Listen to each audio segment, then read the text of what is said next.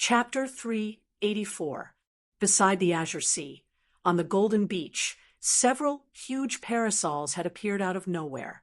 Under the huge parasols, there were 10 long reclining chairs. Several small round tables were placed between these reclining chairs, on which there were various iced drinks and desserts. In the hot weather, one couldn't help but feel a chill in one's heart when looking at it. Under one of the umbrellas, Wu Yan is wearing a pair of shorts. He's wearing a pair of sunglasses, and he's leisurely sipping from a bottle of drink. He looks like he's having a good time. Oni-chan master, Flandre-chan, and Astria ran over and jumped under the parasols.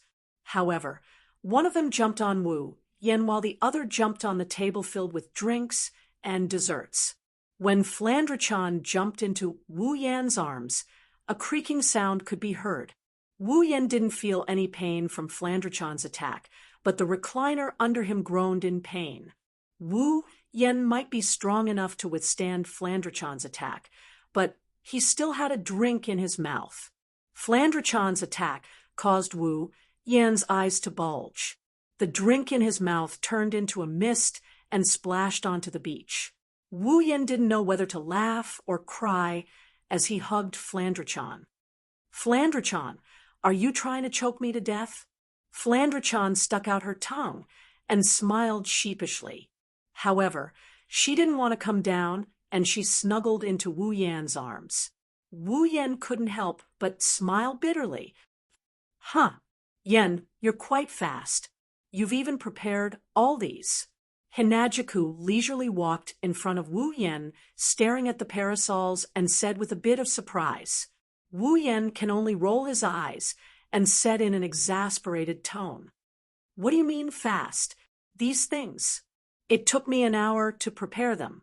That's the time you two took to change." Hinajiku chuckled dryly before muttering to herself, "What are you talking about? Girls change clothes. It takes some time anyway. Unlike you." Then, Shoujo glanced at Wu Yan. He's naked except for a pair of shorts.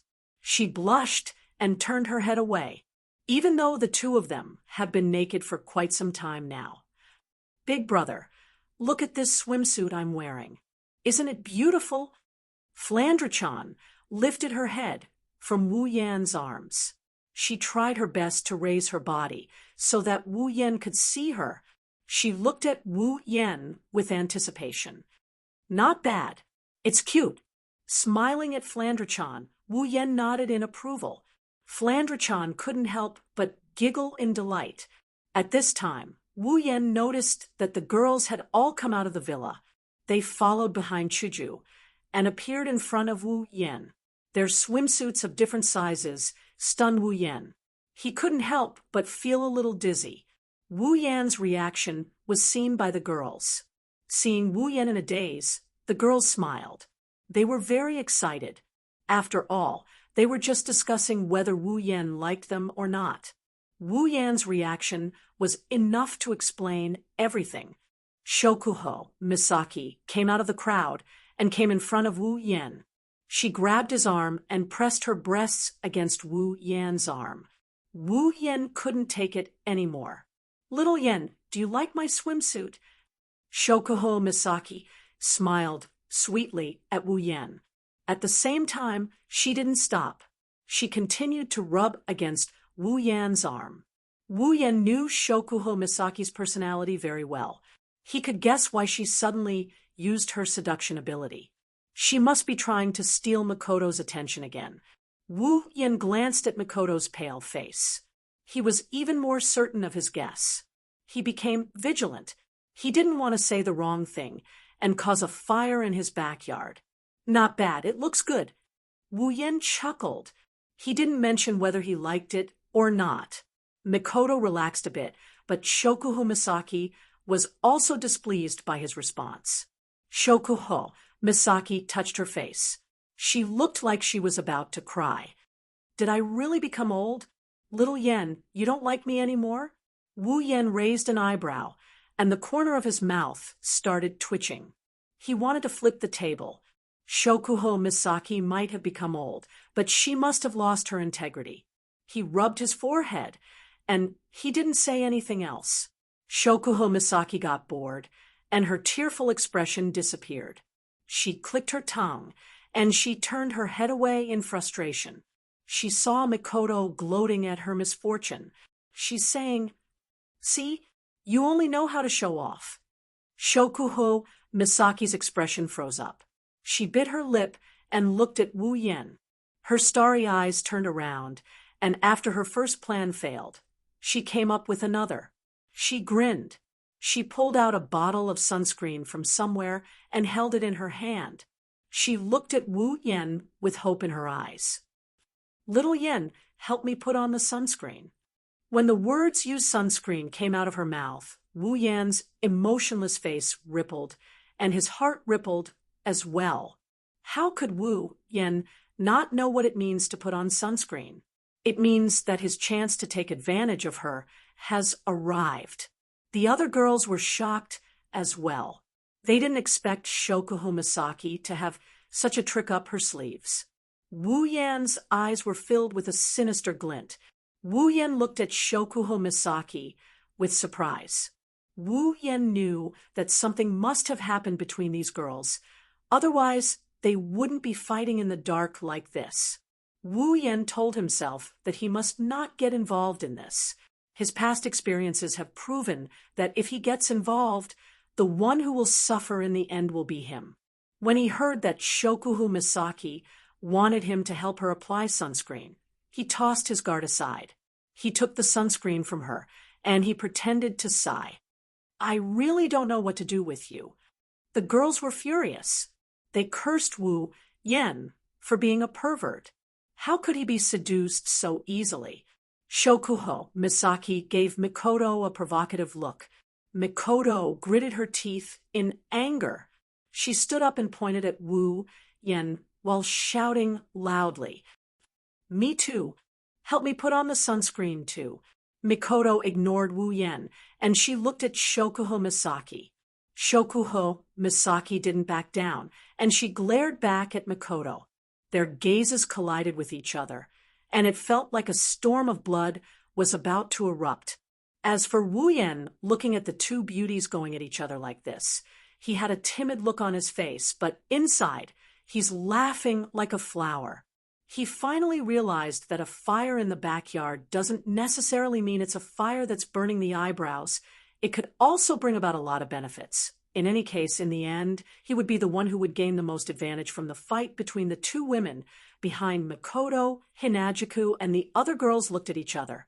They didn't know what to do. They knew that Wu Yan is going to be the final winner. Thus, Hinajuku picked up Flandra-chan. "Hey, Flan, big sister will take you swimming, okay?" Flandra-chan's eyes lit up. She clapped her hands and cheered. Okay. Flan wants to swim." Kinuhara Sayai and Frenda looked at each other and said at the same time, "We want to go too." The four beauties left just like that. Astria only had food in her eyes. Only Ikaros and Takitsubu Riku were left. After some hesitation, Ikaros stood up and lowered her head shyly. Master, I want to." "Me too." Takitsubu Riku raised her hand meekly to show that she was willing to be taken advantage of. Wu Yan looked at Mikoto, Shokuho Misaki, Ikaros, and Takitsubu Riku. He smiled wickedly. "Since you guys came to me willingly, don't blame me for being rude." Chapter 385. Not far away from the beach, Shoujo, Flandra-chan, Kinuhara Sayai, and Frenda were happily playing in the water. They seemed to have forgotten about the conflict in the mansion. Astria was still eating and drinking under a parasol. Everything looked so peaceful. Shokuho Misaki, Mikoto, and Takitsubu Riku were lying on 3 mats under a coconut tree. Behind them, a wolf was uncorking a bottle of sunscreen.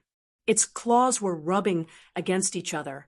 It looked like it was ready to pounce. As for Ikaros, she's just standing there in a daze. Her indigo eyes stared at Wu Yan with a pitiful expression.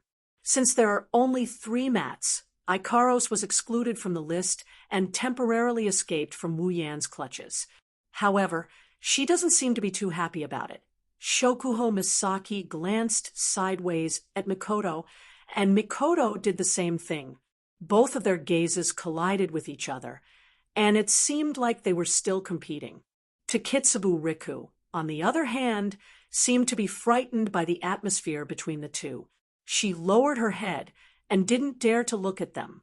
Who's going first? Applying sunscreen on his hand, Wu Yan glanced at the 2 girls. He pretended he didn't see the interaction between the 2 girls and told them. However, his voice couldn't hide the excitement in it. Of course I'll go first, Shokuho Misaki immediately said. Mikoto shut her mouth. She turned her head away angrily. It doesn't matter who goes first. It's not like they said that whoever goes first wins. Shokuho Misaki seemed to have seen through Mikoto's thoughts. She narrowed her eyes and smiled. It was a meaningful smile. Shokuho Misaki straightened her body and reached behind her back. She pulled out her swimsuit. She undid it. Wu Yan's hand trembled, and he almost smeared the sunscreen on the coconut tree. Mikoto's expression changed, as well before her expression changed drastically. The redness began to spread to her face. It looked like she was provoked by something. He shouted angrily at Shokuho Misaki. You, what are you doing? You filthy woman. Shokuho Misaki laughed and mocked Mikoto. Misaka classmate, what you're saying isn't right. Isn't it normal to use sunscreen? Don't tell me that Misaka-san wants to make your skin black and white. But, Mikoto blushed, stuttered. But this is the beach. In public, Shokuho Misaki shook her head and looked at Mikoto with disdain. There are no other men on the beach, and Xiao Yan is my lover. Xiao Yan has already seen my body. My lover. Mikoto lowered her head. Wu Yan and Shokuho Misaki could see steam coming out of Mikoto's head. Shokuho Misaki's bold statement was a fatal blow to Mikoto. Shokuho Misaki smiled triumphantly. She didn't even notice that a certain wolf behind her was trying its best to turn its neck, trying to see through Shokuho Misaki's back. It wanted to see all of her breasts, but it was quickly disappointed. Shokuho Misaki made it sound like she's a generous person, but she's not that generous to expose her ample bosom to the sun. She prodded Mikoto for a bit before she laid down on the mat. Her 2 bunnies pressed down on the mat, and her ample bosom started poking out. Wu Yan's mouth went dry when he saw this. He almost lost control of himself and decided to use Shokuho Misaki to vent his lust. Taking a deep breath, he looked at Shokuho Misaki's back, and he decided to let go of his pretense. He applied sunscreen on his hand, and he pressed down on Shokuho Misaki's back. The sudden chill made Shokuho Misaki scream. Mikoto, Ikaros, and Takitsubu Riku's face turned red when they heard Shokuho Misaki scream. Wu Yan rubbed his hand on Shokuho Misaki's back and spread the sunscreen on her back. Shokuho Misaki's beautiful long hair covered her entire back. Wu Yan rubbed her back gently, and a pleasant sensation came from his hand. Wu Yan narrowed his eyes. Maybe Wu Yan's technique was too good, but Shokuho Misaki's face started to turn red. Shokuho Misaki felt like Wu Yan's hand was magical. The heat from his hand made Shokuho Misaki moan. Shokuho Misaki's face turned red when she realized how embarrassing her voice was. She regretted her actions. Shokuho Misaki never thought that Wu Yan's hand would make her lose her composure. If she knew this would happen, she wouldn't have fought with Mikoto even if she was beaten to death. It was better than making such embarrassing sounds in front of Mikoto. Shokuho Misaki didn't know that Mikoto didn't have the time to think about this. She was scared silly by Shoujo Misaki's shinin. At this time, Mikoto was worried that when it was her turn, she wouldn't be able to do the same. Takitsubu Riku was the same. Shokuho Misaki couldn't hold back her sobs anymore. She couldn't let Wu Yen continue like this. If this continues, she'll be embarrassed. Under Wu Yan's touch, her body started to feel a strange sensation. Her skin started to turn red, and she started to panic. At the end of the day, Shokuho Misaki only had sex with Wu Yen once. She didn't sleep with Wu Yen after that. After tasting the forbidden fruit for the first time, her resistance to this kind of thing dropped quite a bit. Now that Wu Yen is teasing her, it's only natural for her to react. Worried that she might embarrass herself, Shokuho Misaki quickly explained herself. Okay, Yen-chan, go help Misaka-san. Shokuho Misaki wanted to stop, but a certain someone didn't want to. How is it okay? There are still a lot of places that haven't been cleaned yet, Wu Yen said in a righteous tone. He didn't seem like he was going to stop. Shokuho Misaki was stunned. She realized that, in the end, this wolf is going to be the one who will win. Before Shokuho Misaki could react, an indescribable sense of pleasure surged through her body. Shokuho Misaki couldn't hold her breath, so a seductive moan escaped her lips. Shokuho Misaki finally panicked. Shokuho Misaki's bikini covered lower half of her body. A hand had already reached in and grabbed her buttocks and started to rub them hard. No way! Shokuho Misaki stared blankly at the hand on her buttocks. She panicked when she thought about her current state. If Misaka Mikoto saw her like this, she wouldn't be able to face anyone anymore. Fortunately, Mikoto was scared by Shokuho Misaki's moans. She buried her head like Takitsubu Riku. Shokuho Misaki heaved a sigh of relief. The smart Shokuho Misaki knew that she couldn't back down now. She could either surrender and beg Wu Yen in front of Mikoto for mercy. However, she would rather die than make this choice. Rather than begging Wu Yen for mercy in front of Misaka Mikoto, he might as well continue to shinin. At least he can use the excuse of being too comfortable to refuse. However, if he begs for mercy, he will be laughed at by Misaka Mikoto for the rest of his life. Shokuho Misaki had no choice but to endure Wu Yan's assault. She tried her best to hold back her moans. Chapter 386. Big Sister. Quick! Go there! Go there! Pointing in a random direction, Flandre-chan chuckled at Frenda, who is sitting on her back. Her voice is filled with joy. This game may seem childish, but Flandre-chan is having a lot of fun playing it. Yes, I got it. Frenda sighed, helplessly. She wasn't happy about Flandre-chan calling her Big Sister because her name is so similar to Flandre-chan's. Flandre-chan had no choice but to call her Big Sister. But I told you not to move around, okay? Otherwise, I won't be able to stand properly. Wah! As soon as she finished speaking, Frenda stepped on a round rock. She lost her balance and fell down. Flandre-chan, who was riding on her shoulder, fell into the water as well. Wah!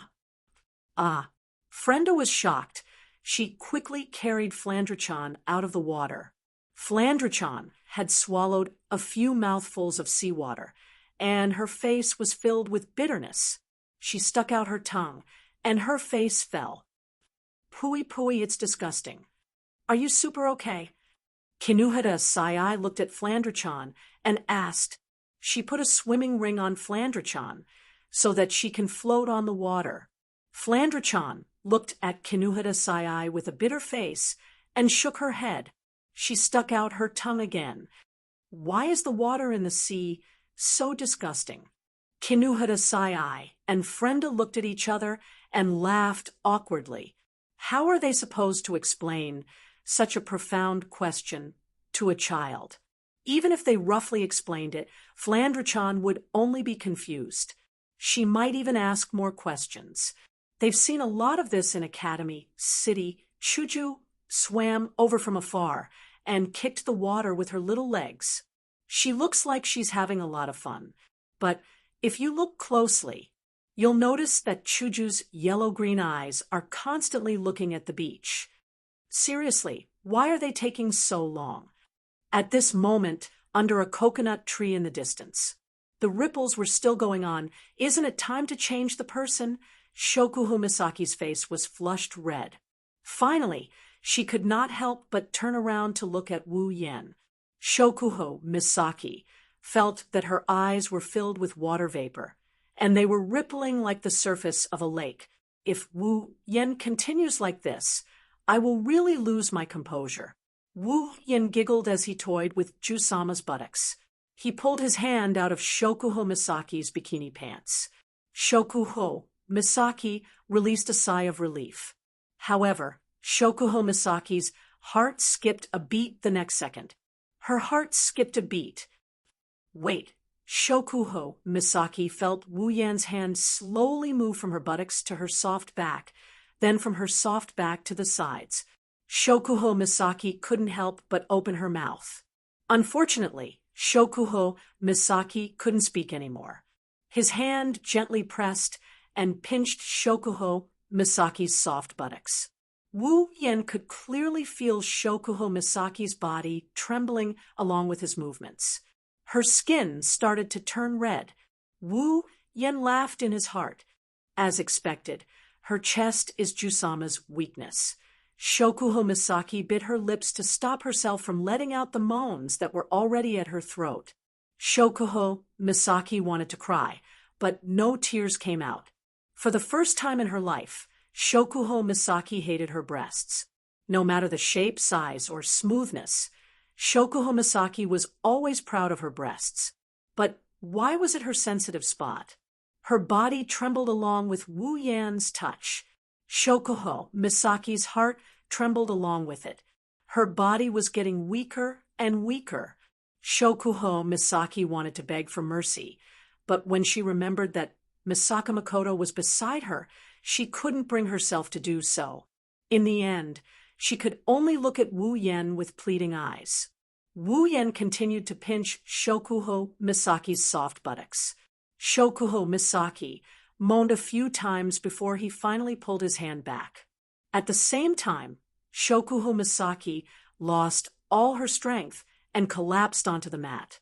She gasped for air and couldn't lift her body. She still needs more training.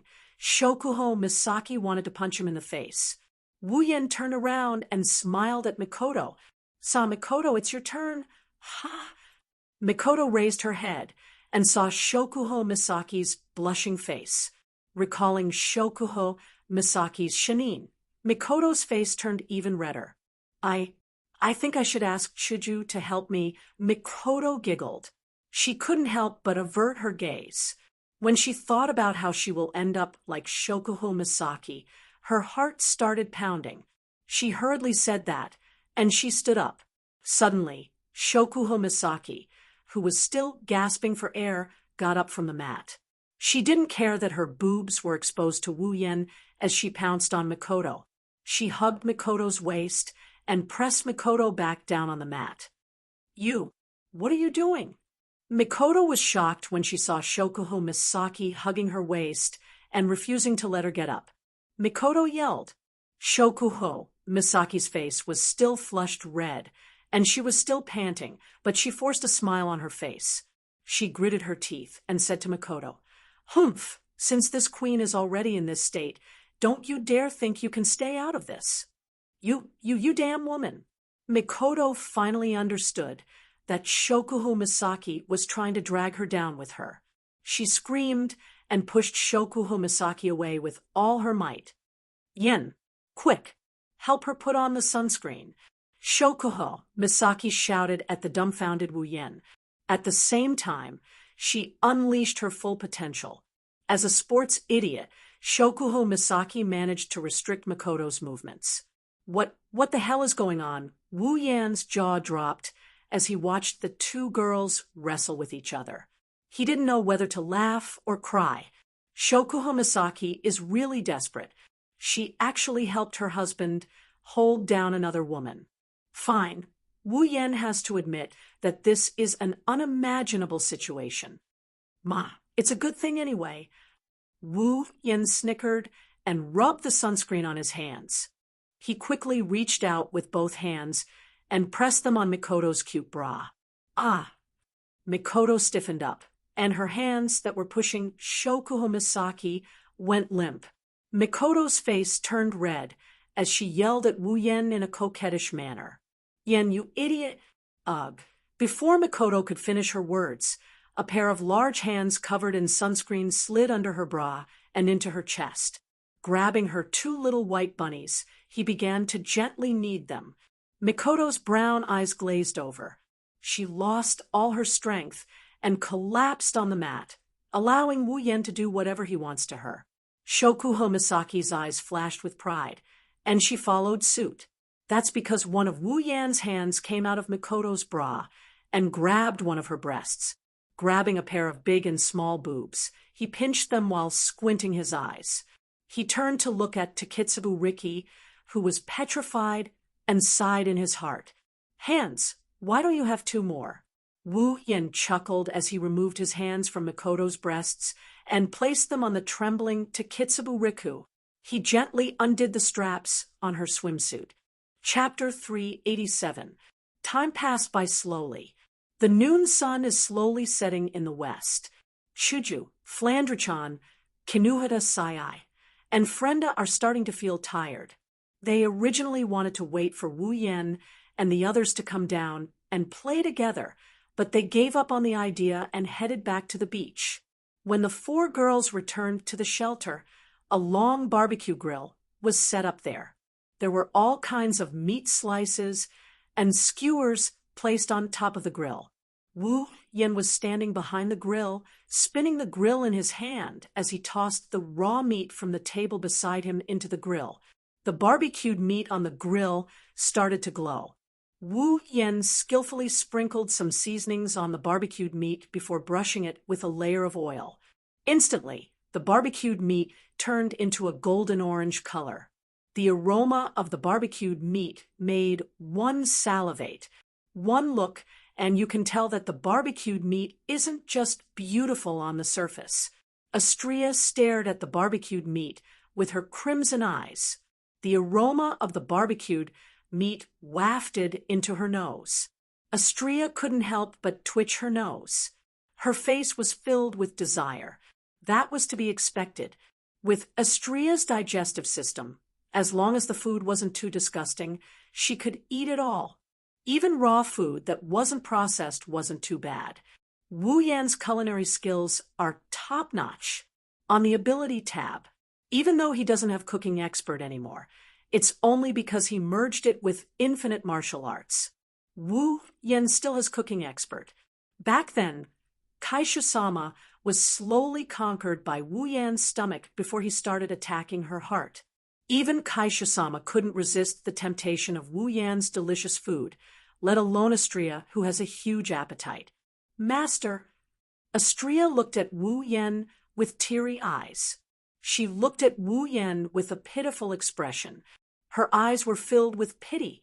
It's obvious that this gluttonous angel, who just stuffed 10 cakes into her mouth, was once again lured out by Wu Yan. Got it, I'll be done soon. Wu Yan chuckled at Astria. He couldn't help but sneak a peek at Astria's flat stomach. He complained in his mind. Which part of Astria's body did she stuff all those things into? Is this the reason why Astria's combat prowess is so strong? She's a god of war.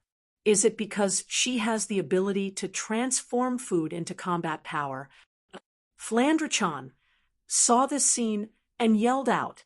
He immediately yelled and ran over. Hinajuku, Kinuhata Sai, and Frenda wrinkled their noses in dissatisfaction. You're back. Wu Yan flashed a bright smile as he greeted the four girls. He acted like nothing happened. It's very infuriating. We've been waiting for you in the water for half a day. I didn't expect you to be enjoying a barbecue here. Shoujo walked in front of the grill and snorted at Wu Yen. She sounded annoyed. Mama. Wu Yen waved his hand and continued what he was doing. He looked up at Hinajiku. I was worried that you might get hungry, so I prepared some food for you. Kinuhata Sai raised an eyebrow. She looked at Wu Yen and mocked him. Are you really that considerate? Frenda tilted her head and glanced at Wu Yen. She asked suspiciously, So, did you do something bad that you don't want us to know? Is that why you're having a barbecue here to cover it up? His body trembled for a bit before he regained his composure. Wu Yen shook his head as he laughed at the three girls. Inside, he's scared witless. Kinuhata Sai and Frenda, they've only been with him for less than 2 months, yet they know him so well. Don't tell me they know the rumored mind-reading ability? Shoujo narrowed her eyes and looked around. She suddenly remembered the sunscreen incident. She turned to Wu Yen and asked in a serious tone, Where are Mikoto and the others?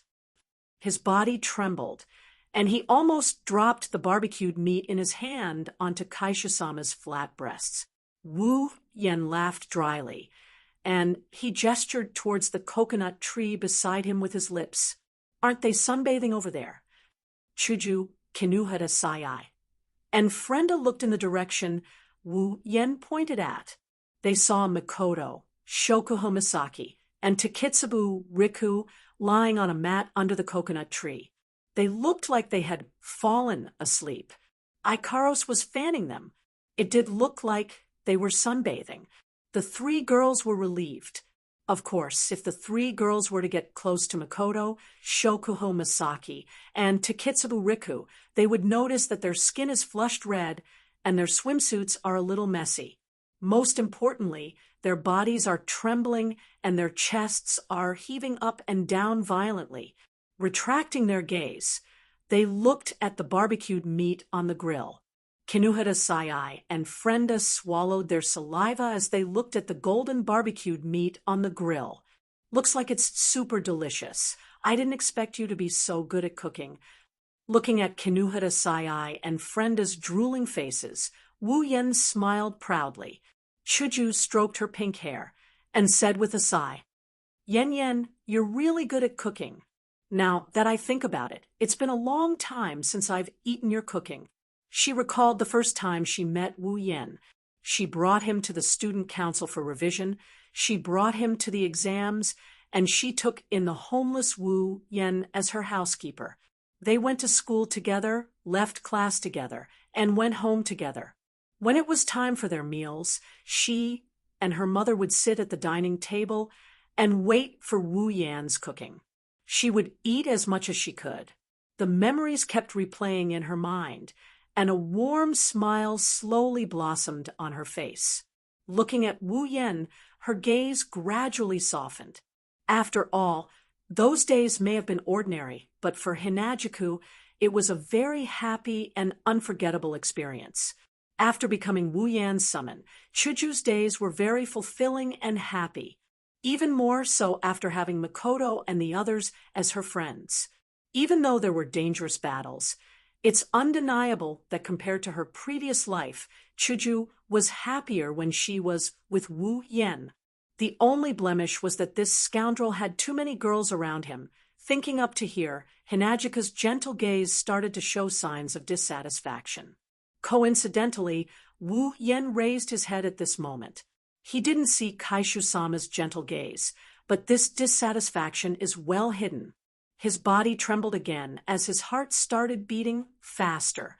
Did she find out about his sunscreen incident? Master, are you done yet? Astria's wings started flapping as hard as they could. Her pure, white wings unfurled, and the feathers started falling towards the barbecue on the grill. Shoujo, Kinuhata Sai, and Frenda were shocked. Their 3 pairs of arms and 6 palms quickly waved above the grill to catch the feathers that fell from Astria's wings. Oi, oi, oi, Don't throw the feathers around. No matter how fragrant the meat is, once it's stained with feathers, I won't dare to eat it anymore. Kinuhada Sai grabbed a handful of feathers and muttered in dissatisfaction. Frenda nodded her head furiously as she looked at the barbecued meat on the grill with lingering fear. It seems like they were really attracted by the aroma. I can't wait anymore. Astria pouted and said with teary eyes. Wu Yan couldn't help but feel helpless. He looked at Shoujo and said, Shoujo, go get some desserts for Astria to fill her stomach. Hinajika nodded, and Astria cheered before jumping into Wu Yan's arms. Yay! Master is the best. Disciple, let go. Meet, meet. The sun slowly sank below the horizon amidst the laughter of the crowd. Chapter 388. Happy times always pass by quickly. Amidst the laughter and laughter of the group of 10, the curtain of night was about to fall in the blink of an eye. When the sun set from above the sea level to the other side, the sky suddenly darkened and then brightened up again. Different from the daytime, the white cloud ribbons in the sky were now emitting faint red stars and light, illuminating the entire sky with the color of dusk and then the silver of the stars. Under the beautiful starlight, the stones that didn't seem to have any color during the day were now shining brightly like bright red diamonds. It was so beautiful that the group of 10 people standing by the beach were all stunned by it. That's right. That's right. It's so beautiful. Flandra-chan's wine-red eyes were filled with splendor as she stared at the horizon and the ocean. She couldn't help but clench her fists tightly together. The lively Flandra-chan seemed to have lost her ability to speak and move at this moment. She could only mutter a sentence to express her current feelings. Hinajiku, Mikoto, Ikaros, Shokuha Misaki, Astria, Kinuhada Sai, Frenda, and Takitsubu Riku were also looking at the beautiful scenery. Everyone's heart calmed down. The beautiful scenery created a picturesque scene with the sea and sky. After a while, Shoujo smiled. She said softly, This time, I was right to come. The girls nodded, and they smiled. Wu Yan's heart blossomed when he saw the smiles on the girls' faces. He put on the most comfortable smile, and the 9 girls looked at him in a daze. Nana, Oni-chan. Flandra-chan tugged on Wu Yan's hand. She stared at Wu Yan's face with her ruby-like eyes. She looked at him with a hopeful expression. Next time, bring Flandra-chan and the other sisters to the beach, okay? Shoujo, Mikoto, and the other girls turned to look at Wu Yan. Their eyes were filled with hope. Just like Flandra-chan, they were all hopeful. It seems like they are also hopeful. They can go on a beach trip like this again. Wu Yan smiled. He squatted down and picked up Flandra-chan. He looked at the girls and said in a half-joking, half-serious tone, So, did you girls have fun today? Hinajika laughed. Mikoto laughed. The girls all laughed. They all looked at each other before turning to Wu Yan and said in unison, Of course. Wu Yan laughed out loud, and he hugged Flandra-chan even tighter. All right then, let's do it again, next time. Yay! The girls cheered. As night fell, the 10 of them returned to the villa. They laid out the barbecued meat that Wu Yan just finished roasting in the living room along with the desserts, snacks, and drinks that they prepared beforehand. The 10 of them formed a circle as they laughed and joked around while destroying the food in front of them. Each of them had a wide grin on their faces. Of course, they weren't always harmonious. For example, Mikoto and Shokuha Misaki were eternal rivals. They would quarrel every now and then, and they would turn their fire on Wu Yan. Wu Yan was under a lot of pressure. Flandra-chan, on the other hand, got together with Astria. Flandra-chan looked like a child less than 10 years old, while Flandra-chan looked like a young lady in her prime. However, both of them had the same naivety and intelligence. Therefore, It was a perfect fit for both of them to be together. Of course, that's if Astria doesn't teach Flandre-chan how to eat. Kinuhara Sayai, Frenda, and Takitsubu Riku have been in the same organization ever since they were in Academy City. That's why their relationship is so good. No matter where they go, they get along very well. After that, they got together with Shokuhu Misaki in Silveria World Institute. That's why they're not as unfamiliar with each other as they were in the beginning. On the other hand, Hinajuku and Ikaros are actually able to chat and laugh together. This really surprised him. But it's not that strange. Hinajuku may be a tsundere, but she still has an unconcealable gentleness in her bones. Ikaros is the same. She's as gentle as water towards the people she cares about. In a way, they are similar in some ways. In fact, strictly speaking, the 9 girls present more or less had some similarities. Even though their personalities were quite different, they were all the same. They wouldn't hesitate to do stupid things for the people they cared about. Perhaps this was the reason why the girls were willing to come together despite the constant friction on the surface. Before the party ended, Shokuho Misaki frowned. She tugged at her swimsuit and turned to Wu Yen. Yen, where's the bathroom? My body feels sticky after soaking in the seawater. It's a little uncomfortable. Hearing Shokuho Misaki's words, the girls quieted down and started to frown. Indeed, after hearing Shokuho Misaki's words, they started to feel a little uncomfortable. Wu Yen paused for a second before nodding his head. He mused for a bit before smiling. I remember that when I rented this villa, I saw in the introduction that there was a hot spring in one of the rooms on the ground floor. The eyes of the girls brightened up and their spirits jolted. Their faces showed traces of excitement, which made Wu Yen chuckle. He knew it. Girls have zero resistance to hot springs and whatnot. The room on the ground floor. I got it. Mikoto stood up impatiently and pulled Hinajuku over. Shoujo, let's go soak in the hot spring together. Hinajuku nodded immediately. She was also looking forward to the hot spring. All the girls were the same. After soaking in the sea water, they could soak in the hot spring. It must be said that this was a very tempting experience. So, one by one, they stood up from the floor and ran towards the hot spring in groups. We haven't finished eating yet. Wu Yen was stunned when he saw all the girls running out. He quickly called out to the girls, but what he got in return was a voice that came from afar. Let's eat later. In the end, only Wu Yen was left. He sat in front of a pile of food and watched the girls running away. He didn't know whether to laugh or cry. Sighing, Wu Yen picked up a feather from Astria's wing and mumbled, "Aren't you a foodie? Why are you attracted to the hot spring as well?" Wu Yen saw another feather on the ground. It was pink in color. Wu Yen sighed again. All right, even Ikaros abandoned her master for the sake of the hot spring. Wu Yen didn't know that even if all the hot springs in the world were placed in front of Ikaros, it still wouldn't be as important as her master. The reason why Ikaros isn't here is because Hinajuku conveniently dragged her away. Finishing his drink in one gulp, Wu Yen's mind started drifting away. After all, it was so lively just a moment ago, and now he's the only one left. More or less, he's not used to it.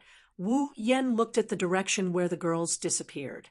He rolled his eyes and whispered, "How about I go soak in the hot spring too? They're all my wives anyway." Wu Yen shook his head with a bitter smile. "I'm afraid Mikoto will electrocute me the moment I enter, and everyone in the hot spring will be injured by the electric current." Wu Yen looked at the food on the ground. He rolled his eyes and smiled evilly.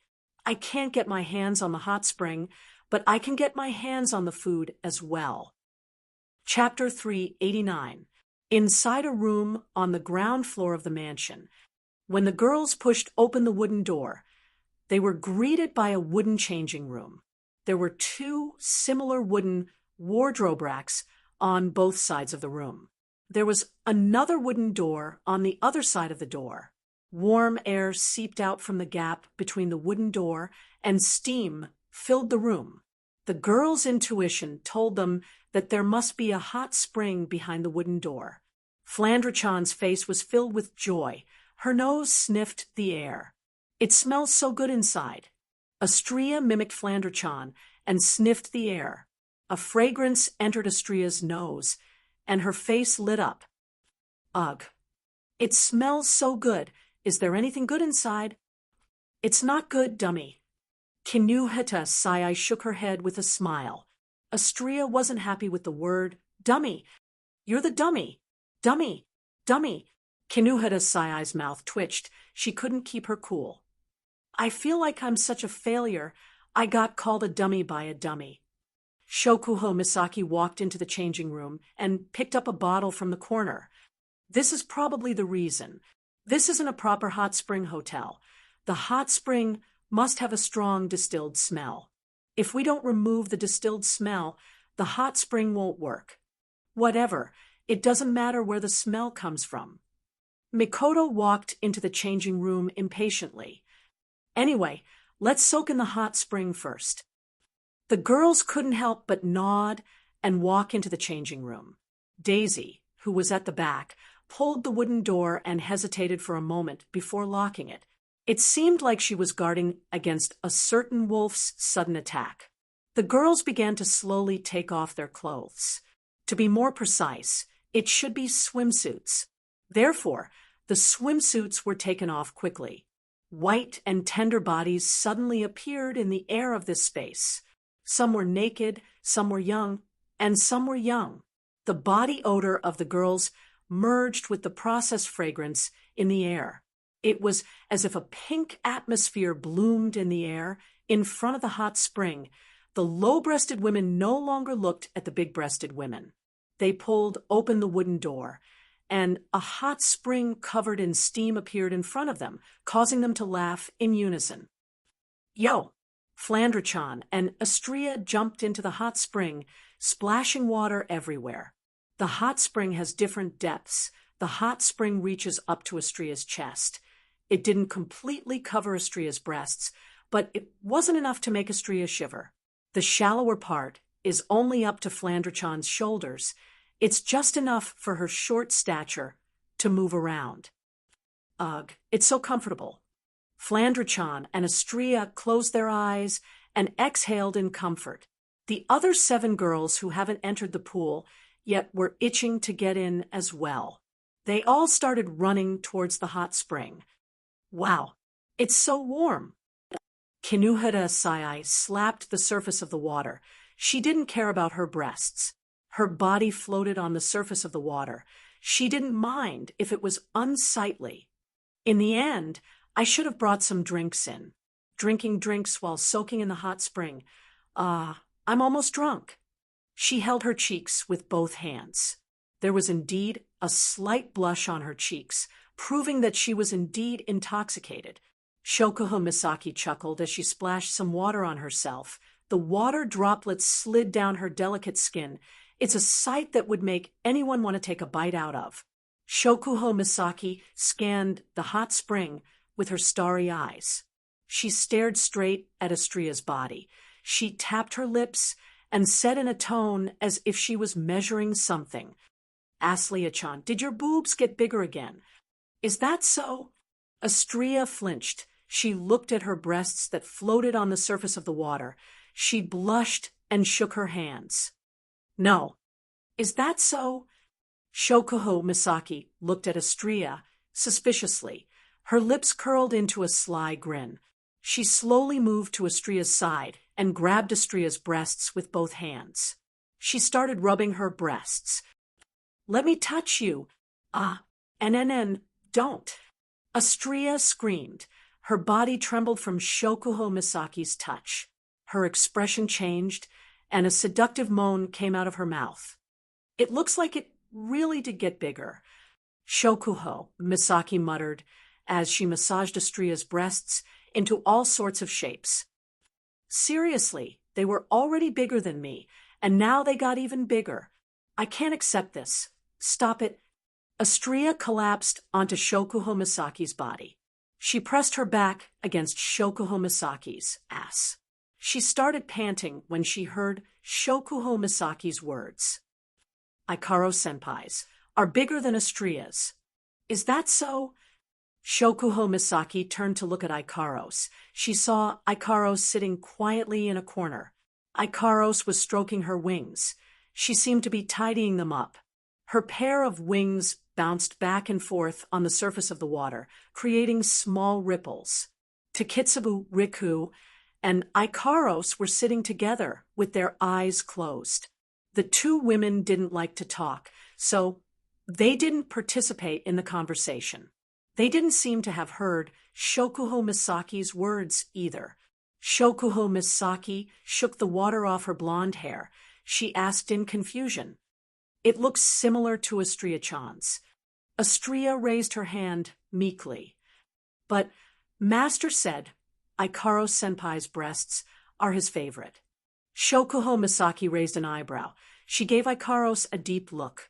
Ikaros blushed a little, not sure if it's because the hot spring is too comfortable or because she heard Astria's words. Favorite? Shokuho Misaki narrowed her eyes. She looked at Ikaros' breasts for a second. Then, at her own breasts, she lowered her head. Shokuho Misaki humphed and said unwillingly, "Humph, I won't lose either. That bastard doesn't care what size they are. As long as it's a girl, he'll like them." Admittedly, even if mind control doesn't work on Wu Yan, Jusama has a pretty good grasp of Wu Yan's intentions. In the other corner, Hinajiku and Mikoto looked at each other. They've been watching Shokuho Misaki's actions from start to finish. They turned their heads and looked at each other. Then they faced the wall and started drawing circles with their hands. Gosh, gosh, gosh. Chuju-ne-san, Mikoto-ne-san, what's wrong?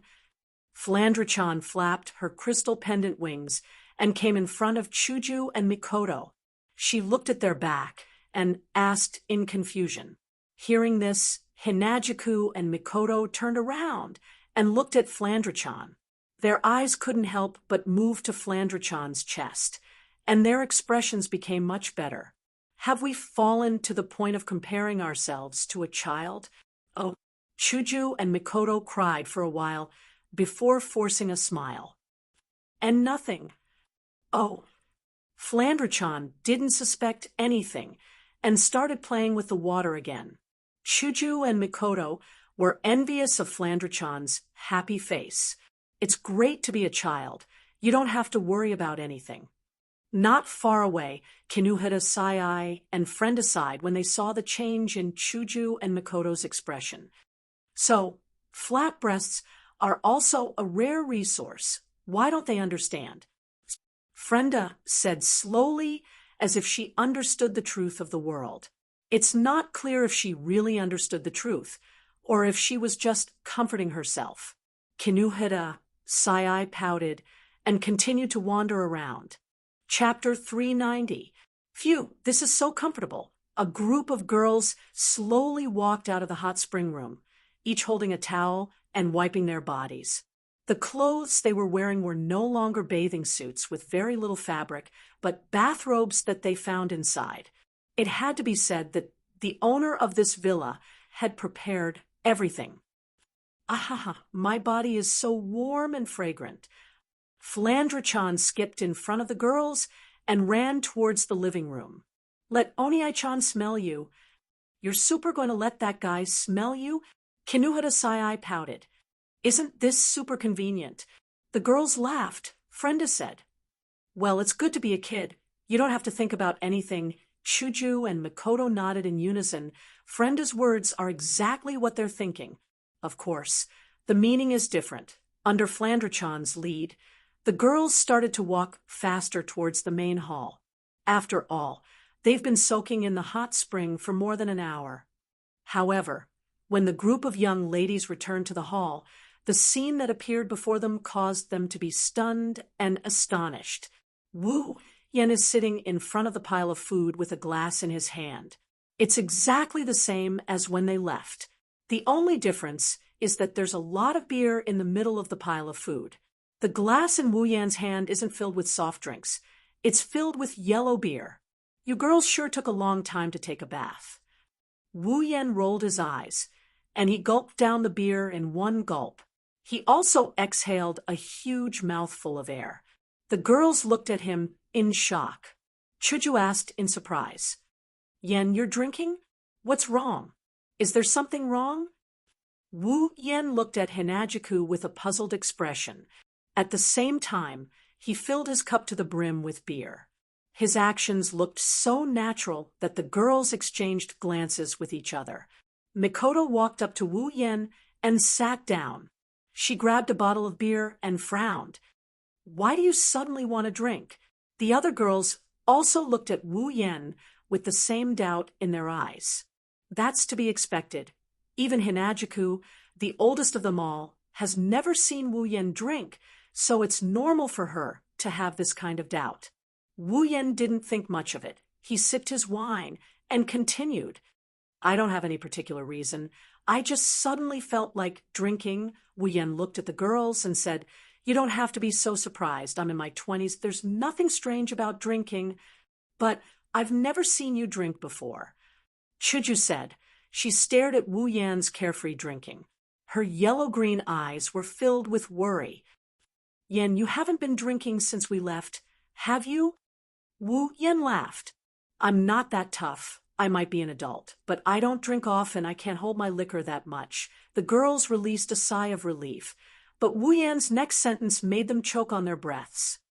"Well, you girls soaked for more than an hour. I only drank for an hour." "An hour?" Shoujo and Mikoto raised their voices in disbelief. Hey, you really drank for an hour." Kinuhata Sayai's jaw dropped. Beer's alcohol content isn't that high, and there are plenty of people who can drink for an hour without stopping. But at the end of the day, out of the 9 girls here, at least 5 are underage. That's excluding Flandra-chan, Ikaros, and Estrella. There's also Shokuho Misaki. Her age will always be a mystery. At least no one would believe she's a middle school student, since they have never had a drink before. Of course, they wouldn't know the extent of drinking beer for an hour straight. It's just that Wu Yan has never had a drink before.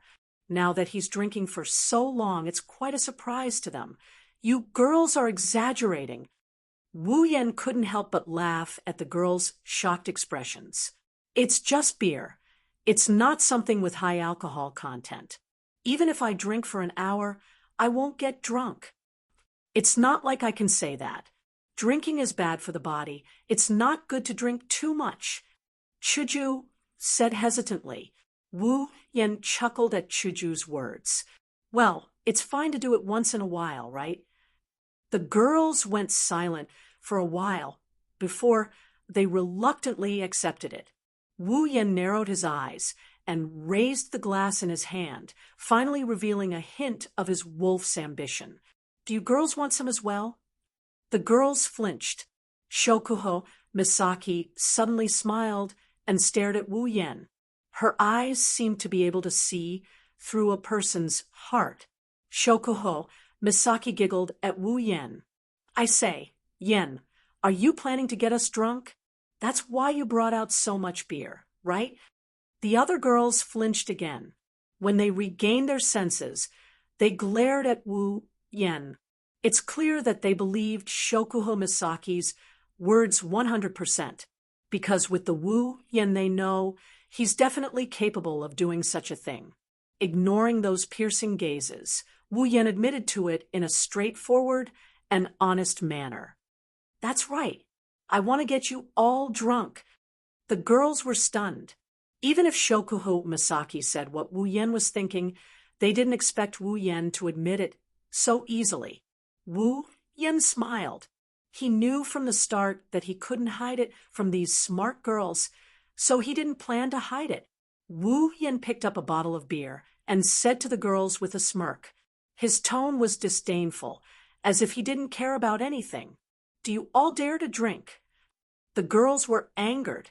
Wu Yan's disdainful tone successfully made the girls who had made up their minds not to let Wu Yan have his way. Now, They were angered by Wu Yan. Humph, it's just super beer.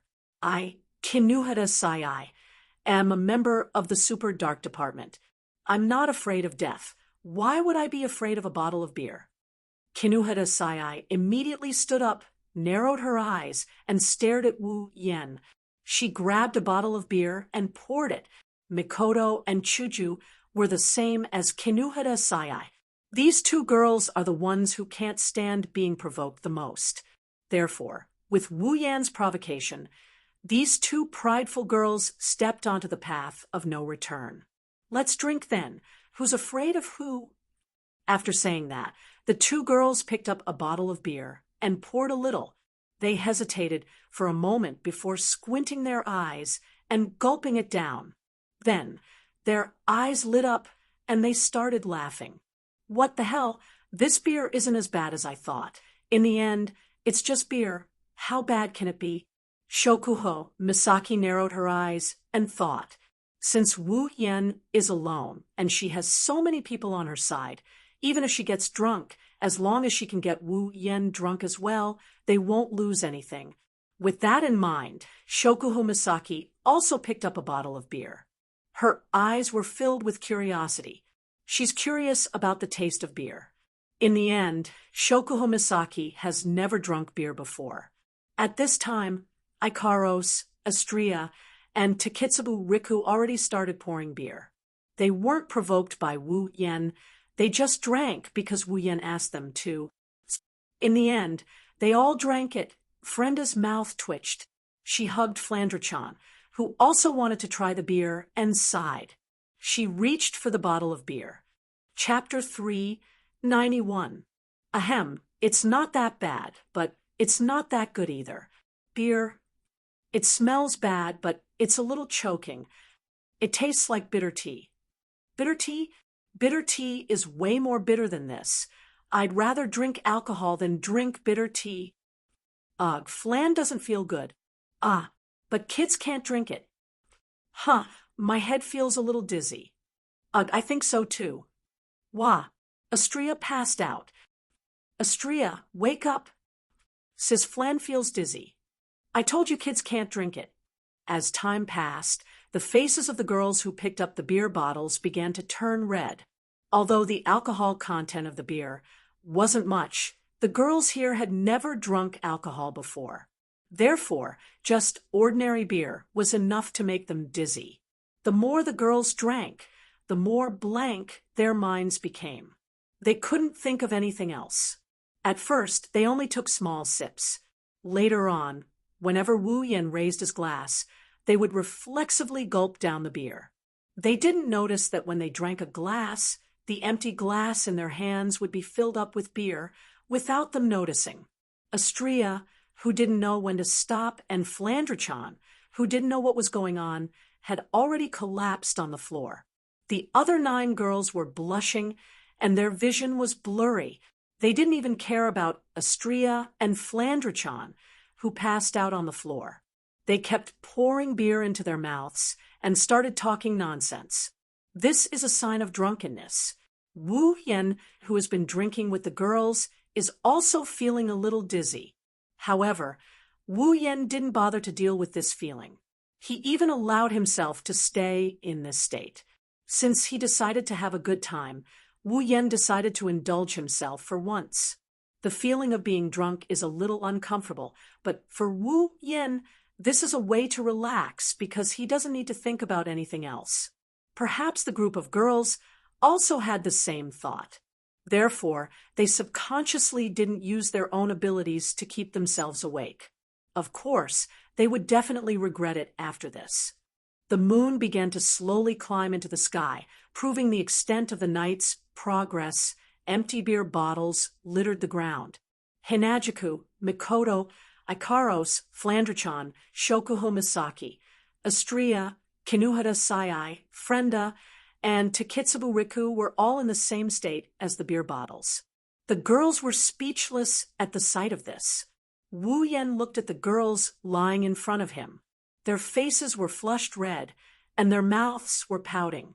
Wu Yan's wine-red eyes flashed a little before he smiled proudly. You want to compete with me in drinking? I might have lost to you 9 in the past, but now I am a true ancestor. Even if I don't suppress the alcohol in my body, I won't lose to you girls, Wu Yen muttered while shaking his head. His gaze landed on Flandre-chan, and he bitterly smiled. I didn't think even Flandre-chan would get drunk. This is a huge sin. Wu Yen wobbled as he stood up. He may have knocked out the girls, but he drank quite a bit as well. He didn't try to suppress his drunkenness. He's a bit drunk as well. He's trying his best to maintain some semblance of sanity. He knows that he can't let Flandre-chan sleep on the ground. Wu Yen got up and picked Flandre-chan up. He staggered into a room and covered her with a blanket.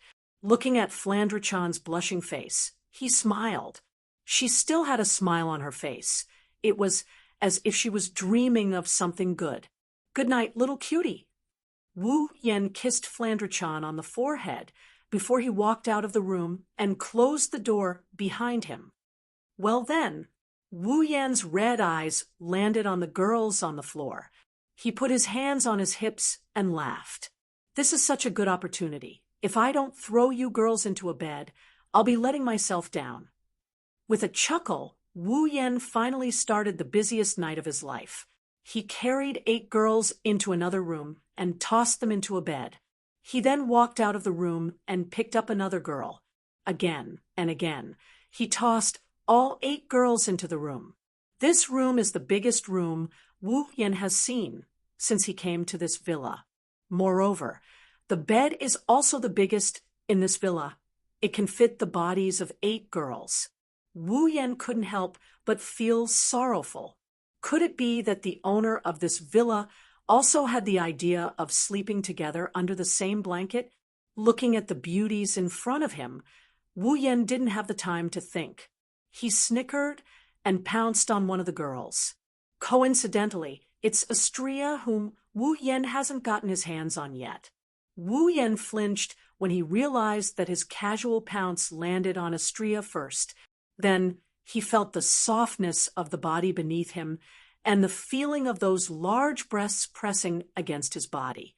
He took a deep breath, and then, with a violent tug, he tore Astria's clothes apart. Due to the effects of alcohol, Wu Yen didn't hold back. He tore off her clothes again. In the blink of an eye, he was naked with Astria. Lowering his head, Wu Yen kissed Astria on the lips. At the same time, his hands slid across her smooth skin, and he rubbed Astria's large breasts. You. Astria whimpered as she felt something entering her mouth. She subconsciously responded to Lin Sanjiu's words. The two kissed each other with their tongues intertwined. Both of them tried their best to squeeze and lick each other's bodies. Astria started following her body's instincts even though she was in a daze. Burying his face into Astria's chest, Wu Yen felt so blissful that he almost wanted to sing. The result of this action is a suffocating feeling as if all the air in his body has been sucked out of him. But compared to the fatally slippery feeling, the suffocating feeling is nothing. Finally, Wu Yen sucked in the crimson red he coveted. Astria moaned and straightened her body. Under Wu Yan's relentless assault, Astria moaned repeatedly. Her crimson eyes slowly opened. There was a misty look in them. Under the influence of alcohol and her body, Astria's brain that wasn't good at thinking to begin with lost its ability to think. She looked at Wu Yen, who buried his head in her chest, and she moaned in a daze while moaning softly.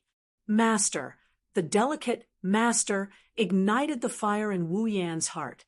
Wu Yen pulled Astria under him and straightened his back. Astria's cries of pain echoed throughout the room. Aside from Flandre-chan, this gluttonous angel, who didn't fall for Wu Yen, finally became a true sister to Shoujo and the others. You, master. Astria hugged Wu Yen tightly as she kept moaning. Her crimson eyes turned misty as she followed Wu Yan's movements. Her body moved up and down as she moaned incessantly. Chapter 392. The silver moon quietly rotated, the frost quietly fell, the stars quietly emerged, and the curtain of night quietly flowed. Some drifting black clouds seemed to have reached some kind of consensus with the moon, and the stars to mind their own business. You occupy your territory, and I occupy mine. There was no sign of the two sides converging at all. The waves surged onto the beach. As they rose and fell, the beach at the front was unusually wet. Compared to the dry sand at the back, there was an unusually clear difference in color. Some small animals were hiding in some corner, silently making their presence known and making their own noises, filling the night sky with lively chirping sounds. Inside a certain room in the mansion, the atmosphere was unbearably calm. Pain is unavoidable for a first-time experience.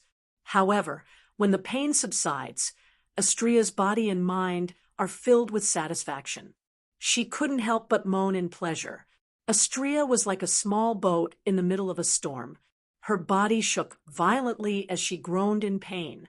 A strange smell lingered in the room. The center of the storm became even more violent. Astria closed her eyes as she endured Wu Yan's thrusts. Waves after waves of unfamiliar sensations assaulted her.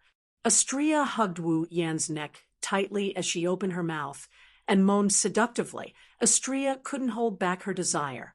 She didn't have any intention of suppressing it. She didn't care about the 7 sleeping girls beside her. She moaned as loudly as she could. Maybe it's because she hasn't regained her consciousness yet. Or maybe it's because this idiot doesn't know what it means to be reserved. Wu Yan's evil fire burned brighter as he listened to Astria's sweet moans. His thrusts became even more violent as he pounced on Astria. The two of them slowly climbed to the top of the world. When the climax arrived, Astria let out a long moan. Her long moan echoed throughout the space. The space rippled with a faint pink hue. After lying on top of Astria for a few minutes, Wu Yan got up. Astria's crimson eyes glanced at Wu Yan subconsciously. Exhaustion flooded Astria's mind. She slowly closed her eyes and fell asleep. This time, Wu Yan was lying on top of the body closest to Astria. It was Ikaros. Wu Yan reached out and caressed Ikaros' skin that has been caressed countless times. He kissed Ikaros on the lips. His tongue slid into her mouth and captured that little tongue that is slowly moving around. Slowly, they started entangling. He gently tugged on the belt of Ikaros' bathrobe. Ikaros' bathrobe slid down to reveal her body. He lovingly caressed Ikaros' body until she moaned and her skin turned pink. Wu Yan hugged Ikaros and pressed her body against his. His chest pressed against Ikaros' body. He skillfully penetrated her.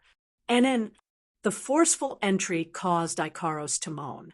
Ikaros slowly opened her eyes, and her indigo-colored pupils landed on Wu Yan's face, who was right in front of her. It's unknown if she woke up or not. Ikaros was panting. Her eyes were blurred. She closed her eyes and welcomed Wu Yan's thrusts. Thus, the light and hurried moaning sounds, but different sounds, once again resounded in this space. As time goes by, Ikaros' moans get louder and louder. At this point, even the thick walls can't block out her moans. Fortunately, in this villa and even the beach, other than Wu Yan's group of 10, there's no one else. Or else, the moans would be enough to make them tremble. Of course, just because no one else can hear it, doesn't mean their own people can't hear it.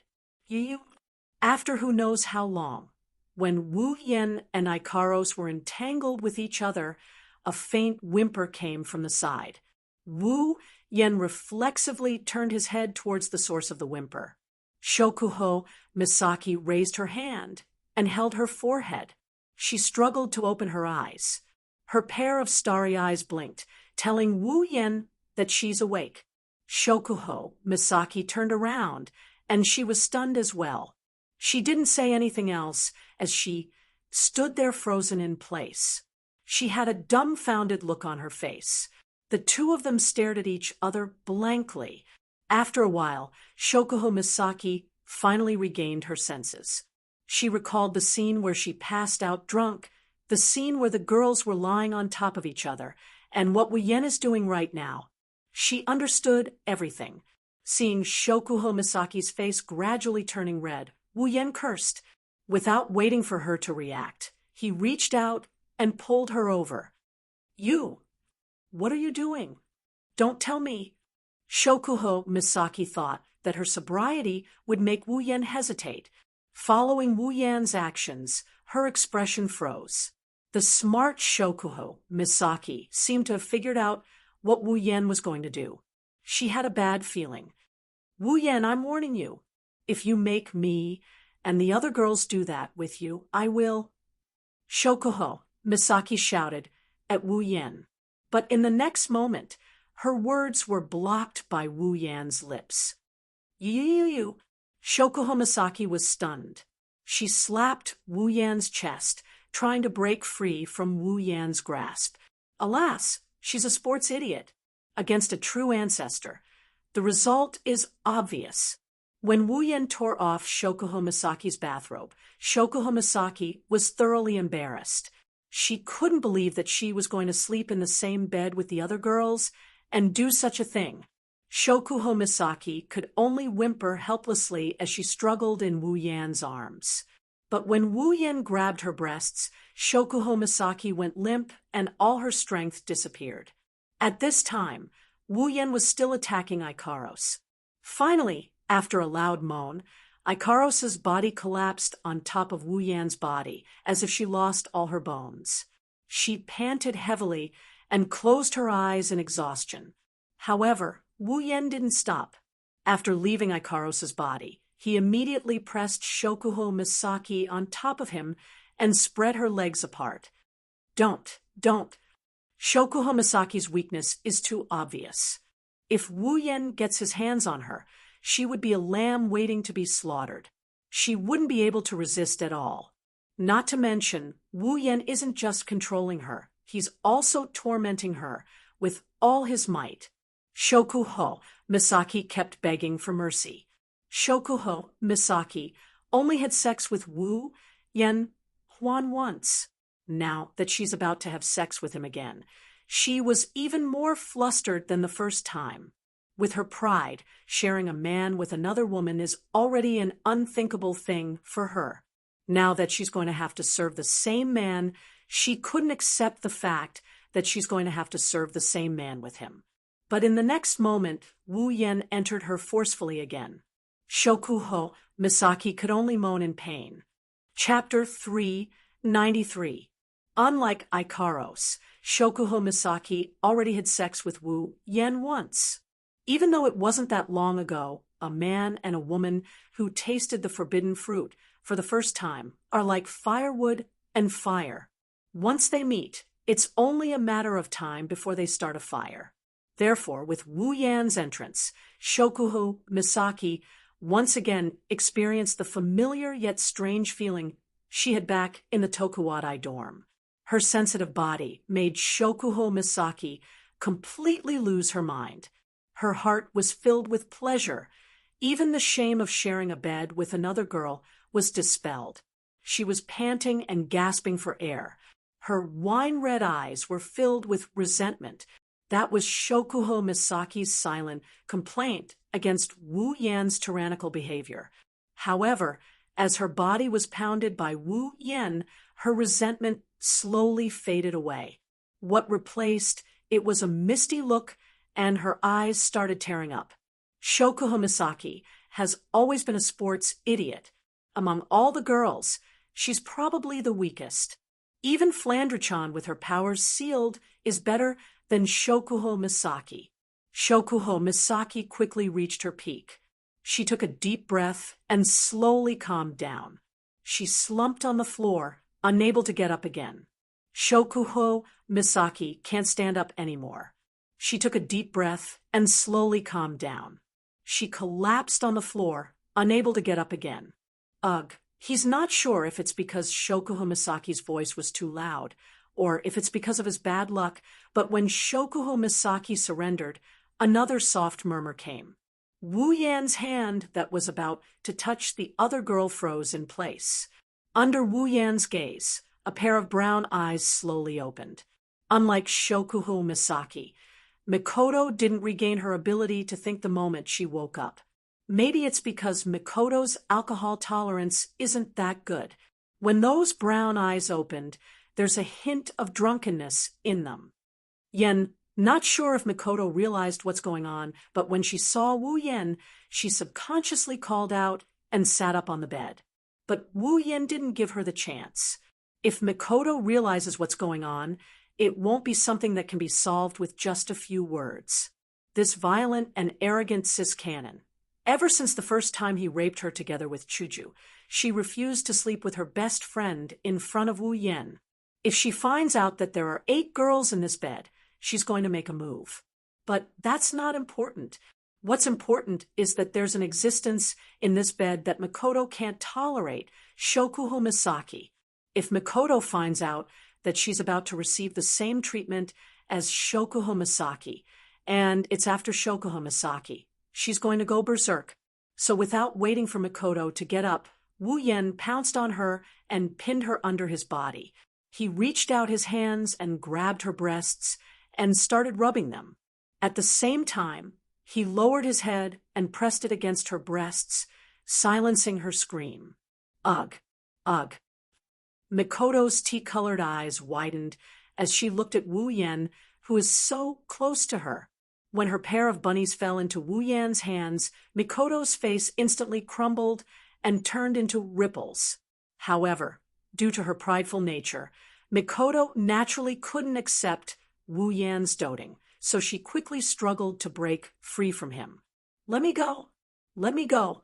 Ah, ah, ah." Before she could finish, Wu Yen waved his hand and Mikoto's clothes, and a belt flew into the air and landed below the bed. Wu Yen went straight in, silencing Mikoto's words, leaving only a soft moan in her throat. All that's left is Wu Yan's thrusts, thrusts, and thrusts.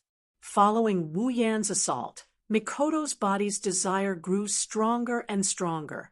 In the end, Mikoto's resistance grew weaker and weaker. Gradually, her resistance turned into resistance, and resistance turned into desire. All the words that came out of her mouth were transmitted within the room by those 2 simple words. Then, thrusts, thrusts, and thrusts. When her body's desire completely drowned her, her rationality collapsed. Her 2 hands uncontrollably climbed onto Wu Yan's back. She closed her eyes and began to accept Wu Yan's assault. From start to finish, Mikoto didn't notice that there were a lot of bodies scattered around her. Among them, there were her good sisters. There were also her enemies. One has to say, this is a miracle. Soon, Mikoto welcomed her climax in her own moans. Under Wu Yan's unbridled assault, Mikoto finished everything in one go. The feeling of floating in the clouds, along with the tipsiness from before and the drowsiness of the night, caused Mikoto to fall into a deep sleep. At this time, Wu Yan's hand was already touching Shoujo.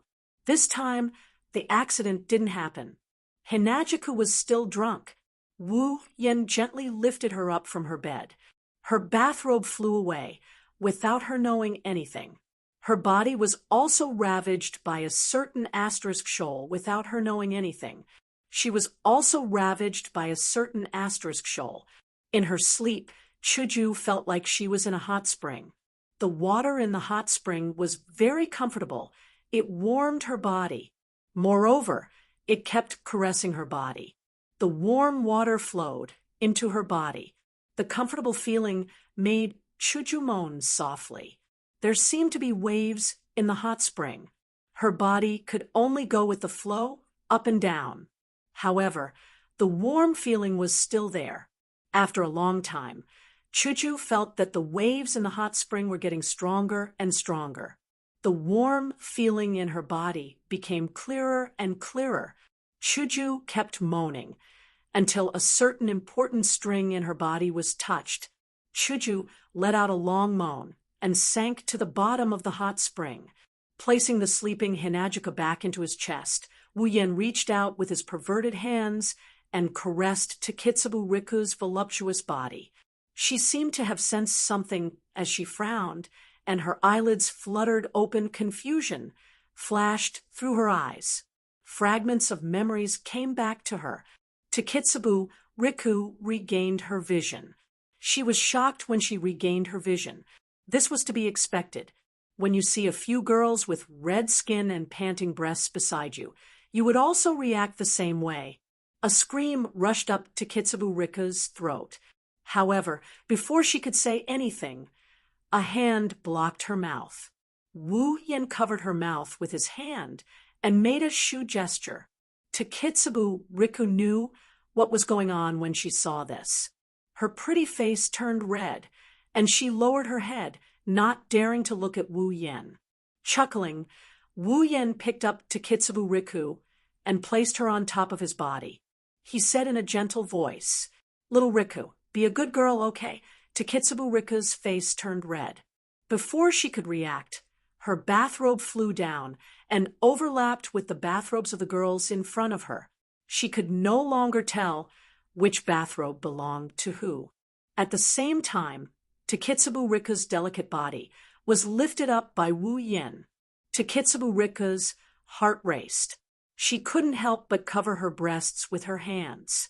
She knew what was going to happen next. Hence, she could only close her eyes. Under Wu Yan's pressure, she raised her head. After a crisp sound, Takitsubu Riku landed on Wu Yan's body with a flushed face. Her breasts were held by Wu Yan and tossed up and down. Takitsubu Riku moaned with him. Very quickly, Kinuhita Sai and Frenda were also dragged into the battle by Wu Yen. With a simple wave of his hand, 2 more bathrobes appeared on the ground. 2 more moans could be heard as well. Chapter 394. The sun slowly rose from the horizon. The night was chased away by the sudden appearance of the sun. The dark clouds on the horizon were suffused with specks of gold. The sky regained its luster. White clouds floated in from afar.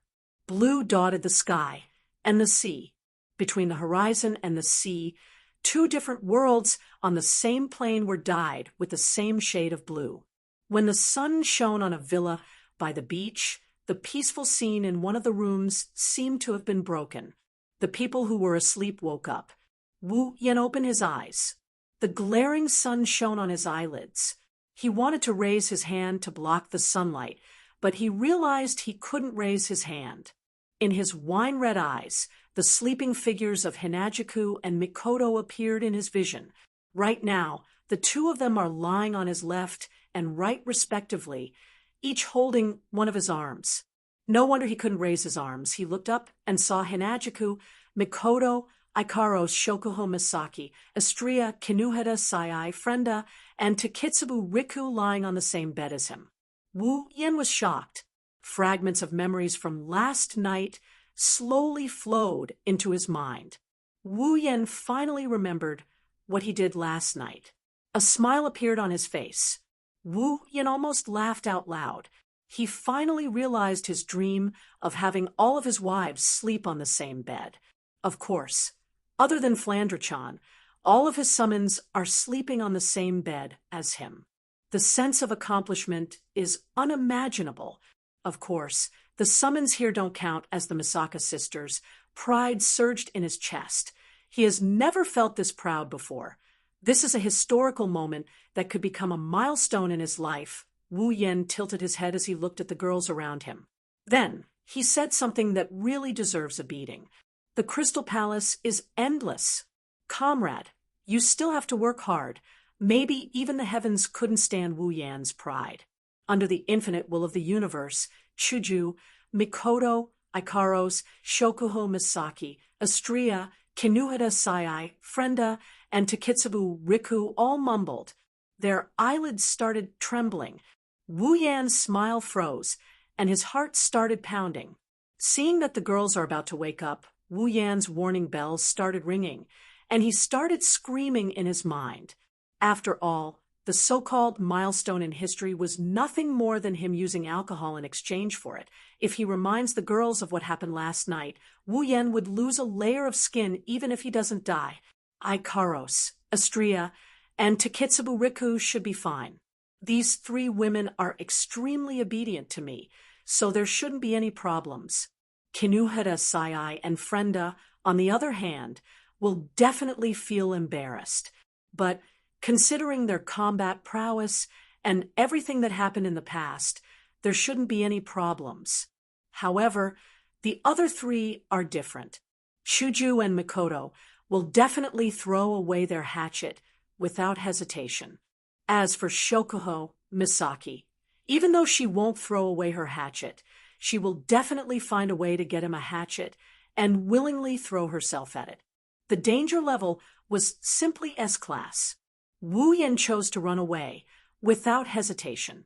But the moment he moved, Wu Yan froze, because his hands are being held by Shoujo and Mikoto.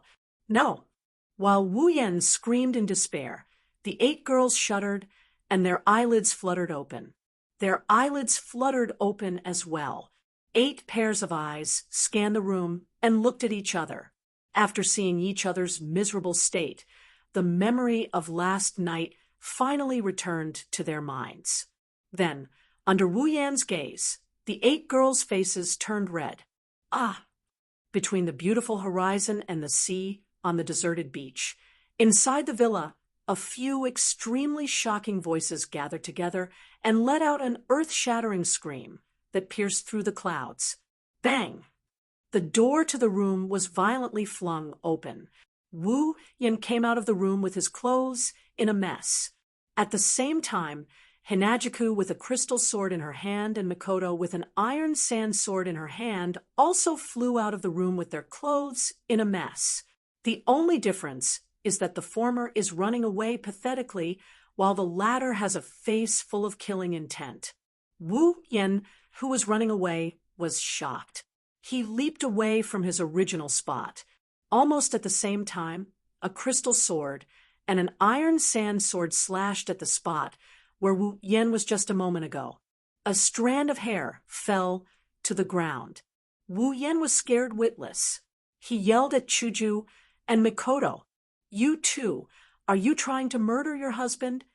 Shoujo gritted her teeth. Her face still had a trace of anger. She raised her white cherry and said with a murderous look, "This is called cleaning house." Wu Yan couldn't stay calm anymore. "Who taught you to say that?" Mikoto took 2 steps forward, her other hand also materializing an iron sand sword. Her face was gloomy. "You can stand there obediently and let us chop you up or wait for us to catch you and chop you into 18 pieces. You decide." "You can't do this." Shokuho Misaki came out of the room with a group of girls. Except for Ikaros and Takitsubu Riku, who had a worried look on their faces, the other 4 girls had a cold look on their faces. Shokuho Misaki straightened her clothes and sneered. "Little Yen, you have the body of a true ancestor. You can't die. Why don't you just let us vent our anger on you?" To make the always smiling Jusama speak in such a tone, one can only imagine how angry Jusama is. Wu Yan swallowed his saliva and forced a smile. "Must it be so bloody?" "Of course." Other than Ikaros and Takitsubu Riku, the other 6 girls answered without hesitation. This made Wu Yan's scalp tingle. "Yu Oni-I-sen, it's so noisy." The door opened and Flandra-chan rubbed her eyes while hugging a pillow. She told Wu Yan how cute she is. The girls were stunned by her cuteness. Wu Yan's face lit up, and he rushed to Flandra-chan's side and hugged her. "Flan, did I wake you up? It's Oni-I-san's fault. Are you hungry?" "Yes." "Yes, Flandra-chan is hungry." Looking at Wu Yan hugging Flandra-chan, the girls couldn't help but curse Wu Yan's shamelessness. With Flandra-chan in his arms, who would dare to make a move? The girls stared at Wu Yan with a dark expression. They wanted to stare him to death. Wu Yan chuckled awkwardly. Spalier World Academy, Villa District. Inside one of the villas, a bright light flashed without warning. The next moment, Wu Yan's group of 10 appeared in the hall. "Oh, I'm back." Wu Yan sighed. He sounded like he had gone through a lot of ups and downs. It's as if he didn't go on a vacation, but instead, he went for an exam. "Humph." Shokuho Misaki snorted and walked out of Wu Yan's villa without looking back. Kinuhara Sai and Frenda had the same reaction. They snorted and followed behind Shokuho Misaki. Takitsubu Riku smiled apologetically and followed after them. "Humph." Astria snorted and stuck her tongue out at Wu Yan. "Master? Idiot! Idiot!" Astria followed after him. Wu Yan felt a bit resentful. Looks like this time he really got himself into a lot of trouble. Hinajuku and Mikoto didn't even look at him as they went back to their rooms and slammed the door shut. Looks like they're still in a fit of anger. Wu Yan shrunk his neck and smacked his lips. "I should think about the upcoming academy competition." Chapter 395. 3 days of time quietly passed under the anticipation of the Spalier World Academy students. On the third night, when the last of the moon disappeared from the horizon, a faint light began to drive away the darkness. The bright golden light seemed to indicate the arrival of a new round of competition. As the first ray of morning light sprinkled into the Spalier World Academy, the quiet atmosphere of the academy suddenly broke. The lively atmosphere from a few days ago reappeared once again. It didn't diminish even after 3 days of rest. It's still as lively as ever. Today is the day of the competition between the top 10 of the academy. Now that the competition has progressed to this stage, it's basically entered the real competition stage. Every student is looking forward to the birth of the champion. Within an extremely short period of time, the spacious square had already become packed with people. Boiling noises continuously rang beside everyone's ears. The fiery atmosphere caused everyone who entered the square to feel a little affected. When Wu Yan's group arrived at the high platform, whether it's the stands or the high platform, it's already packed with people. Although 90 contestants have been eliminated after 2 rounds of elimination, they still participated in the competition. Therefore, the high platform prepared for the contestants is still open to those who failed to make the cut. As for the battle between the top 10, even if they can't participate, it's still good to be able to watch from the sidelines. Therefore, everyone brought their friends or subordinates along. As for the stands, maybe the audience didn't notice it, but the people on the high platform did. There's a lot of people in the stands, and they're all Spalier World Academy teachers. Obviously, the battle between the top 10 is enough to attract the attention of these arrogant teachers. When Wu Yan, Shoujo, Mikoto, Ikaros, and Flandrachan stepped onto the high platform, countless gazes began to fall on them. Wu Yan, Shoujo, and Mikoto are undoubtedly the 3 dark horses of the academy competition. In less than a month since they entered the academy, they're already in the top 10.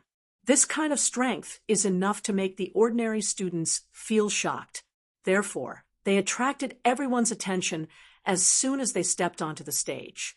Wu Yan's group is already used to this kind of attention, compared to Shokuho Misaki, who got a lot of support as soon as she stepped onto the stage. This kind of attention is nothing, ignoring the surrounding gazes. Wu Yan's group came to the spot where they stayed a few days ago and calmly looked around the place while chatting with each other. Not long after they arrived, 2 beautiful figures appeared at the entrance of the high platform. One black, one silver, 2 dazzling hair colors. They're walking towards Wu Yan's direction. Lulu ran over, and she picked up Flandrachan in a practiced manner. She rubbed her face against Flandrachan before giggling at Wu Yan. She's a very lively girl. Wu Yan glanced at Lulu's smiling face. Wu Yan felt helpless towards this crazy Lulu, but at the same time, he liked her from the bottom of his heart. Although Lulu always does things that make people tired, he has to admit that this Lulu is really cute. But right after that, Wu Yan was shocked. From what Wu Yan can sense, Lulu's aura is faintly emitting a powerful aura. Although it's not at the level that Wu Yan needs to pay attention to, but compared to a few days ago, it's completely different. Plum Lulu? Loli, level 50, tier 6.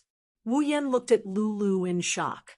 The information from the system was enough to shock Wu Yan. After all, 3 days ago, Lulu was only around level 40, and a month ago, she was only level 44. And in just 3 days, Lulu has already reached tier 6. You found out. Seeing Wu Yan's shocked expression, Lulu proudly raised her head. The shock on Wu Yan's face faded, and he rolled his eyes. Lulu, how did you reach tier 6? Shoujo and Makoto also saw Lulu's level and asked curiously, with this kind of strength, even if it's not enough for them to pay attention to, it's still very eye-catching. Hearing Shoujo and Makoto's question, Lulu pouted and said with a little dissatisfaction, "It's all because of Grandpa.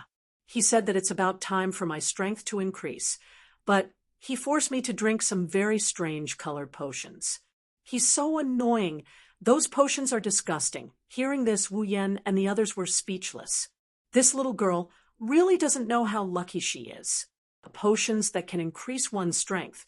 Who knows how many people can't even get their hands on them, even if they spend a lot of money. Now that the potion is delivered to her door, she's complaining that it's disgusting? If those who dream of getting their hands on a bottle of this potion heard this, they'll definitely vomit blood and die. They should really drag her out and shoot her for 10 minutes. Even Fei couldn't stand it anymore and knocked on Lulu's head, causing Lulu to tear up. The old patriarch did this for your own good. It's fine if you're not grateful, but you're complaining.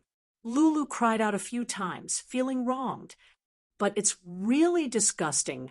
The group of people helplessly rolled their eyes and no longer paid attention to this guy who was complaining about how happy he was. The group of people gathered together and began to chat, causing Lulu to yell out. Suddenly, the crowd started to stir. The group turned around and saw Shokuho Misaki and the others at the entrance of the stage. As the most dazzling stars of the academy, the commotion caused by them was naturally bigger than Wu Yan's. Shokuho Misaki glared at Wu Yan and walked away as if nothing happened. Wu Yan shrugged helplessly. It seems like she's still holding a grudge against him for sharing the same bed as her. After Shokuho Misaki entered, Sylph, Kaya, and Jaffer also entered the stage. The three of them exchanged glances with each other and quietly walked to one side. They began to focus their minds and calm their breathing. It seemed that even they had no choice but to take the competition for the top 10 seriously. With the flow of time, the number of people in the square also increased. The noise also increased and mixed together. When a couple of rushing air sounds appeared in the sky above the square, the noise that permeated the square finally slowly died down. Numerous gazes were thrown towards the special seats on the tall platform. Over there, the upper echelons of the academy, led by the Thunder King, also took their seats. Under everyone's gaze, Lei Wang slowly stood up and announced, "The third round of the academy tournament begins now." After 2 rounds of elimination, the top 10 contestants have finally been decided. According to the rules of the competition, the pairings for the battles will still be decided by random selection. As soon as he finished speaking, the Thunder Emperor placed a crystal ball in front of him and slowly raised it. At the same time, a projection was projected from the crystal ball. On it was the list of the top 10. The last 10 contestants will be randomly paired into 5 matches. The victors will be paired into 2 matches like the second round. The final contestant standing on the stage will be the champion of the tournament. Hearing the Thunder Emperor's words, the atmosphere in the arena immediately became a lot tenser. Everyone stared at the crystal ball on the special elevated platform in silence, their hearts faintly stirred. The final round of the Academy tournament is about to begin. The Thunder King chuckled softly. As if to whet everyone's appetite, he slowly opened the crystal ball and raised it in front of everyone. However, the smile on his face quickly disappeared and was replaced by a look of astonishment. When everyone saw the list of opponents on the crystal ball, they all had the same expression as the Thunder King. After the Thunder Sovereign recovered his wits, his gaze slowly shifted to a spot on the tall platform as he helplessly shook his head. The first match of the third round of the Academy tournament. Wu Yen versus Jaffer. The entire plaza was silent. Chapter 396. Everyone on the tall platform looked at each other. None of them had expected that the new student, who had been famous in the academy for the past month, would actually meet such a person here. Jaffer is one of the top 3 in the Spalier World Academy.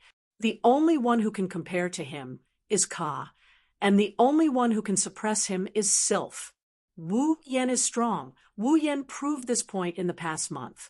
However, compared to Jaffer, who is at the peak of Tier 8, at least in the eyes of the public, no one thinks Wu Yen is a match for Jaffer. Perhaps if it was Mikoto, they wouldn't doubt Jaffer's defeat. However, it's Wu Yen. They can only shake their heads helplessly. It's a pity that this powerful newcomer can only make it this far. Ka glanced at Wu Yen and sighed. There's a trace of regret between his brows. Even though Ka values Wu Yan's strength, he doesn't think highly of Wu Yen. After all, even though he's 1 rank higher than Jaffer, they're on par in terms of strength. Kai can't tell how strong Wu Yen is. After all, Wu Yen didn't use Do Chi or magic, so he can't tell how strong he is. However, from the previous matches, Kaya can tell that Wu Yen hasn't reached Tier 8 yet. Without reaching Tier 8, even if Wu Yen is at the peak of Tier 7 and is only 1 step away from Tier 8, this 1 step is like the difference between heaven and earth. Only those who reach Tier 8 will know that at this level, the difference between tiers is not something that can be made up with just 1 or 2 powerful armaments and secret arts. Challenging someone above one's level might be possible in the lower or middle levels, but in the higher levels, that is the 7th level and above, it was undoubtedly a fool's dream. At the very least, Kaya had never seen anyone like that. Everyone's gaze involuntarily turned towards Jaffer. As the person in question, Jaffer didn't show much emotion. His expression was extremely calm. In Jaffer's mind, only Sylph, Ka, Mikoto, and Astria are worthy of his attention. He doesn't really care about the others. That guy is finally coming to an end. On the stage, Bing Mian almost jumped up and laughed out loud. Bing Ling lost to Wu Yen 3 days ago, and he's still holding back his anger. He was cursing Wu Yen for running into Jaffer during the tournament, but he didn't expect it to come true. Bing Ling, who recovered from his injuries, furrowed his brows and looked at Wu Yen. No one knows what he's thinking. Yen, Lulu, and Fei Fei looked at Wu Yen worriedly. They've been in the academy for a long time, so they know how strong Jaffer is. Please have some faith in me, okay? Wu Yen looked away from the crystal ball projection and looked at Lulu and Fei Fei. He saw the worry on their faces and shook his head with a bitter smile. He rubbed Lulu's head. The other girls had a heavy expression on their faces. Even Hinajuku, Mikoto, Ikaros, and Flandra-chan, who trusted Wu Yen all this while couldn't help but look worried.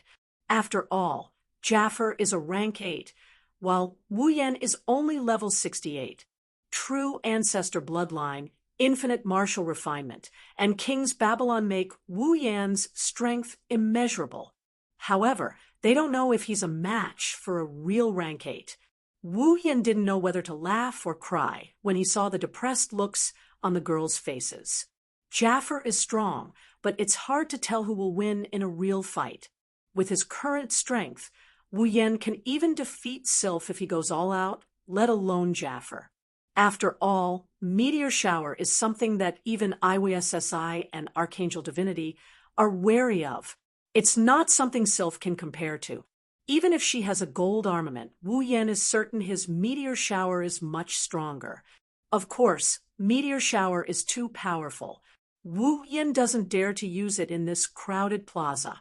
However, even without Meteor Shower, Wu Yen is confident that he won't lose to Jaffer even if he can't win against Sylph. Lei Wang slowly retracted his gaze from Wu Yen. In his heart, he is still biased towards this little fella who has an unusual relationship with Lulu. He can clearly see that ever since she met this mysterious little fella, Lulu has been smiling a lot more than usual, and he can't tell how much more sincere she has become. Every time Lien Feifei spoke, the topic of conversation would involuntarily shift to this friend of hers whom she had known for less than half a year. Every time they talked, her face would be radiant with joy, causing the Thunder King to have a good impression of this little fellow who had changed Lulu and Feifei's lives. If possible, Lei Wang still wants Wu Yen to win, and that's exactly what he's hoping for. Both sides, onto the stage. Following Lei Wang's voice, everyone's gaze shifted to Wu Yen and Jaffer. Silence ensued. Yen. Lulu suddenly tugged on Wu Yan's sleeve. Her gem-like eyes stared straight at Wu Yan's face. Her gaze was filled with trust. Yen, I believe in you. You can definitely defeat him. Big brother will definitely defeat that big guy. Flandre-chan nodded repeatedly. Her red eyes had a vicious glint in them. If she could, she'd really like to toy with Jaffer until he breaks. Shoujo, Mikoto, Ikaros, and Feifei also looked at Wu Yen with trust. Jaffer might be strong, but they believe that Wu Yen won't disappoint them. Wu Yen felt warmth in his heart when he saw the trust in the girls. He couldn't help but laugh out loud as he rubbed Lulu and Flandre-chan's heads. How can you still laugh? A sweet voice came from the front of Wu Yen. At the same time, gasps of disbelief could be heard from the spectator stands and the high platform. Everyone looked up. They saw Shokuho Misaki, Astria, Kinuhara Sai Frenda, and Takitsubu Riku walking over with different expressions. Shokuho Misaki rolled her eyes at Wu Yen. Judging from the way she complained just now, it's obvious that she's an acquaintance. Everyone was in an uproar. The Academy Queen, Shokuho Misaki, the leader of Starlight Queen, the idol of every student. She doesn't seem to have a good relationship with Wu Yen. This is enough to drive everyone crazy. After all, the Queen of the Academy was famous in the Academy for not showing any interest in men. It could even be said that she disdained men. Shokuho Misaki doesn't care what those people think. Although she has gained a lot of popularity in the Academy, it's only because of her unusual interest, which is more of a hobby. If Wu Yen wanted her to disband Starlight Queen and announce her relationship with him in the Academy, Shokuho Misaki might grumble, but she wouldn't object to it. For Shokuho Misaki, this man who walked into her heart is more important than anything else. Shokuho Misaki's resentment towards Wu Yen for forcing her to sleep with the other girls has mostly dissipated. She looked at Wu Yen seriously and asked calmly, "How confident are you?" Wu Yen smiled and looked at Jaffer. "If you trust me, then 100%. Chapter 397. At the very least, if Wu Yen wants to drag Jaffer down, he can use the true ancestor's immortality to do so. However, by that time, he would be sent to the research lab to be dissected. Under the watchful eyes of the crowd, Jaffer was the first to make a move. He slowly stood up from the ground and strode to the railing of the high platform under the admiring gazes of the Beast Tide members. He then leaped off the railing in a flash. Jaffer stomped his feet on the stage, and he looked at Wu Yan's direction with a calm expression. In the academy tournament, his most important opponent is Sylph. He didn't care much about the other participants. It's not that there's no one here who can match up to Sylph. He has seen Mikoto's strength before. However, he has been competing with Sylph for quite some time now. It's only natural that he would value this opponent whom he wanted to surpass the most. Kaya is not to be underestimated either. However, Jaffer values Sylph more. After all, Sylph is the strongest in the academy. Of course, after this competition, no one knows the outcome. After Jaffer left the stage, everyone turned their attention to Wu Yan. They wanted to know if this newcomer can keep up his winning streak against a peak expert like Jaffer. Under the watchful eyes of the crowd, Wu Yan's expression didn't change. He wasn't afraid of Jaffer. He stood up and walked towards the edge of the stage. Oni-chan Yen, do your best. Flandra-chan and Lulu's soft cheers came from behind. Wu Yan didn't turn around. He waved his hand and appeared on the stage in the blink of an eye. Wu Yan lifted his head, and he met Jaffer's gaze. Both of them looked at each other with an inexplicable look in their eyes. Wu Yan has been avoiding direct confrontations with Tier 8 combatants like Sylph, Kaya, and Jaffer. He's still a Tier 7. If possible, he didn't want to go all out. But if there's nowhere to run, Wu Yan isn't going to back down. Jaffer, on the other hand, didn't pay much attention to this newcomer, but he still paid attention to him. After all, among his companions, Mikoto managed to tie with Sylph, whom he dreamed of defeating, and Ikaros managed to easily nullify the power of Mikoto and Sylph's clash. On top of that, Shokuho Misaki, who created Starlight Queen, seems to have a close relationship with Wu Yan. They seem to have known each other for a long time. Plus, they're both newcomers. Jaffer couldn't help but pay more attention to this newcomer. Jaffer, who hasn't spoken a single word since the start of the academy exam, finally opened his mouth to speak. I hope you won't disappoint me. Jaffer suddenly spoke. His voice was rather low, and just like his enormous aura, it carried a fierce, domineering, and ferocious aura. Wu Yan flinched, and he laughed. He waved his hand, and a small crimson dimension vortex appeared behind him. Nietono no Shana slowly floated out of it. Wu Yan grasped the sword in his hand, and he pointed the tip of the sword at the ground. A strong gust of wind howled as he swung the sword. Give it your all. Jaffer glanced at Nietono no Shana in Wu Yan's hand. His eyes flashed with surprise. A few days ago, when Wu Yan fought Bingling, Jaffer knew that this seemingly ordinary sword has the ability to control fire. Now that he's facing it personally, Jaffer felt that this newcomer might actually have something special about him. Jaffer didn't take out his armament like Wu Yan did. Instead, he slowly extended his bear-like palms and curled them into a strange claw shape. Don't say I'm underestimating you. My armament will only be used against those who are qualified. Jaffer waved his claw in front of him, and an invisible gust of wind shot down. It left behind 5 tiny finger holes on the ground. Jaffer faintly said, If you want me to use my armament, you will have to prove that you are qualified. Xiao Yan smiled, but he didn't reply. For someone as strong and arrogant as Jaffer, he won't look you in the eye unless you display strength that is worthy of his attention. Perhaps if Mikoto, Ikaros, Astria, and the others weren't on his side and his performance in the previous matches wasn't that bad, Jaffer might not even be bothered to speak to him. The conversation between the two in the arena was naturally transmitted to the incomparably quiet stadium.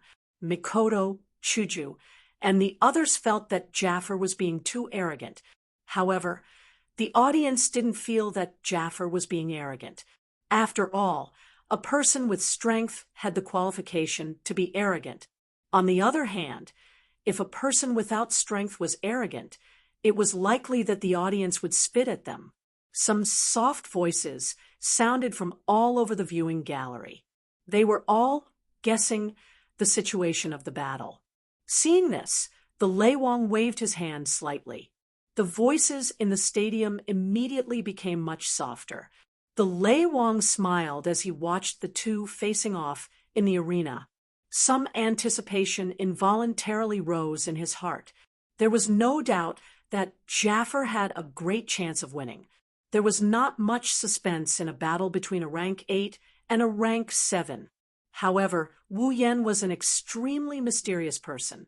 Even those old fellows were alarmed by his background. Additionally, there was not the slightest fear in Wu Yan's eyes or face since the beginning. This caused the Lei Wang to believe that Wu Yan would definitely give him a big surprise. "Little fellow, don't disappoint me." The Lei Wang looked around him after saying this. He raised his hand, and a faint voice finally sounded in the air above the stadium in front of a countless number of people. "The third round of the Academy trial, the first match, begin." In the arena, an extremely ferocious aura suddenly erupted from Sa-Fe's body after the Thunder King's words sounded. This aura was so powerful that even the spectators, who were seated far away from the arena, found it difficult to breathe. As a wave of blood-colored Do Chi surged out of Sa-Fe's body, his large hand claws seemed to have once again swelled a little. His knuckles were slightly bent, and a clear firecracker-like sound was emitted. At the same time, there was a ripple in the air, and a partially visible beast figure appeared behind Jaffer. Wu Yan tightened his grip on the Ni-Jian Zhana in his hand. A red, lotus-like flame instantly surged out. The abruptly rising temperature caused Jaffer's aura to become a little sluggish. Compared to Jaffer, that much skinnier figure did not have even the slightest trace of Do Chi. However, a majestic aura spread from his body. His aura and Jaffer's aura vaguely formed a situation where they were evenly split. Wu Yan exhaled a long breath. His arm suddenly shook, and the Ni-Jian Zhana in his hand emitted a strange clang-clang sound. The sword was swung diagonally across the ground. A red lotus flame lingered over it. A hot wind grilled the ground until traces of hot air were formed. The wine-red color in his wine-red eyes slowly faded. Replacing it was a golden color that was filled with a pressure. He slowly lifted his eyes and looked at Sa-Fe, who was covered in Do Chi. Suddenly, the sound of thunder resounded in the arena. Soon after, a faint roar of thunder was emitted. A blurry black figure dragging a flaming armament shot forward in an imposing manner toward the unmoving Sa-Fe in front of a countless number of gazes. At this point in the Academy trial, this was the first time that Wu Yan had launched an attack in front of others. The distance of dozens of meters was covered in the blink of an eye. The two of them instantly approached each other in the arena. Their eyes met, and the pressuring atmosphere finally erupted at this moment. Chapter 398. Qi. Ni-Jian Zhana cut through the air like a red ray of light. It was accompanied by a hot air that caused the air to fluctuate as it ruthlessly slashed at the immovable Sa-Fe. The force was so strong that even the air beneath the sword was completely expelled. A low and deep sonic boom sounded like an explosion that resounded from underground. It was muffled and terrifying. The hot wind from the red lotus flame pressed Sa-Fe's special student uniform tightly against his skin. At a glance, one could tell that if this attack hit, forget about the sharpness of the armament and the force on it being able to seriously injure Sa-Fe, just the flames on it would be able to turn Sa-Fe into ashes. However, Sa-Fe's expression did not change because of the incoming attack from Ni-Jian Zhana. He indifferently watched Ni-Jian Zhana approach him. Sa-Fe finally moved when the sword was about to reach Sa-Fe's head. He casually took a step to the left, and the sword fell with a loud bang, narrowly brushing past Sa-Efe's shoulder. Sa-Efe's claw suddenly curled slightly the moment Ni-Jien Shana missed. Soon after, he casually swatted in a certain direction. The claw that seemed to be casually swatting the sword accurately hit the body of the Neen Temple Shana at the same time the sword fell. A powerful force surged out, ignoring the flames on the sword and pushing the Neen Temple Shana a little distance away. Wu Yan's movements inevitably paused for a moment when Ni-Jien Shana's attack was interrupted. Sa-Efe took advantage of this pause and curled his hand into a beast claw with his palm facing the ground.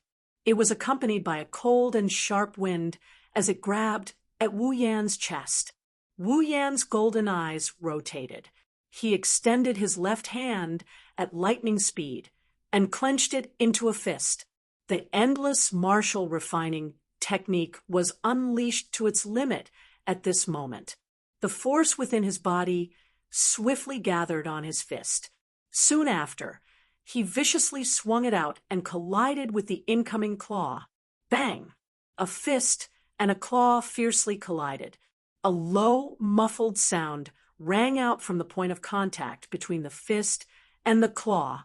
A ferocious force surged out and finally spread out in all directions.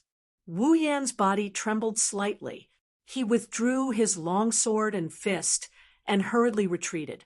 Every step he took left a light footprint on the extremely hard ground. After leaving several footprints, Wu Yan's feet regained their lightness and landed in front of Sa-Efe. After completely dispelling the force from his hand, Wu Yan raised his head and looked at Sa-Efe, who had only taken one step back.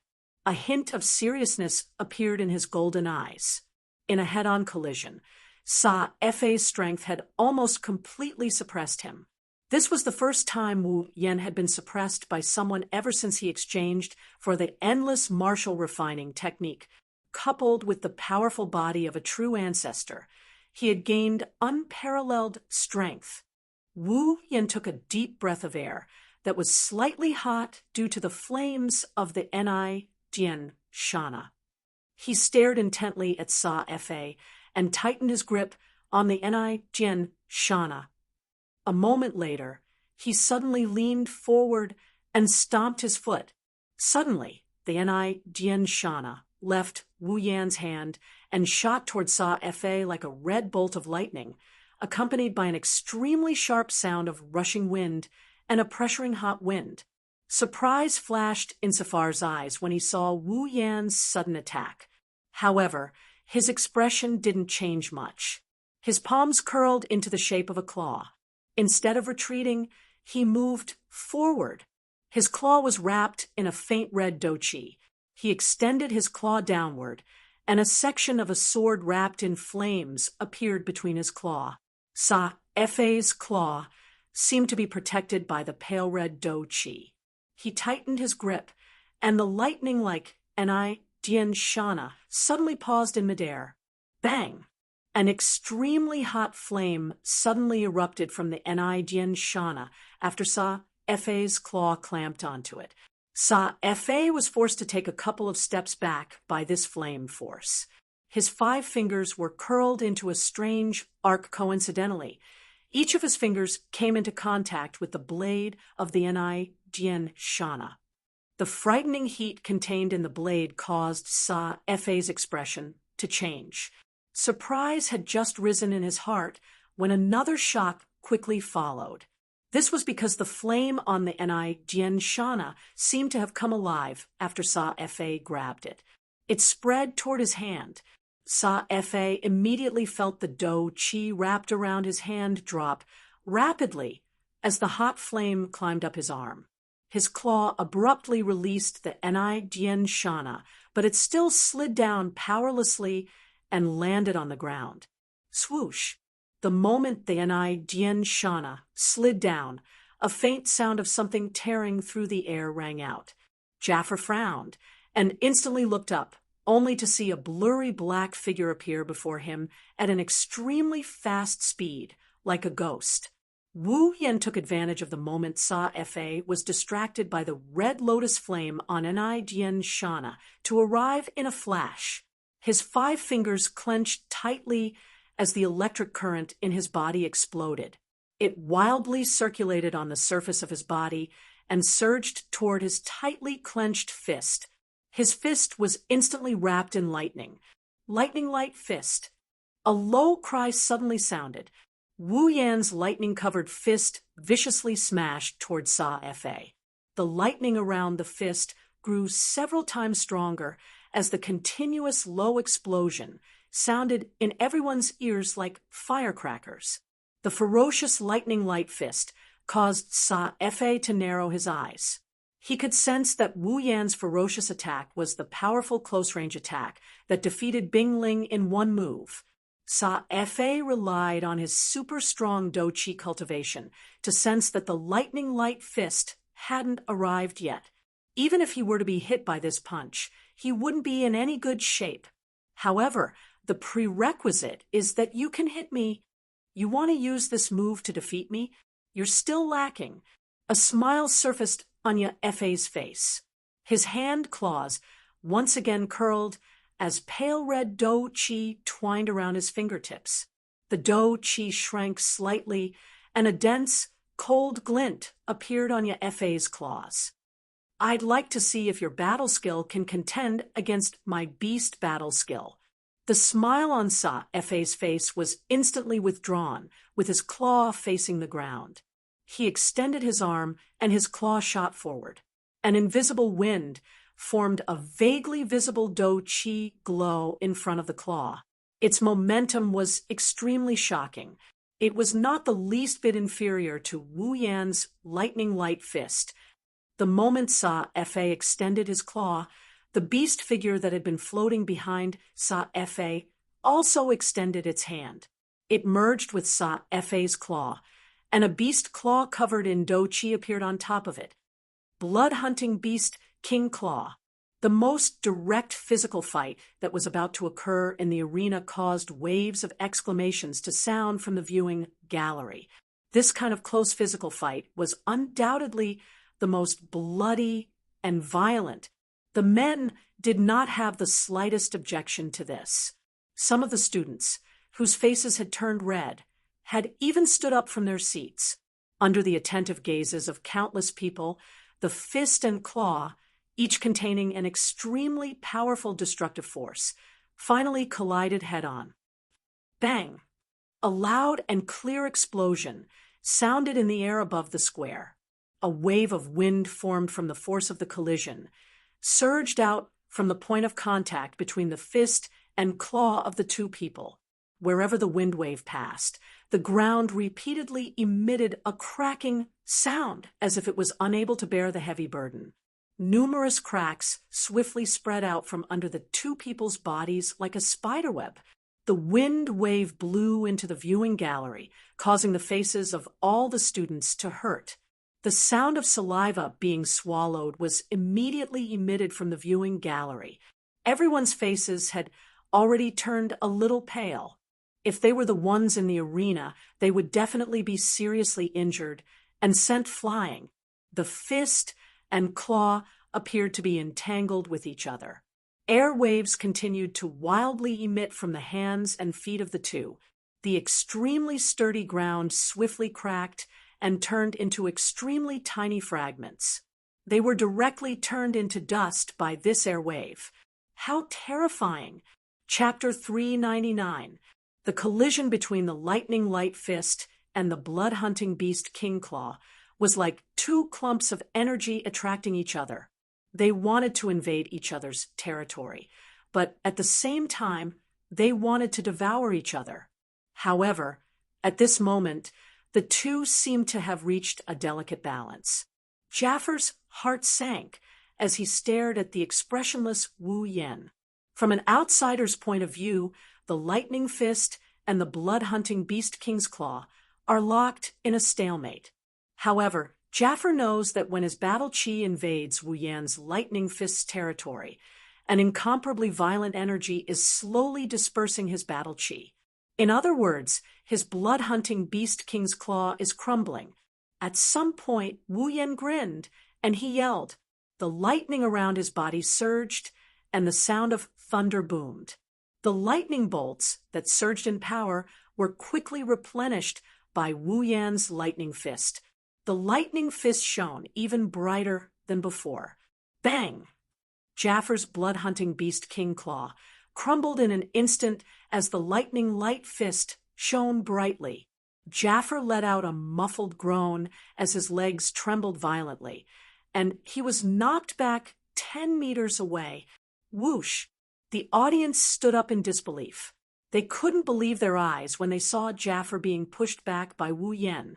Jaffar was pushed back by Wu Yan. Kaya glanced at Jaffar in shock. If Kaya didn't know Jaffar's personality, he would have thought Jaffar was going easy on Wu Yan. After all, Jaffar is a rank 8, while Wu Yan is still a rank 7, challenging someone of a higher cultivation level than him. Could it be that he could really do it? Sylph looked at Wu Yan, who's surrounded by lightning bolts. Her eyes were calm, but no one knew what she was thinking. Good. Unlike the others, Shoujo, Mikoto, Flandre-chan, Lulu, and Mikoto are overjoyed. No matter what happens next, at least for now, Wu Yan has the upper hand. Even the Thunder King, who was seated on the special platform, couldn't help but smile. However, after a while, his smile disappeared. He knew that the real battle was about to begin. Jaffar looked at the calm Wu Yan. After a long time, a deep voice came from his mouth and echoed throughout the arena. You are qualified to make me use my armament. The spectators were stunned again.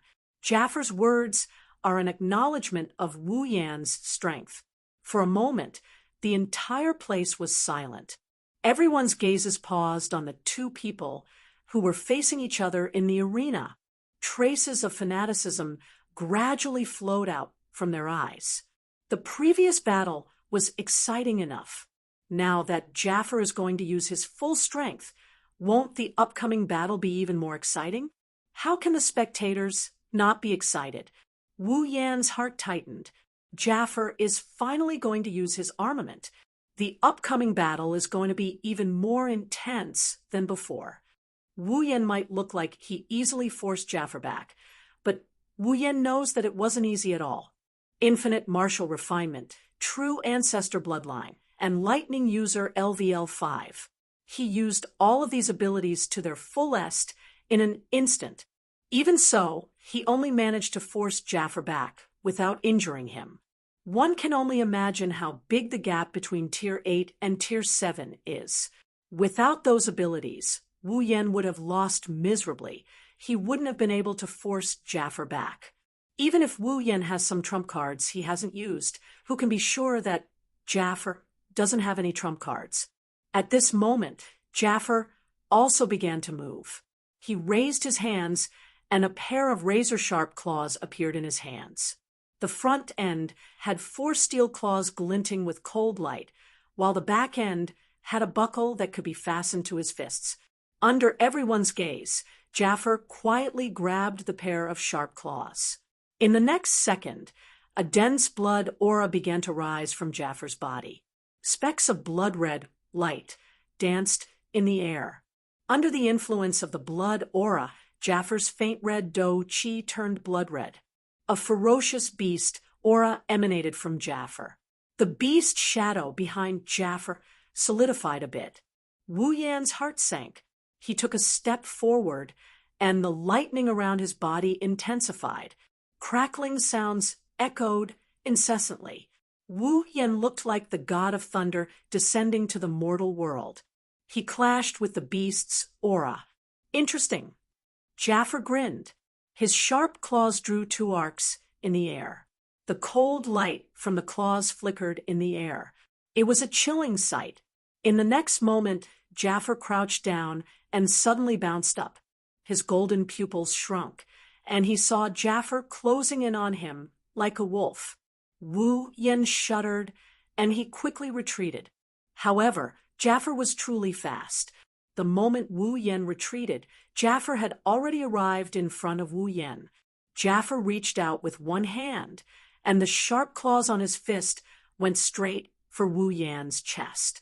A thick blood-red combat aura surged into Jaffer's sharp claws. The shadow of a beast's claw was faintly discernible. The sharp claws went straight for Wu Yan's chest. The wind generated by the claws was extremely sharp, and the combat aura was extraordinarily dense. If Wu Yan were to be hit by this attack, he would definitely be severely injured. Just as the claws were about to touch Wu Yan's chest, Wu Yan suddenly gave up on blocking the attack. The claws went through his arms and went straight for his chest. Wu Yan's free hand pointed at the void. A crimson spatial ripple appeared from Wu Yan's finger and spread in front of Wu Yan. When the ripple faded and the crimson spatial ripple took shape, a dozen iron sand swords shot out from the spatial ripple and blocked Jaffer's claws. Violent lightning surged out of Jaffer's body and landed on the iron sand swords. The iron sand swords buzzed and began to vibrate rapidly. They firmly protected Wu Yan behind them and formed an indestructible iron sand sword wall. Jaffer's expression changed slightly before sinking. Only now did Jaffer remember that Wu Yan still had this move up his sleeve. You want to block my attack with a few armaments that aren't even rare grade? A cold glint surged in Jaffer's eyes. He did not withdraw his attack. Blood-colored combat aura surged violently, and the surface of his body flashed with a dazzling light. The wind generated by the claws also became a little sharper, and the shadow of the beast claw became a little more solid. In the next moment, the sharp claws heavily slammed into the sword wall formed by the iron sand swords. Clang! The sharp claws collided with the iron sword, and the sound of weapons colliding rang out. Following this crisp sound, a claw mark appeared on the iron sword wall. Clang! Clang! Clang! Sa-Fe instantly extended his claws again after the first claw attack. Blood-colored Do-Chi lit up on both of his claws, and numerous claw shadows were formed in the air. Soon after, they continuously landed on the iron sand sword wall. Immediately, the entire arena was filled with the sound of weapons clashing together. The hearts of the audience were all raised. Some of them had already clenched their fists tightly. They could not help but break out in cold sweat for Wu Yan when they saw that Jaffer had been forced back a moment ago. The situation had turned around in an instant. Yen. Lulu's hands were constantly moving. Her eyes were filled with anxiety as she watched Wu Yan being forced back by Jaffer's attacks. Lulu was about to die from anxiety. Jaffer's attacks were extremely ferocious. If even one of these attacks landed on Wu Yan would not have a good ending. Chapter 400. Jaffer's frenzied attacks caused more and more claw marks to appear on the iron sand sword wall. At this point, there were already a few claw marks that penetrated the iron sand sword wall. Jaffer turned into a ferocious beast as he unleashed a barrage of claws at Wu Yan. Many of the spectators felt a chill down their spines as they watched Jaffer unleash his ferocious attacks. Some of them felt pity for Wu Yan. Wu Yan's defeat would be the moment the iron sand sword wall crumbled under Jaffer's ferocious attacks. Only Sylph, Ka, Mikoto, and a few others remained calm. They noticed that Wu Yan had one hand on the iron sand sword wall, while the other hand was flashing with electricity. Jaffer was completely unaware of Wu Yan's actions. He continued to attack the iron sand sword wall with his claws. The iron sand sword wall was on the verge of crumbling under Jaffer's ferocious attacks. The iron sand sword wall let out a cracking sound under Jaffer's frenzied attacks. When Jaffer attacked with his claws again, the iron sand sword wall couldn't hold on any longer. The iron sand sword wall shook violently and finally exploded under Jaffer's claw attack. With the iron sand sword wall's disappearance, Wu Yen, who was hiding behind the iron sand sword wall, appeared in front of Jaffer once again. The iron sand sword wall's collapse should have been a good thing, but Jaffer didn't look happy at all. Instead, his expression changed, and he stopped attacking with his claws. That's because Wu Yan's golden eyes flashed with a hint of a sneer when he saw his iron sand sword wall shattering. His other hand was extended towards Jaffer, with a token in it. Jaffer's body tensed up as he stared at the hand holding the token. A bolt of lightning flashed in his eyes, and Jaffer felt goosebumps all over his body. A strong sense of danger surged in his heart, and his pupils shrank to the size of a needle. Under numerous astonished gazes, Jaffer actually stomped his foot on the ground like a madman, smashing the ground beneath his feet into pieces, and then he shot backwards rapidly. However, Wu Yan's hand glowed brightly, and a bluish-white electric current flowed towards the token in his hand. Then, an orange beam shot out from Wu Yan's hand. The audience cried out in surprise when they saw the orange beam. Even Sylph, who was on the high platform, had a serious expression on her face. That's because that's the same attack Mikoto used during their battle in the arena tower. The orange light beam flashed out at an unimaginable speed. In the blink of an eye, it had arrived in front of Sa-Fa. As his expression rapidly changed, Jaffer clenched his teeth and roared. He mobilized all of his combat chi and channeled it into his sharp claws. His claws glowed with a bloody light. Jaffer raised his hand and attacked the orange beam together with the beast behind him. However, at the next moment, a crimson ripple emerged between the orange beam and the crimson claw. The orange beam instantly darted into the crimson space. Shortly after, the crimson space vanished, and Jaffer's attack missed its target. At the same time, the crimson ripple appeared again, but this time, it's behind Jaffer.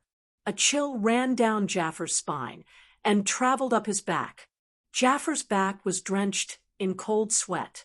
At the same time, an orange beam shot out from the crimson space behind Jaffer and slammed into his back. Boom! A deafening explosion sounded like a clap of thunder in the spacious square amidst countless astonished gazes.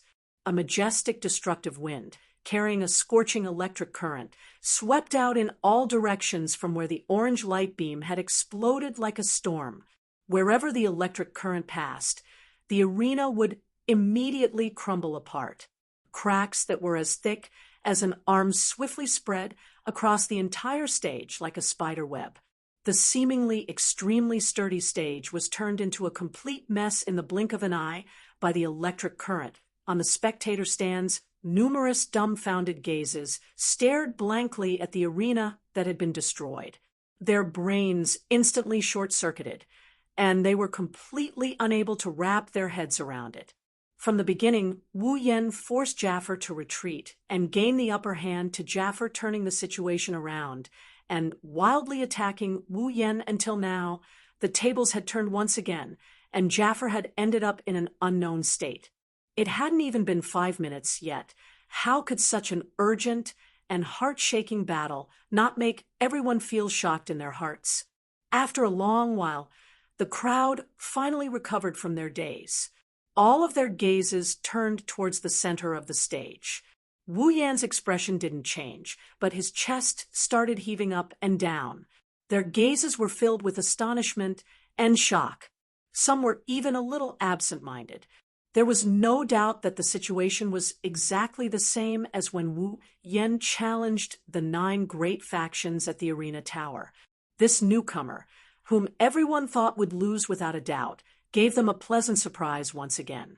However, this time, everyone looked at Wu Yen with admiration and fear. Even Jaffer, who was at the 8th level, was beaten to such a state. Although the outcome of the battle hadn't been decided yet, Wu Yan's attitude as a powerhouse was deeply ingrained in everyone's hearts. After all, Wu Yen was challenging someone of a higher level than him. Looking at Jaffer, who was shrouded in a cloud of dust after being hit by the orange beam, the audience widened their eyes in astonishment.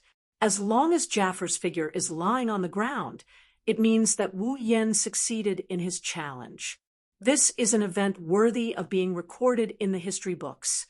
That's why Sylph and Ka stared at Jaffar, trying to see through the center of the dust cloud. Wu Yan also stared at Jaffar. He felt a little relieved. He didn't expect this idea to work.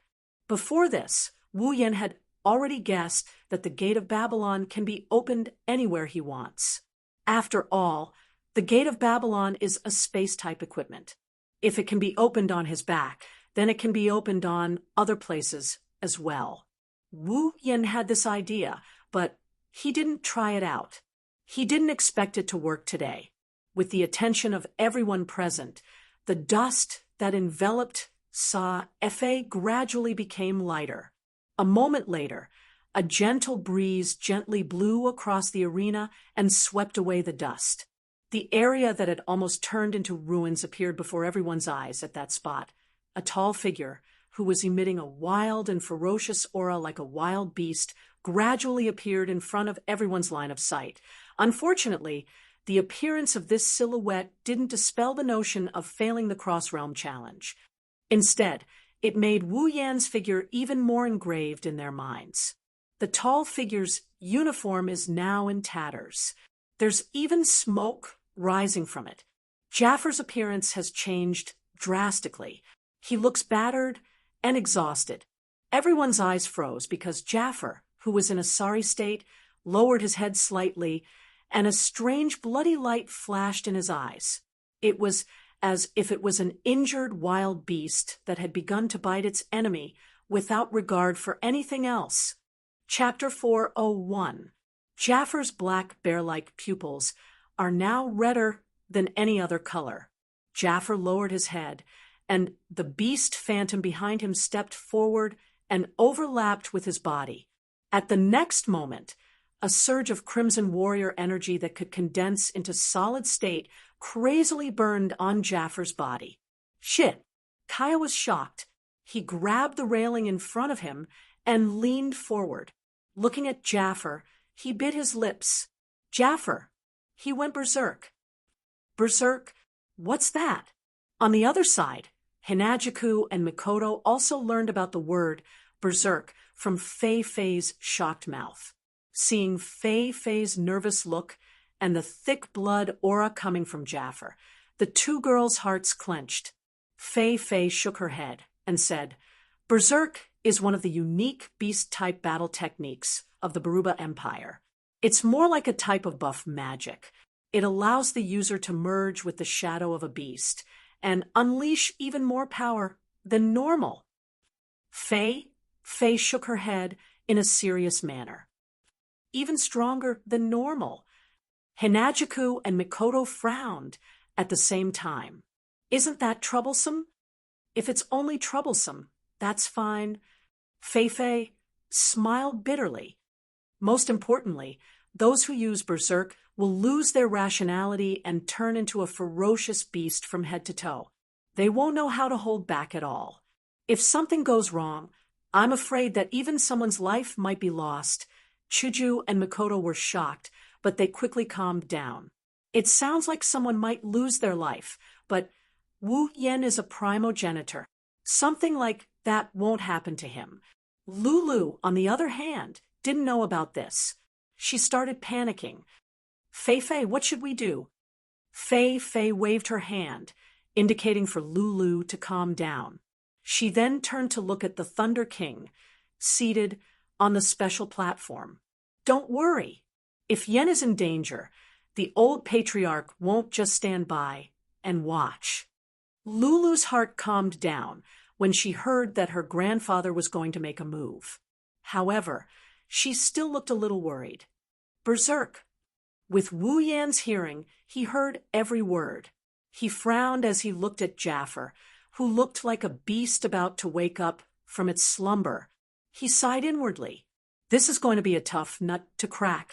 Wu Yan exhaled softly and calmed his emotions. At the very least, Jaffer won't be able to harm him with his primogenitor form. Exposing his primogenitor form might make him the center of attention, but it's better to go all out. I don't care if you're a berserk or a sissy. Since you're not moving, I won't hold back. A crisp snap of a finger rang out. Crimson spatial ripples instantly spread across the entire arena. Countless iron sand swords shot out of the ripples and pointed at Jaffer. With another snap, the iron sand sword pierced through the air and shot toward Jaffer like a missile, bombarding the motionless Jaffer.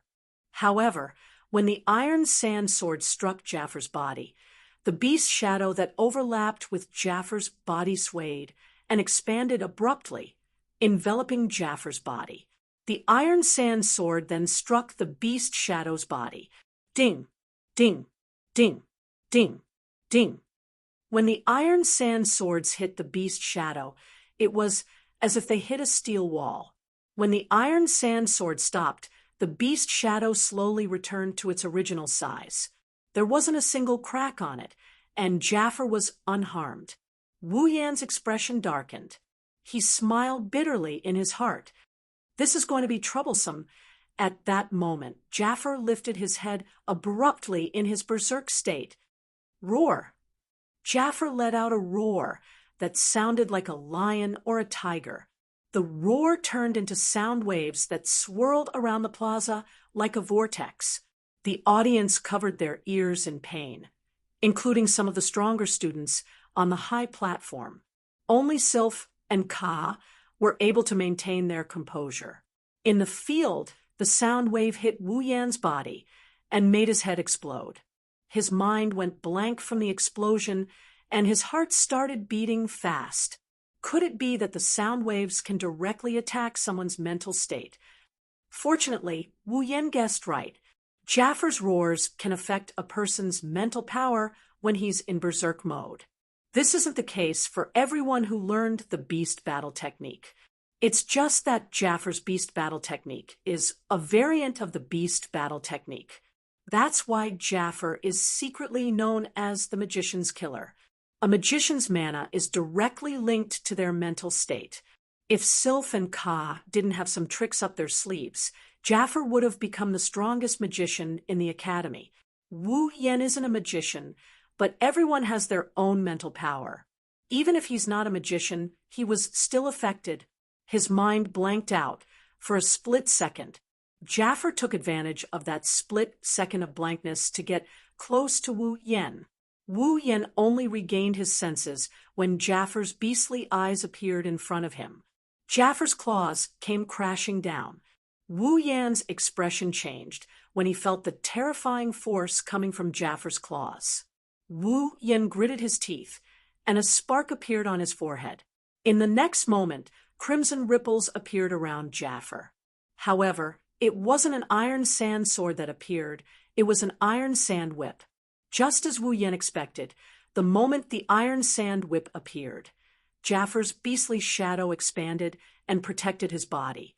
If it was an iron sand sword, Wu Yan would have been heavily injured by Jaffer's claws. However, the iron sand whip was a different story altogether. The iron sand whips were like ropes. They twisted and wrapped around the beast shadow, binding it tightly. As the beast shadow was bound by the iron sand whips, Jaffer, who had become one with the beast shadow in his berserk state, suddenly stopped smashing down with his sharp claws. It was this pause that gave Wu Yan a chance. Wu Yan didn't retreat. Instead, he charged forward. His fists were covered in lightning, and the lightning fist was instantly formed. Wu Yan let out a cold grunt and threw both lightning fists at Jaffer. To be more precise, they landed on the beastly shadow in front of Jaffer. Bang! A muffled sound rang out as the lightning light fist landed on the beast shadow. However, the beast shadow was not damaged at all. Its defensive power was actually so terrifying. Wu Yan's golden eyes glinted. He withdrew his fists, and the lightning on his fist surged. In the next second, Wu Yan's lightning fists landed on the beastly shadow in front of Jaffer. Bang! Bang! Bang! Bang! Bang! Bang! This time, it was Wu Yan's turn to unleash a barrage of attacks. Just like how Jafar attacked the iron sand sword wall, Wu Yan threw a series of lightning fists at the beastly shadow. Of course, the beastly shadow couldn't be imprinted with a single punch. However, as Wu Yan's lightning fists landed, cracks began to appear on the beastly shadow. Everyone on the stands looked at Wu Yan, who turned into a boxer and used Jafar as a punching bag. They exchanged glances with each other, feeling a little resentful. They finally realized that Jafar wasn't the only beast in the academy that could become a beast. If Wu Yan went to the Baruba Empire to learn beast combat skills, he would become a beast as well. As time passed, the sound of the lightning light fist striking the beast shadow continued to resound in the air above the square. Not long after, cracks finally appeared on the beast shadow. Chapter 402. As more and more cracks appeared on the beast shadow, Wu Yan increased the speed of his punches. Lightning fist infused with the might of lightning struck the beast shadow. Electricity flowed through the beast shadow, causing the cracks on the beast shadow to become even more compact. Just as the lightning light fist was about to shatter the shadow, a strange phenomenon occurred. The iron sand whips that bound the shadow and restrained Jafar finally crumbled into iron sand under Jafar's powerful force. Jafar regained his freedom. Roar! Jafar roared. The unique roar caused Wu Yan's mind to go blank. This time, the roar was so close that not only did Wu Yan's mind go blank, but Wu Yan also felt a sharp pain in his head. Jafar stared at the stunned Wu Yan and did not show any mercy. The claw that he had struck out earlier slammed into Wu Yan's chest. At this critical moment, a wave of energy finally emerged from Wu Yan's mind. It penetrated the surface of Wu Yan's body and formed an invisible dragon-shaped armor on Wu Yan's body. It was the spiritual dragon armor that had been transformed into a noble relic. However, Jafar's claw, with the help of fury and the buff from the rare armament, became abnormally terrifying. Even the spiritual dragon armor, which had been transformed into a noble relic, was frozen for a moment before it shattered into pieces and returned to Wu Yan's body. Jafar's claw did not slow down and slammed into Wu Yan's chest. Bang! The claw slammed into Wu Yan's body. Before the pain could reach Wu Yan's mind, Wu Yan's body was sent flying, and he landed heavily on the ground. The sound of his body hitting the ground reverberated in everyone's heart. Hinajiku, Mikoto, Ikaros, Flandra-chan, Lulu, Fei-Fei, Shokuho Misaki, Astria, Kinuhata Sayai, Frenda, and Takitsubu Riku were all shocked by the scene. The 11 girls were shocked as well. Master, Oniai-chan, Ikaros, Astria, and Flandra-chan shouted at the same time. They wanted to spread their wings and fly off the stage, but Shoujo and Shokuho Misaki stopped them. Don't worry, Xiao Yan has the body of a true ancestor. Even if his body is crushed, he can recover in an instant. This injury is nothing. Shokuho Misaki calmly reassured Astria. She clenched her fists tightly. Flandra-chan remembered the time when Wu Yan played with her, and he could recover in an instant. That's why she stayed back obediently. She doesn't have any strength left, so it's useless for her to go up the stage. Ikaros, on the other hand, stared at Wu Yan with her indigo eyes. Her heart ached for Wu Yan. Even if Wu Yan got bitten by a mosquito, she would still feel sorry for him. Just as the girls thought, Wu Yan is fine. Even if he doesn't have the immortal body, he's protected by the spiritual dragon armor. Jafar's claw didn't do much damage to him. Wu Yan got up from the ground and spat out a mouthful of blood. He endured the dizziness brought on by Jafar's roar and cursed in his mind. However, he didn't dare to be careless. He quickly dodged Jafar's attack. It had to be said that Jaffar's strength had indeed become very powerful after going berserk. However, at the same time, his weakness of losing his rationality was also very obvious. Now, Jaffar's every move was no longer as meticulous as before. Instead, he was like a real beast that only knew how to attack. In such a situation, as long as he used his ultimate move, Jaffar would definitely be defeated. That's why Jaffar couldn't surpass Sylph and Ka to become the strongest in the academy. Of course, the prerequisite is that your ultimate move must be able to shatter Jaffar's protective beast phantoms and heavily injure him. Wu Yan's expression turned gloomy, but he quickly regained his composure. He stomped on the ground and leaped out of Jaffar's attack range. Wu Yan spread his arms and shouted. In the next moment, bright blue and white lightning started flashing around his body. The scale of the flashing lightning is much greater than before.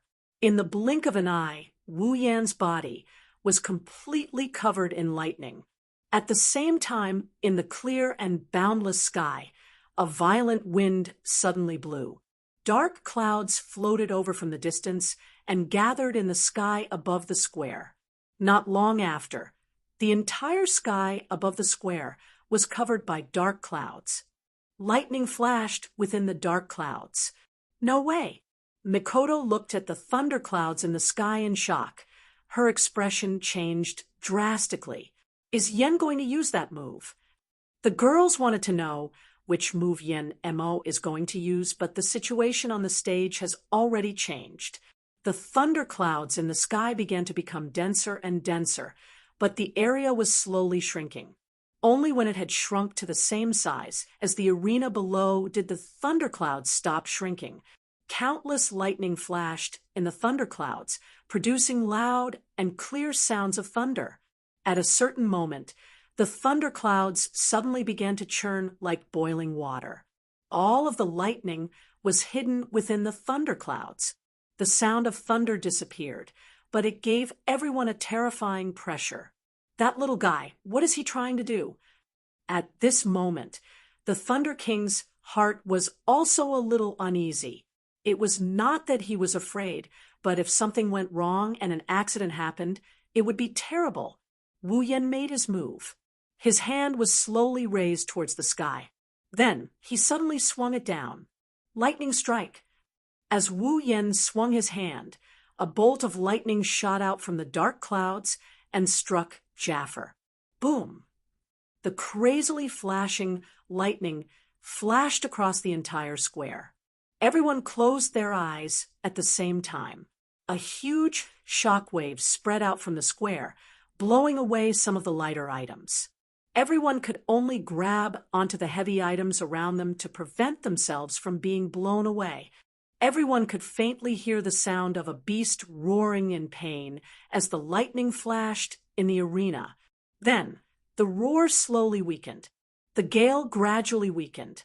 In the spectator stands, the spectators poked their heads out of their seats and looked into the arena with a frightened expression on their faces. When they saw the situation clearly, everyone looked at each other in dismay. The arena can no longer be called a stage. It's now a pile of rubble. Both Jaffar and Wu Yan are lying on the ground. Yen, little Yen, Master, Oni-ai-chan. The group of young ladies on the tall platform were all shocked. The Thunder King, who was on the special tall platform, also looked at the arena in surprise. Then he stood up and flew down the platform, arriving beside the two of them. He reached out and checked their bodies. After a while, the Lightning King let out a sigh of relief. When the girls saw the Lightning King leave the stage, they all came down from the stage. Yen. Lulu pounced on Wu Yan. When she saw that Wu Yan was unconscious, she quickly asked the Lightning King, "Grandpa, what happened to him?" "Lass, don't worry. He's fine." The Lightning King didn't know whether to laugh or cry. He just fainted because he suffered a mental shock. He'll be fine after some rest. The girls sighed in relief. Fei Fei looked at the Lightning King in confusion. Mental shock. The Lightning King nodded. In the final attack, Jafar was defeated by the little guy. However, when the lightning struck, Jafar let out a beast roar. Due to his heavy injuries, the roar's power increased exponentially. The mental shock was also great. Naturally, he fainted. The Lightning King stood up after he finished speaking. For this match, I hereby announce. Chapter 4:03. After an indeterminate amount of time, Wu Yan's consciousness slowly returned to his head. When a sliver of consciousness returned, Wu Yan immediately recalled his battle with Jafar. He opened his eyes and sat up. When he sat up, he noticed that he wasn't in the plaza. He was in his own room in the villa, sleeping on his own bed. Wu Yan looked around blankly and knocked his head. He finally remembered that he fainted because of Jafar's scream during his battle with him. Wu Yan wanted to yell at him, but before he could open his mouth, a soft voice came from beside him. The tone of the voice was filled with pleasant surprise. Master, Ikaros stood beside Wu Yan's bed and watched Wu Yan bounce up from his bed. Her face was expressionless, but her indigo eyes didn't conceal her joy. Ikaros! Wu Yan's heart, which had been ravaged by 10 million alpacas, became active when he saw the joy in Ikaros' eyes. Even the gloominess of being knocked out by Jafar's scream dissipated. Master, are you all right? Ikaros took 2 steps forward and crouched down. She said in a worried tone. What she didn't notice is that as she crouched down, more than half of her big breasts that couldn't be restrained by the uniform got exposed. A certain cleavage is so deep that Wu Yan almost jumped right into it. I'm fine. Forcing a smile, he quickly averted his gaze. If he keeps looking at her like this, he's going to turn into a wolf. Big brother, you're finally awake. The door was violently flung open. Before Wu Yan could react, a small figure rushed into the room with lightning speed. Halfway through, she jumped up and threw herself into Wu Yan's arms. Flan. Wu Yan quickly caught Flandrachan in his arms. When Flandrachan arrived, Shoujo, Mikoto, Shokuho Misaki, Astria, Kinuhara Sayai, Frenda, and Takitsubu Riku came in as well. Seeing that all the girls are here, Wu Yan flinched and asked in surprise, Why are you all here? Is there no need for the tournament? Hearing this, the girls couldn't help but roll their eyes at Wu Yan. Hinajuku put her hands on her hips and said, What school tournament? It ended a long time ago. It's already over. Wu Yan was really surprised this time. How did it end so fast? Fast.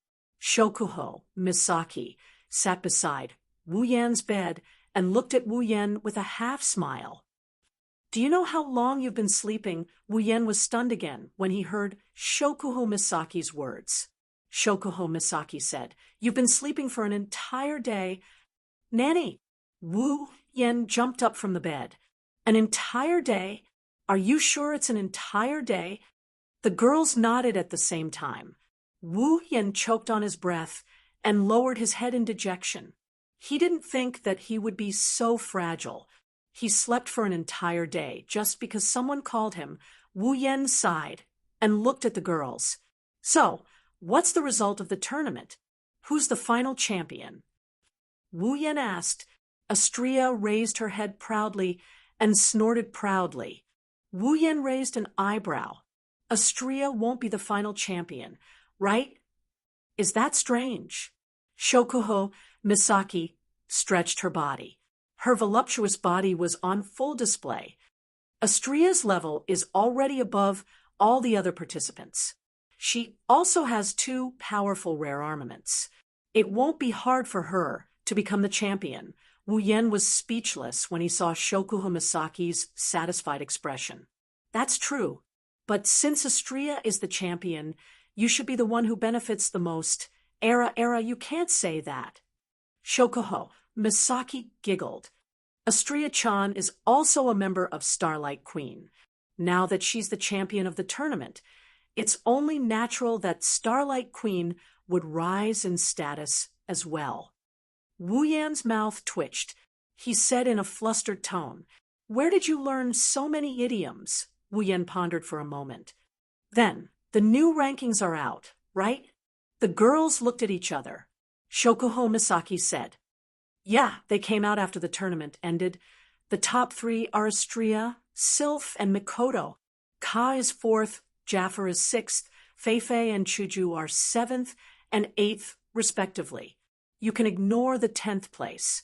Little Yen, you are 5th. 5th. Wu Yen was happy. He thought he would be ranked below Jaffer after being yelled at. Wu Yen didn't expect them to take 4 of the top 10 spots in the Spalier World Academy. Astria is 1st, Mikoto is 3rd, himself is 5th, and Shoujo is 8th. Of the 3 strongest students in the academy, only Sylph is in the top 3. I'm afraid Ka and Jaffer are in a bad mood right now." Wu Yen chuckled inside. "Ka may not be a bad guy, but he's infatuated with Ikaros." Wu Yen didn't feel too good about it. Jaffer, on the other hand, Wu Yen isn't the type of person who would bury the hatchet with a single fight. It's fine if it's just a fight, but he ended up in a humiliating position. Wu Yen frowned and looked at Shokuho Misaki with a confused expression. "What about the 9th place? You didn't say anything about the 9th place, right? Who's the 9th place?" Shokuho Misaki giggled, and she turned away without saying anything. Wu Yen already knew who this 9th-ranked person is. It looks like there aren't only 4 people in the top 10. There are 5 of them. All in all, Wu Yen isn't too disappointed with his ranking. Of course, that doesn't mean the others aren't disappointed as well. Not far away, Mikoto was kicking the chair under her feet, muttering something under her breath. It's hard to tell what she's muttering, but it's clear that she's upset. Sizing Mikoto up, he gave it some thought, and he understood why Mikoto is acting like this. Sylph is ranked 2nd, and Mikoto is ranked 3rd. It's obvious that Mikoto lost to Sylph during the interschool tournament. Amused, he asked Mikoto, "What's wrong? Are you that upset about losing to Sylph?" Mikoto stopped and looked at Wu Yen with an annoyed expression. "I didn't lose to Sylph. You didn't." Wu Yen shrugged, disbelief written all over his face. If Mikoto didn't lose to someone else in a fight, she wouldn't be acting like this. Sure enough, in the next moment, Mikoto said firmly, "It was because she had a gold armament that I lost. I didn't lose to her. I lost to that gold armament." Wu Yen was speechless. On the other hand, Shoujo nodded in agreement. "That's true. If Sylph didn't have a gold armament, it's hard to say who would have won." "That's right." Mikoto happily lifted her head and nodded. But at this time, Shokuho Misaki smiled and spoke. "You still lost in the end." Mikoto's smile froze, and she glared at Shokuho Misaki. "I didn't lose. I said I lost to the armament." Era. Shokuho Misaki covered her mouth and giggled. "Misaka-san, I didn't know you'd find excuses for your loss." Mikoto clenched her fists and resisted the urge to shoot Shokuho Misaki. She humphed coldly and turned her head away. Shokuho Misaki was bored. For Shokuho Misaki, teasing Mikoto is one of life's greatest joys. Chapter 404. Opening up the system, there was already a notification. His fight for ranking mission had already reached the top 10. Next, it was time to fight for the top 3. However, the top 3, Wu Yen glanced at Astria and then at Mikoto before lowering his head in dejection. These 2 girls, if he were to go up against them, he wouldn't stand a chance against them. Astria's level is much higher than mine. She's even stronger than Jaffer. Plus, she's a melee angel. Her combat prowess is off the charts. She's one of the top 3 fighters in our group. I already had a hard time going up against Jaffer. I'm sure Astria will be a piece of cake if I go up against her. Mikoto's level is about the same as Jaffer's, but she's using her abilities. It's not wrong for her to say that she only lost to Sylph because of her gold armament. she can at least tie with Sylph without her gold armament. Jaffer, on the other hand, can't beat Sylph at all. Plus, a part of his strength is Makoto's ability. Against Makoto, the wielder of Uehara, Wu Yen doesn't think he can beat her with just the power of the electroshock user. If Makoto can't beat her, then Sylph, it looks like the top 3 is out of the question for now. As for the Tower of Arena quest, Wu Yen is currently at the 6th floor. If he wants to challenge the floor master of the 6th floor, he can do so at any time. Unfortunately, this quest has no end in sight for the time being. Even Sylph, Ka, and Jaffer haven't cleared the 6th floor. This means that the strongest student in the Spalier World Academy is currently stuck on the 6th floor. Even if he goes up, he won't stand much of a chance. The 2 quests in Silveria World Institute won't make any progress in a short period of time. Unless I reach level 70 after the battle with Jaffer, Wu Yen noticed that he leveled up to level 69. One more level, and Wu Yen will become a true Tier 8 powerhouse. When that happens, Wu Yen, who can challenge those above him at Tier 7, can challenge the 6th floor of the Tower of Arena. However, this one level might seem easy, but it's actually very far away. After all, tier and level are 2 completely different things. Wu Yen still remembers how long it took Mikoto to level up. If it wasn't for the help of the 20,000 sisters who fought in the Behemoth Forest, he wouldn't have reached level 69 even if he defeated Jaffer. That's why it's going to take a lot of effort to level up. Should I make another plan? The girls in the room noticed Wu Yan's silence. They all turned to look at Wu Yen. What are you thinking about? Shokuho Misaki was the closest to Wu Yen, so she was the first to notice Wu Yan's contemplative expression. Wu Yan's expression told her that Wu Yen has something to announce. Looking at the girls, Wu Yen made up his mind, and he told the girls, "I am thinking maybe we should head to the next dungeon world." The girls looked at Wu Yen. Shoujo came to Wu Yan's side and asked, "Why do you want to go to a dungeon all of a sudden?"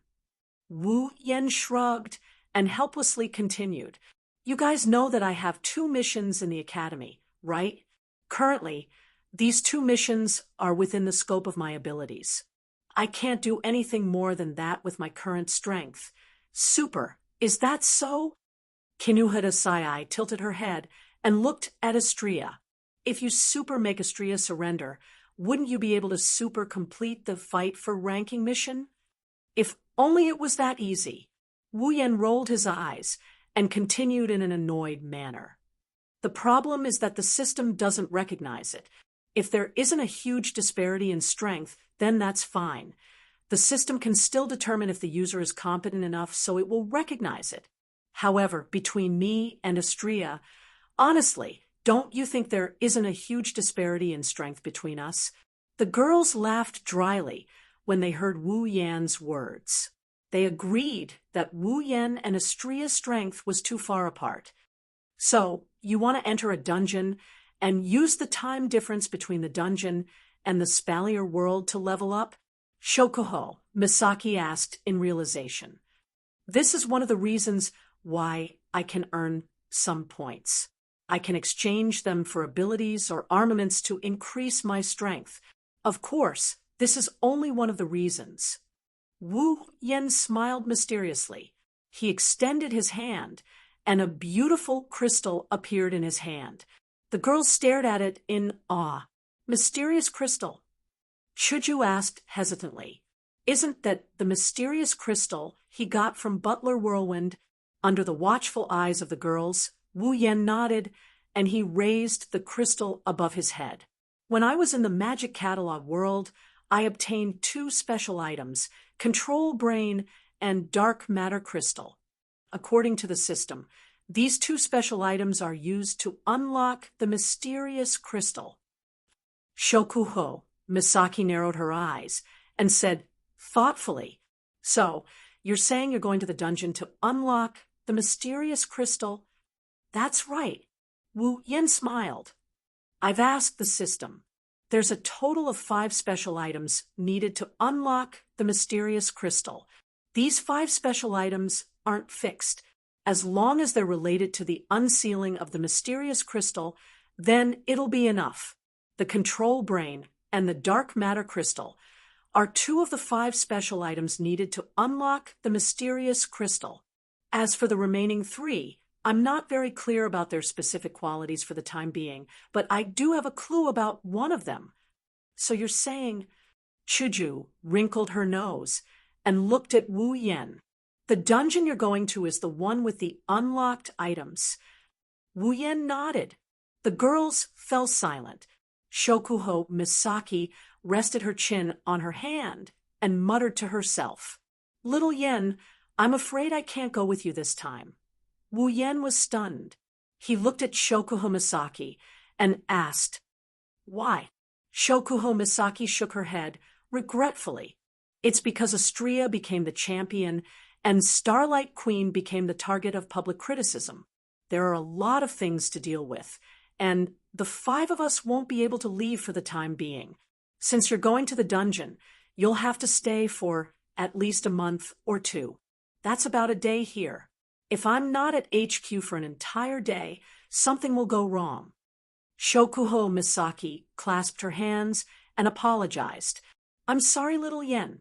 Astria, Ai-chan, Frenda, to Kitsubu, and I won't be able to go with you this time. I'm not going either." Mikoto clenched her fists and said angrily, "I still want to get my revenge on Sylph. I won't rest until I defeat her." "Oni-chan, Flan can't go either." Flandra-chan stuck her tongue out. "If Flan isn't here, Liline-chan will be lonely. Since everyone else isn't going, then I'll pass as well. Even if you stay there for a year, it'll only be 3 or 4 days here." Shoujo waved her hand with a smile. Wu Yan's mouth was wide open as he looked at the girls who refused to go with him. He didn't expect this to happen. He slowly turned around and looked at Ikaros.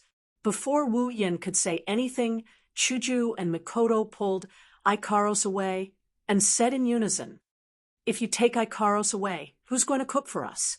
Wu Yan almost couldn't catch his breath. Shokuho Misaki shook her head and stuffed a space ring into Wu Yan's arms. She blinked her eyes cutely. "Looks like you'll have to go to the dungeon by yourself. Inside the space ring are some magic crystals and other items that we sisters collected in the Behemoth Forest. I'll give them to you as a parting gift." Wu Yan's face was covered in tears. Chapter 405. Shokuho Misaki's parting gift was given to him by Shokuho Misaki. Wu Yan took a look at his character status and let out a long sigh. He clearly had 9 girls by his side, but in the end, he was reduced to a situation where he had to challenge the dungeon alone. Was there anything sadder than this in the world? If you guys don't want to go then, so be it, I will go alone. After he said that, he turned around and ignored the girls in the room. Seeing Wu Yan throwing a tantrum, the girls couldn't help but giggle. Wu Yan is pretty cute when he's throwing a tantrum. Of course, they can only say this in their hearts. If Wu Yan finds out that they called him cute, he's going to be in big trouble. With his personality, he's going to use his actions to prove that he's not cute, and he's going to drag them down with him. Wu Yan opened up the dungeon tab. His wine-red eyes scanned the screen. Not long after, his gaze stopped on one of the dungeon names. Date Battle. This is Wu Yan's goal. In fact, using such a world to level up was very unwise. Although there were many powerful sprites in the world of Date Battle, there were no less than 5 or 6 of them. However, there were only a few sprites that could be used to level up, and then there was nothing else. Even if he farmed all of them, it's hard to say whether or not he could reach level 70. Plus, the elves in Date Battle are all ridiculously strong. Conservatively speaking, they're all at Astria's level. Even if he wanted to farm them, would he be able to do it? That's why he chose Date Battle. His main goal isn't to level up, it's to unlock the mysterious crystal's special item. According to the system, One of the items needed to unlock the mysterious crystal must contain spatial properties. In the date battle world, the item that appears the most is the space quake. And after asking the system, the answer given by the system was that it was possible. As for the matter of leveling up, 100 days in the other world was only 1 day in this world. Once he obtained the item to unlock the mysterious crystal, he would choose another world to level up. However, he needs to bleed a little bit. Beep. The date battle world is inactive. Beep. Please activate the date battle world. Activation cost: 200,000 equipment points, item points, ability points, summoning points. You wish to activate 200,000 equipment points, item points, ability points, summoning points? Wu Yan's lips twitched as he clicked on the activation button. Then, he clicked on the activation button with an expressionless face. Beep. 200,000 equipment points. Item points, ability points, summoning points have been deducted. Date battle world activated. Ding. Date battle world successfully activated. Character: Wu Yan ability: True Ancestor Bloodline, Infinite Martial Arts, Electromaster, LV5. Equipment: Kaibao of Wang Di rank. Summons: Misaka Mikoto, Katsura Hinajuku, Ikaros, Estrella, Flandra, Scarlet, Shokuho Misaki, Kinuhara Sayai, Frenda, Takitsubu Riku, Misaka Sisters, 20,000 equipment points, 120000 item points, 800000 ability points, 120000 summoning points, 1800000 level, 69. After deducting 100,000 points from each of the 4 types of points, the date battle column lit up.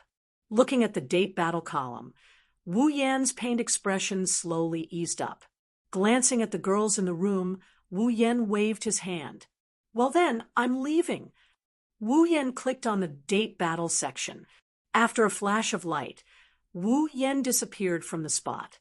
The girls looked at the spot where Wu Yan was standing. Suddenly, Shokuho Misaki seemed to have thought of something, and she screamed in shock. Not good. The sudden scream startled the girls, and when they recovered, Mikoto immediately pointed at Shokuho Misaki in dissatisfaction. Why are you screaming all of a sudden? If it was any other time, Shokuho Misaki would have retaliated. But this time, Shokuho Misaki had no intention of doing so. Instead, she stood up from her bed. Biting her lips, Shokuho Misaki said regretfully, I should have known. If I knew, I would have followed him even if he disbanded Starlight Queen. The girls looked at each other in confusion. Why did Shokuho Misaki suddenly go back on her words? Shokuho Misaki glanced at them and said, What do you guys think if Xiao Yin brings a girl back? Hearing this, all the women froze in place. After a while, Estrella smiled awkwardly and raised her hand weakly. I don't think so. Everyone turned to look at Estrella. Estrella shrunk her head and kept quiet. Mikoto narrowed her eyes. A dangerous glint flashed in her brown pupils. If Yen brings a girl back, I won't let him get away with it. The girls nodded in unison. Their faces were filled with determination. Only Shokuho Misaki sighed faintly and said with a hint of bitterness, Are you really willing to do this? Of course. All of the girls said the same thing, but their voices were extremely weak. Shokuho Misaki coldly snorted and touched her cheeks. Looks like I have to take some measures. Dungeon, Date Battle Dungeon Mission. Collect. Mission 1. Materialize all the dimensional quakes in the world and collect them. Current progress. 0. 10 mission reward. Equipment points, item points, ability points, summoning points, 50,000 each mission 2. Yet to be activated mission 3. Yet to be activated beep. User, you will only be able to leave this instance dungeon after completing all the quests in this instance dungeon. When quest 1 is completed, Quest 2 will be activated. When Quest 2 is completed, Quest 3 will be activated. When Quest 3 is completed, user will be able to leave this instance dungeon. Reminder, the time ratio between the real world and the real world is 101. User can train in this dungeon without worry. Have a good time. When Wu Yan recovered from the dizziness caused by the teleportation, the mission notification rang in his ears.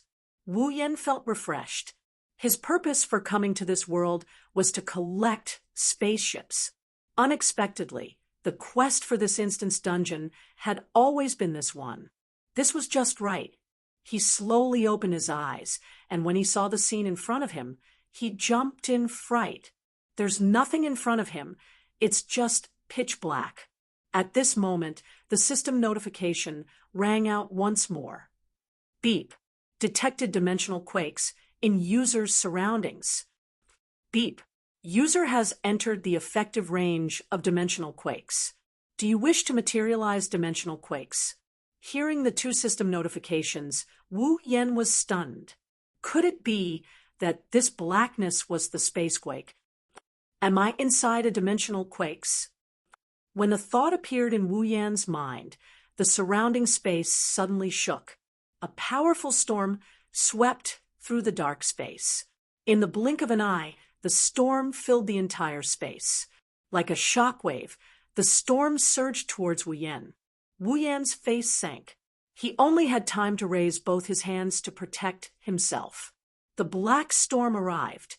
It wasn't until a ray of light appeared in front of him that he realized he's high up in the sky.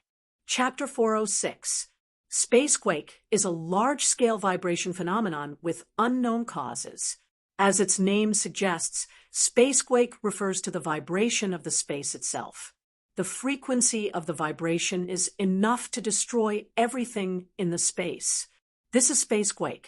30 years ago, the spacequake phenomenon appeared in this world without any warning and caused great destruction. It was a disaster for the people of this world, as it destroyed everything in its surroundings. Originally, since the space tremor phenomenon occurred 30 years ago, it had not appeared in the following 25 years. However, 5 years ago, with Tiangong City as the beginning, the space tremor phenomenon appeared again. And it is very frequent. Today, the spacequake phenomenon appeared once again. In a quiet town, people lived the same life day after day, year after year. The streets were filled with cars and pedestrians. Although it was noisy, it showed a strong sense of vitality, until woo woo woo woo woo, an ear-piercing alarm rang out from an unknown place, ringing throughout the entire street.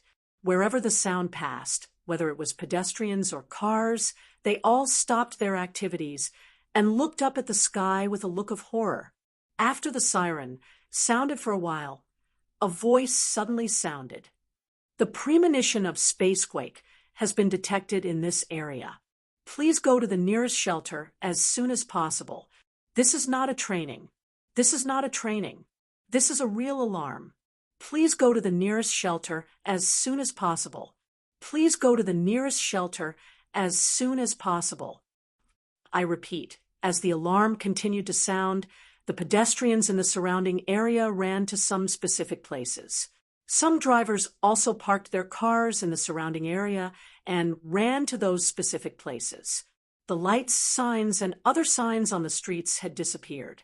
Instead, they were replaced by the word spacequake warning, which kept flashing on the signs.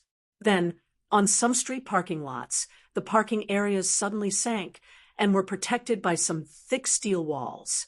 The pedestrians all ran into some underground driveways, underground tracks, and so on. The steel walls also spread out from the side, protecting these areas tightly. Then, these areas all sank into the ground.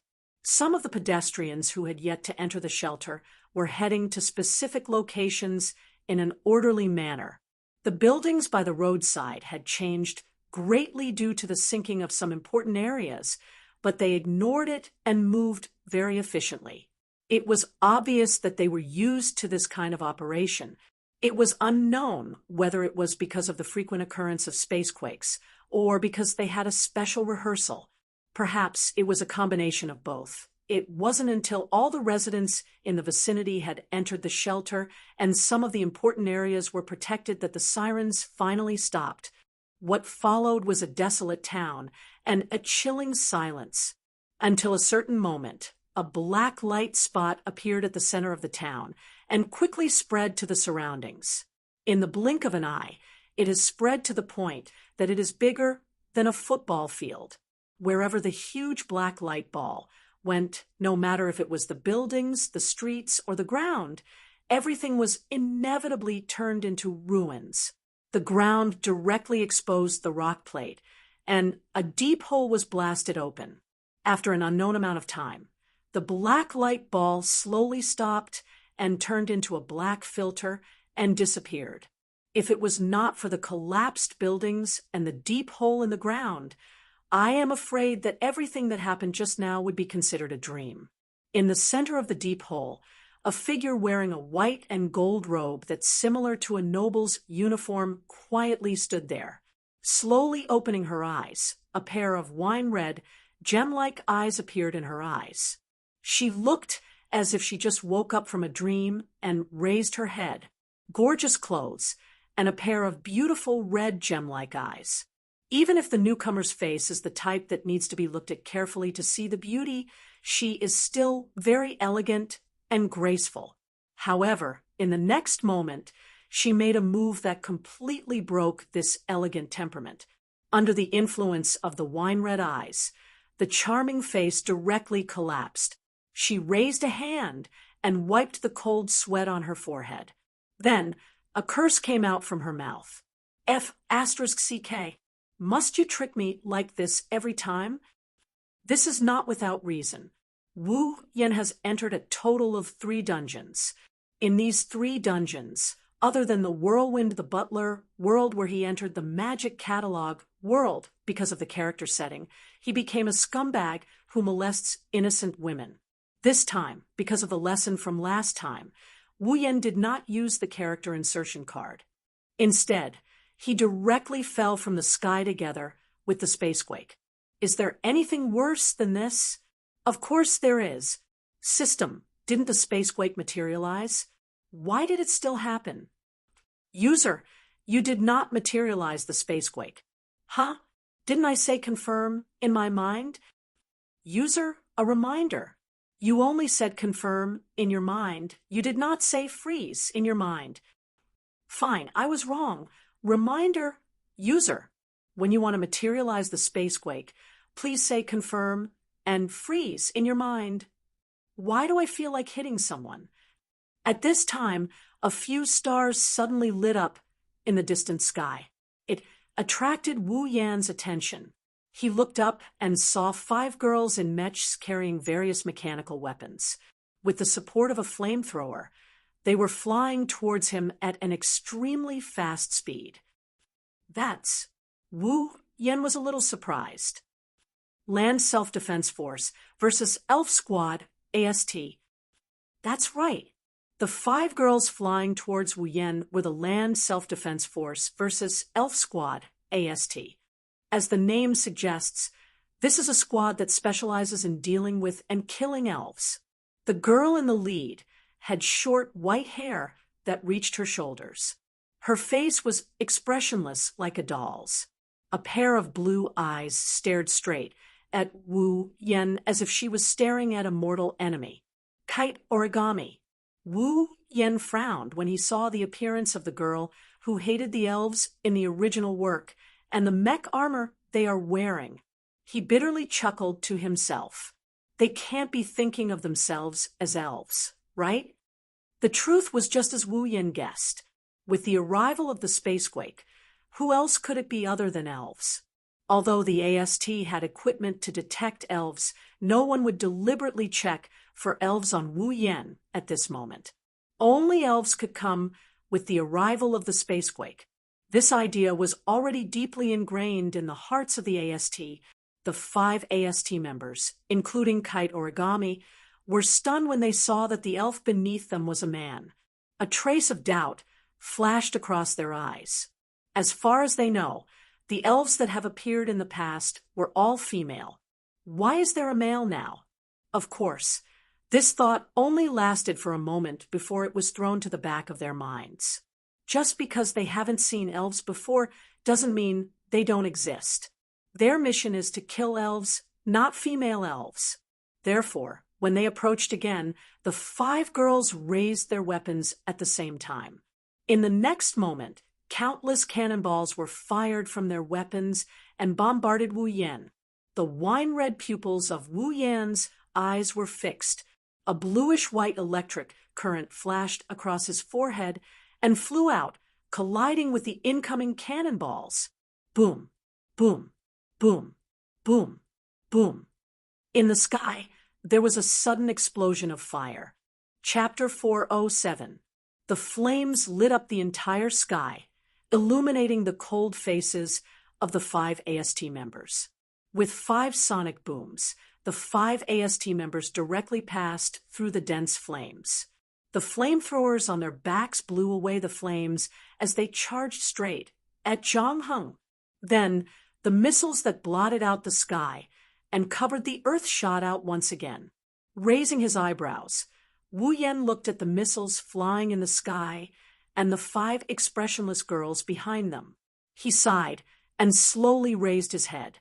Although he really wanted to explain to them that he was not an elf under such circumstances, he could guess that even if he did, the 5 members of AST would most likely not listen to him. It was more likely that they would act first and report later, especially since among the 5, there's also Origami Kite, who hates elves because her parents died under the power of elves. I can only fight first. Countless crimson spatial ripples spread out from Wu Yan's back. The scale is even wider than the missiles that blotted out the line of sight.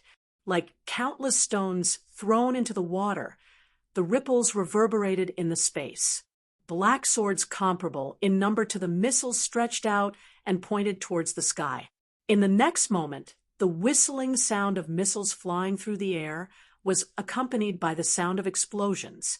The iron sand swords cut through the air as if they had been carefully calculated. Each of the iron sand swords pierced the warhead of the missile without the slightest mistake, cutting the missile that had yet to explode in half.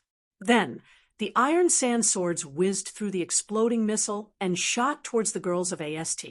Seemingly aware that their missiles are useless against elves, the 5 girls didn't change their expressions. The flamethrowers on their backs sped up and dodged in all directions. Then, they continued to charge towards Wu Yan. However, the iron sand swords aren't those missiles that can only travel in a straight line. The countless iron sand swords are the product of Wu Yan's ability. A bolt of lightning flashed from Wu Yan's hand. Along with the sound of electricity, the iron sand swords trembled and reversed in the air. Then, they shot towards the girls who were charging towards Wu Yan.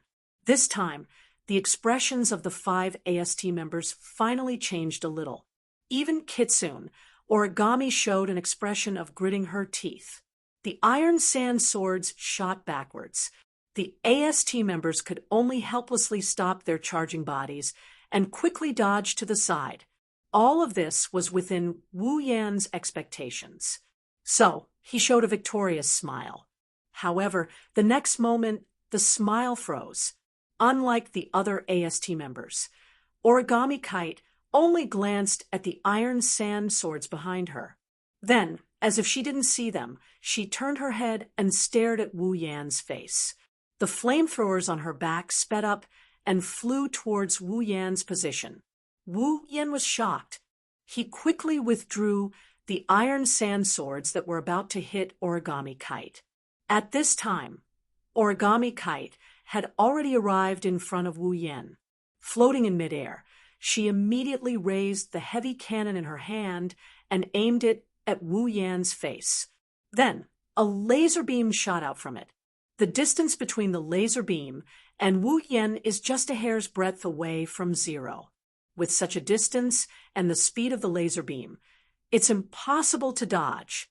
However, that's not the case with infinite arms refinement. Wu Yan's combat skills can only be described as terrifying. Under this close to zero distance laser beam, Wu Yan tilted his head to the side in a very small way. The laser beam grazed Wu Yan's ear and shoulder and shot behind him. The burning sensation rose from Wu Yan's ear and shoulder. Wu Yan couldn't help but frown. Origami Kite did the same thing as Wu Yan. Origami Kite suddenly reached behind her and pulled out a light blue lightsaber from who knows where. She held the laser beam while waving the lightsaber and fiercely slashed at Wu Yan's head. However, when the lightsaber was halfway through, a hand reached out from under Origami Kite and grabbed her lightsaber hand. Origami Kite's slash was neutralized. When Origami Kite finally reacted, the laser beam was already shot out. Only the heavy cannon was left in front of Wu Yan and was fiercely grabbed by Wu Yan. Holding the laser cannon in one hand and Tabichi Origami's hand in the other, his wine-red eyes looked at the cold face in front of him, and he cursed in his heart. This Origami Kite really hates the elves to the bone. She actually desperately rushed in front of him to shoot at him. No wonder every time he faced the elves in the original work, she was the craziest one. Wu Yan also tasted something new. If it weren't for the fact that the infinite martial arts was simply superior in terms of skill, he would probably have to obediently take a shot from that round of attack just now. While Wu Yan was rejoicing in his heart, Origami Kite in front of him moved her body vigorously, trying to break free from Wu Yan's control. However, the other party's two hands were even stronger than a vice. Origami Kite could not move at all. At that moment, she actually used her head to hit Wu Yan. This crazy woman, with Wu Yan's true ancestor body, if Origami Kite really hit Wu Yan's head, she would definitely end up with a bloody head. At that moment, Wu Yan could only let go of Origami Kite's hand and retreat. Of course, Wu Yan wanted to let her go, but she did not want to let Wu Yan go. Origami Kite threw the laser cannon in her hand away. She held the light sword and charged at Wu Yan. After taking a few deep breaths, Wu Yan wished he could teach Origami Kite a good lesson. He had never fought such an aggrieved battle like today. He was merciful to his opponent, but his opponent beat him to death. If it weren't for Origami Kite having a deep reason to fight so hard, then even if she was a cute girl, Wu Yan would still beat her. But the next moment, Wu Yan could no longer have such thoughts. Ha! Origami Kite shouted coldly and rushed straight to Wu Yan. The light sword in her hand waved at Wu Yan with a violent frequency. In an instant, countless sword shadows cut through the air and slashed at Wu Yan. It can't be. Wu Yan was shocked.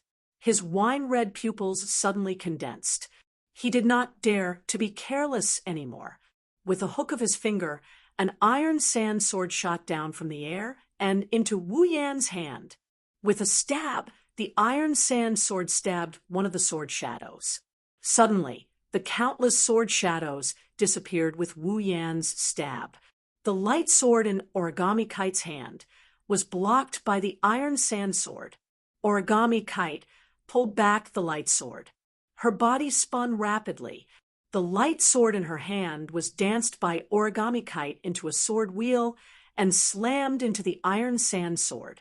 Almost as soon as they collided, the iron sand sword broke with a kacha sound. Holding the remaining half of the iron sand sword, he couldn't help but be stunned for a moment. He couldn't stay calm anymore. This Origami Kite was just an ordinary person. How could her combat power be so heaven-defying? At this time, Wu Yan remembered that in the original work, Origami Kite was an existence that could fight hand-to-hand with the elf knight, sword god Toka. Although a large part of Origami Kite's combat power was supported by the equipment provided by the AST, this could not hide Origami Kite's terrifying close combat ability. An ordinary person could actually fight against an elf. Even if she relied on equipment, It was enough to cause a storm in Wu Yan's heart. Sure enough, there was no girl in the 2D world who could not defy the heavens. Looking at the charging origami kite, Wu Yan looked up to the sky and sighed. There was no other way. If he held back, he would really be defeated. A pair of wine-red pupils turned, and a golden light flashed. Suddenly, the moment Wu Yan was about to use his strength, the ground under Wu Yan's feet opened up. Wu Yan, who could not react in time, was directly swallowed in. Then, it returned to its original state. Wu Yan only had time to say, F***CK, before falling in. Chapter 408. On top of the ruins, Origami stared blankly at the ground where Wu Yan was supposed to be standing. She only reacted when the ground returned to normal. Don't even think about running away. She didn't know what happened, but it was a fact that the elf disappeared in front of her. Origami bit her lips and raised her lightsaber to smash the ground. But when the ground broke open, it wasn't the cave where the elf was taken away, but a thick layer of steel plate. How did this happen? Origami was stunned. Could it be that someone deliberately saved the elf? Damn it! Origami raised her lightsaber again and slashed at the steel plate. But this time, it didn't even leave a scratch. Koichi Origami was not willing to give up. He waved his lightsaber again and again, trying to break the steel plate in front of him and kill the elf.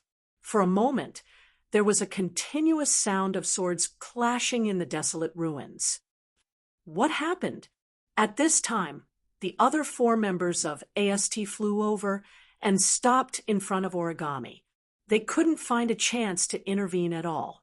After Wu Yan disappeared, they still didn't know what happened.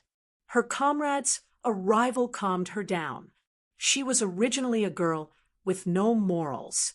If it wasn't for the fact that her opponent was an elf, she wouldn't have lost her composure.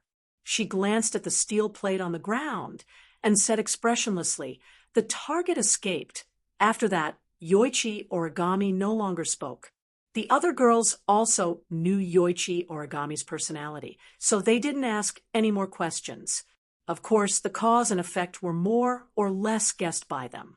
The 4 AST girls looked at each other and flew into the sky together, raising the heavy cannons in their hands. Seeing this scene, Tobi Origami also left the place immediately. Then countless cannonballs fell from the sky and landed on the steel plate. Under the ground, Wu Yan, who was caught off guard, used fine iron particles to wrap around his body. He stabilized himself and floated in the air. He looked up and saw that the space above him was completely covered by a thick layer of steel plate. Wu Yan could faintly hear an explosion coming from above the steel plate. He knew that it was either Origami or AST attacking the ground. He stayed silent for a while until he confirmed that AST couldn't break through the steel plate. Only then did he let out a sigh of relief. Although he's not happy about being tricked by such a retarded trap, he has to admit that this trap came at the right time. At least it solved his immediate problem. If it wasn't for this trap, he would have to take down Tabichi Origami first. That's not a big deal. The scary thing is that if he was the one being taken down, he would be in big trouble.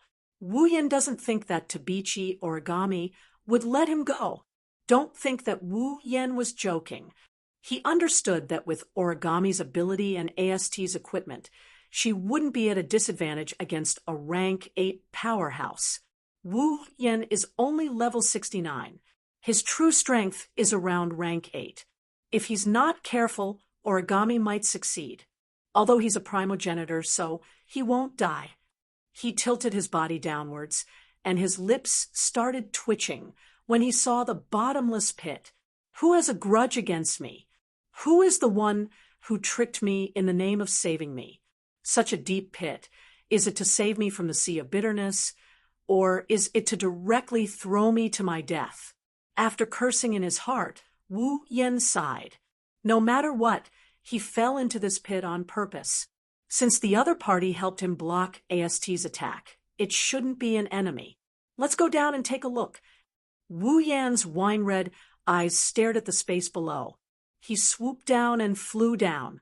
The more he flew down, the more Wu Yan was sure that the guy who made the pit was trying to kill him. He's been flying for about 10 minutes, and there's still no bottom. Wu Yan started getting impatient as he looked at the monotonous rock trays. After 20 minutes, the ground finally appeared in front of him. However, Wu Yan didn't feel happy at all, because there's a person there, a man with blonde hair and brown eyes who looked like a handsome Western man. Wu Yan narrowed his eyes when he saw this person. Information about this person instantly appeared in his mind. Kanazuki Kyuhei, Ratatosker's deputy commander. Ratatosker is an organization similar to AST. The reason why they are similar is because Ratatosker and AST are specialized in dealing with elves. The only difference is that AST advocates killing elves while Ratatosker advocates rescuing elves. The person in front of Wu Yan is Ratatosker's deputy commander. He's a person who left a deep impression on Wu Yan. Of course, there are two reasons why he left a deep impression on Wu Yan. First, Ratatosker's deputy commander is Kanazuki Kyuhei. The commander is Itsuka Kotori, one of the main female characters in the original novel. Second, Kanazuki Kyuhei is a masochist. On the other hand, Kanazuki Kyuhei didn't know that Wu Yan already knew everything about him. He looked at Wu Yan with a serious expression on his face. If one were to look at him from the surface, one wouldn't be able to tell that this handsome man with Western features is a masochist. After a while, Wu Yan landed in front of Kanazuki Kyuhei. He stared at him with his red eyes. Kanazuki Kyuhei felt pressured. Kanazuki Kyuhei took a deep breath and bowed to Wu Yan. Nice to meet you. I am Kanazuki Kyuhei, Ratatosker's deputy commander. Wu Yan smiled faintly. Of course, he knows about this. This isn't what he really cares about. So, you were the one who stopped those who wanted to kill me. Yes. Why? Kanazuki Kyuhei stood up and looked at Wu Yan. Our commander wants to see you. Itsuka Kotori wants to see me? Wu Yan flinched for a bit. Then he understood what happened. Ratatosker's goal was to save all fairies. He came to this world along with the spacequake, so there was no way Ratatosker didn't notice him. However, Itsuka Kotori should know how powerful the elves are, and they don't have a good relationship with the humans. Why would she send someone to bring me to her in the first place? Isn't she afraid that I'll kill this masochist? Or does Itsuka Kotori already know that I'm not a fairy? With that in mind, Wu Yan tilted his head and said, If that's the case, lead the way. Kanazuki Kyuhei froze and looked at Wu Yan in shock. He thought it would take a lot of effort to bring this powerful guy to Ratatosker's headquarters. He didn't expect Wu Yan to be so straightforward.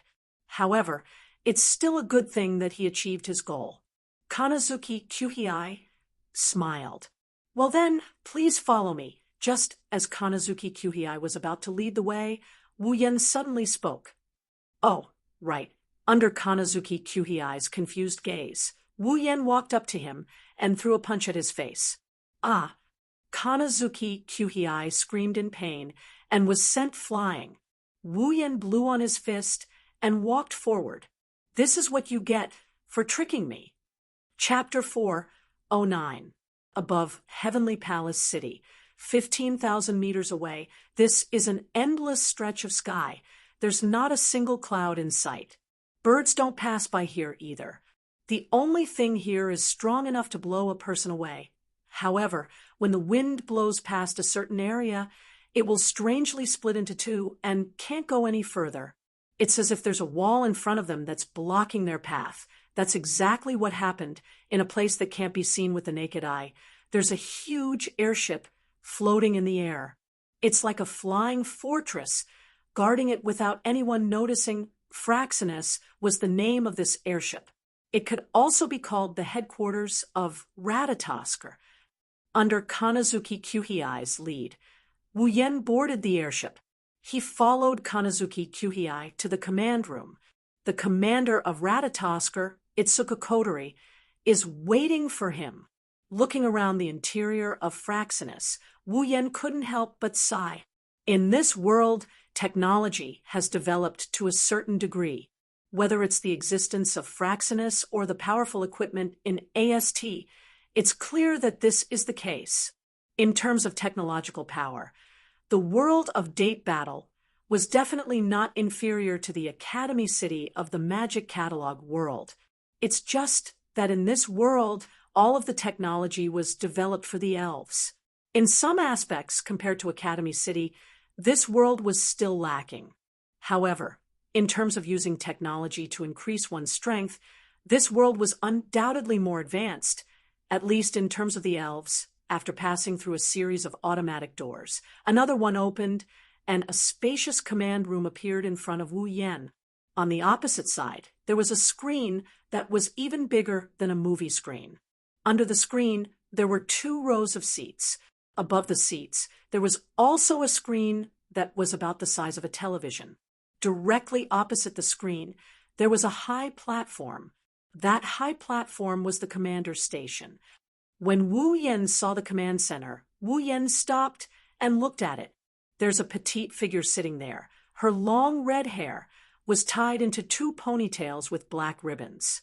The black ribbons stood on top of the ponytails, looking like 2 long ears. It was very likable, and under the hair was a cute and delicate little face. She's wearing a school uniform. It's probably Ratatosker's uniform.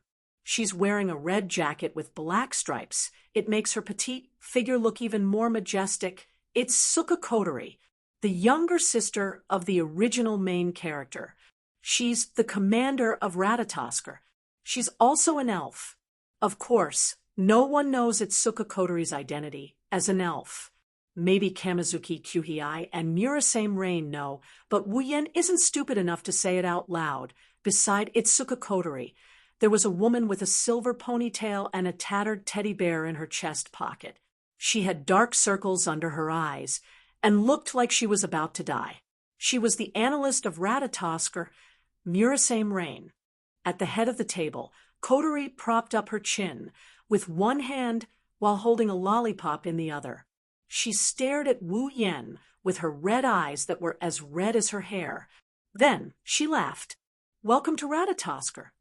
After that, Itsuka Kotori stopped talking. She frowned and looked at Kamizuki Kyuhei in confusion. "By the way, what happened to your face?" Kanazuki Kyuhei smiled embarrassedly and put down his hand that had been covering his face. His handsome face was now swollen like a pig's head, which made Kotori and Murasame Rain couldn't help but laugh. Kamizuki Kyuhei laughed awkwardly and quickly put up a serious face. He raised his fist and coughed. His swollen face made him look even more hilarious. The person who caused all this is standing there with an innocent look on his face. It's like he has nothing to do with this. Kamizuki Kyuhei gritted his teeth. If it wasn't for the fact that he's too weak, he would have pounced on him. In Kamizuki Kyuhei's mind, the only person who can bully him is the commander. Itsuka Kotori sucked on the lollipop in her hand and ignored Kamizuki Kyuhei. Kamizuki Kyuhei's face was covered in tears. Kotori's expression turned serious. She rolled her eyes and she asked in a soft voice, You're not a fairy, are you?" Wu Yen raised an eyebrow and shrugged. "I don't think I said I was an elf." Itsuka Kotori turned around and looked at the screen. Wu Yen descended from the sky with Spacequake and destroyed everything around him. "If you're not an elf, then why did you descend with Spacequake?" Kanazuki Kyuhei and Rain Murasame stared at Wu Yen while Itsuka Kotori stared at the screen. The command room fell into a deafening silence. After a while, the screen stopped and Itsuka Kotori looked at Wu Yen. It's obvious that she wants Wu Yen to answer her question. Wu Yen chuckled and looked at Itsuka Kotori. Why can't I descend with Spacequake if I'm not an elf? Wu Yen asked. Itsuka Kotori, Kanazuki Kyuhei, and Murasame Rain were stunned. Wu Yen looked at Itsuka Kotori, and he continued. Even without the Spacequake, the elves can still descend. As members of the elven faction, I'm sure you guys are aware of this. It's not strange for non-elves to descend along with the Spacequake. It's not strange. Of course not. Itsuka Kotori and the others screamed in their hearts, but they didn't refute him. Itsuka Kotori straightened her back. All right, if you're not an elf, then what are you? Are you a human? I've never heard of a human descending with Spacequake. Wu Yen smiled bitterly at Itsuka Kotori's words. Humans in the past they were, but now they are no longer. Itsuka Kotori's body trembled, and her expression changed. She looked at Wu Yen with her red eyes, and said with a trembling voice, What do you mean? Kamizuki Kyuhei and Rain Murasame were shocked by Itsuka Kotori's reaction. They've never seen Itsuka Kotori like this before. Wu Yen was silent. He knew why Itsuka Kotori was acting like this. Itsuka Kotori was just like him. She started as a human, but 5 years ago, Itsuka Kotori received some kind of power and became an elf. Maybe his words resonated with Itsuka Kotori. Wu Yen sighed and said with a smile, in order to obtain some power. So, Itsuka Kotori looked at Wu Yen with a complicated expression.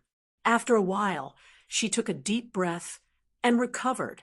She said to Wu Yen, You said you're not a human and you're not an elf? Then what are you? What am I? Wu Yen shrugged and pretended to ponder. I guess I'm a vampire.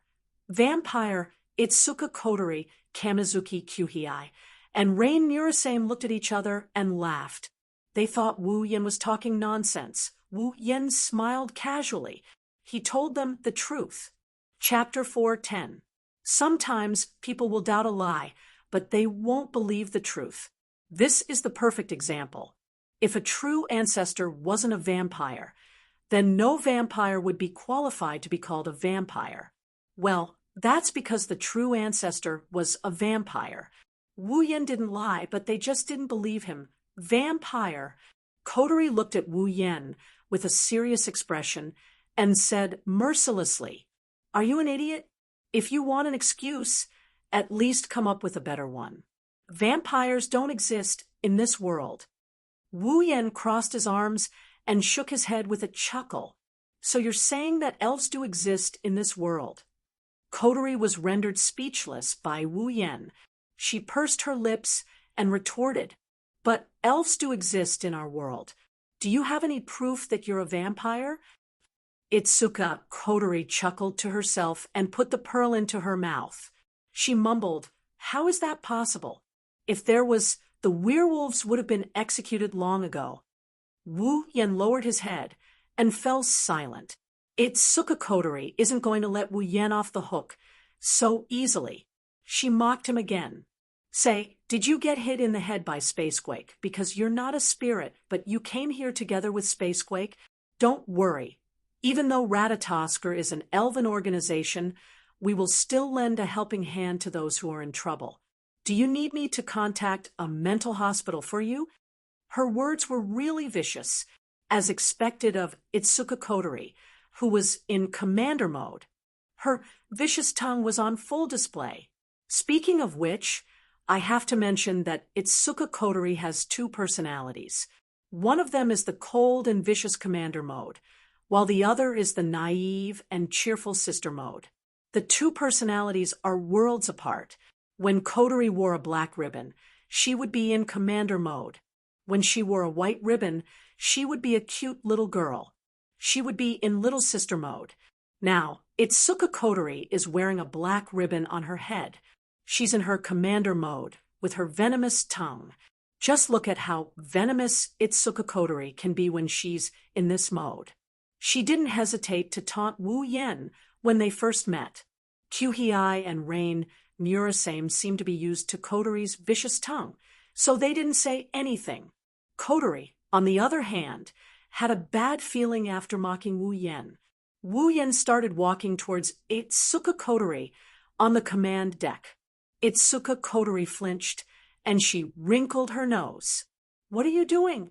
Didn't you want to see the evidence?" Wu Yen raised his head, and he flashed a radiant smile at Kotori.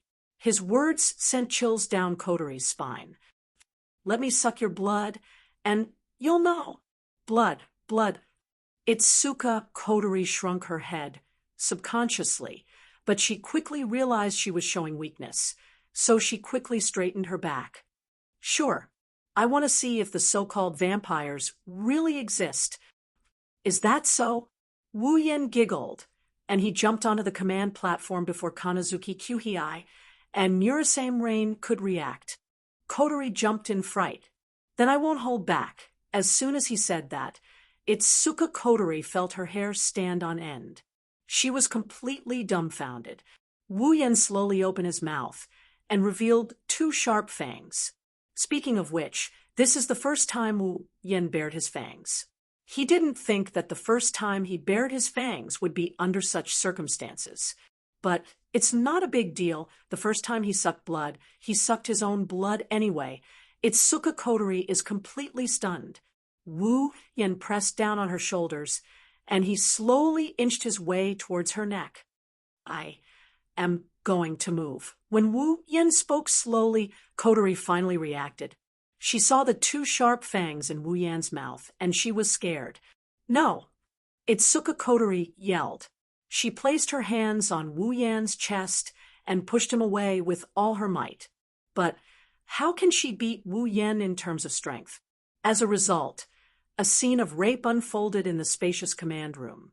"Commander!" Kanazuki Kyuhei was shocked. His handsome face, no, his pig face was furious.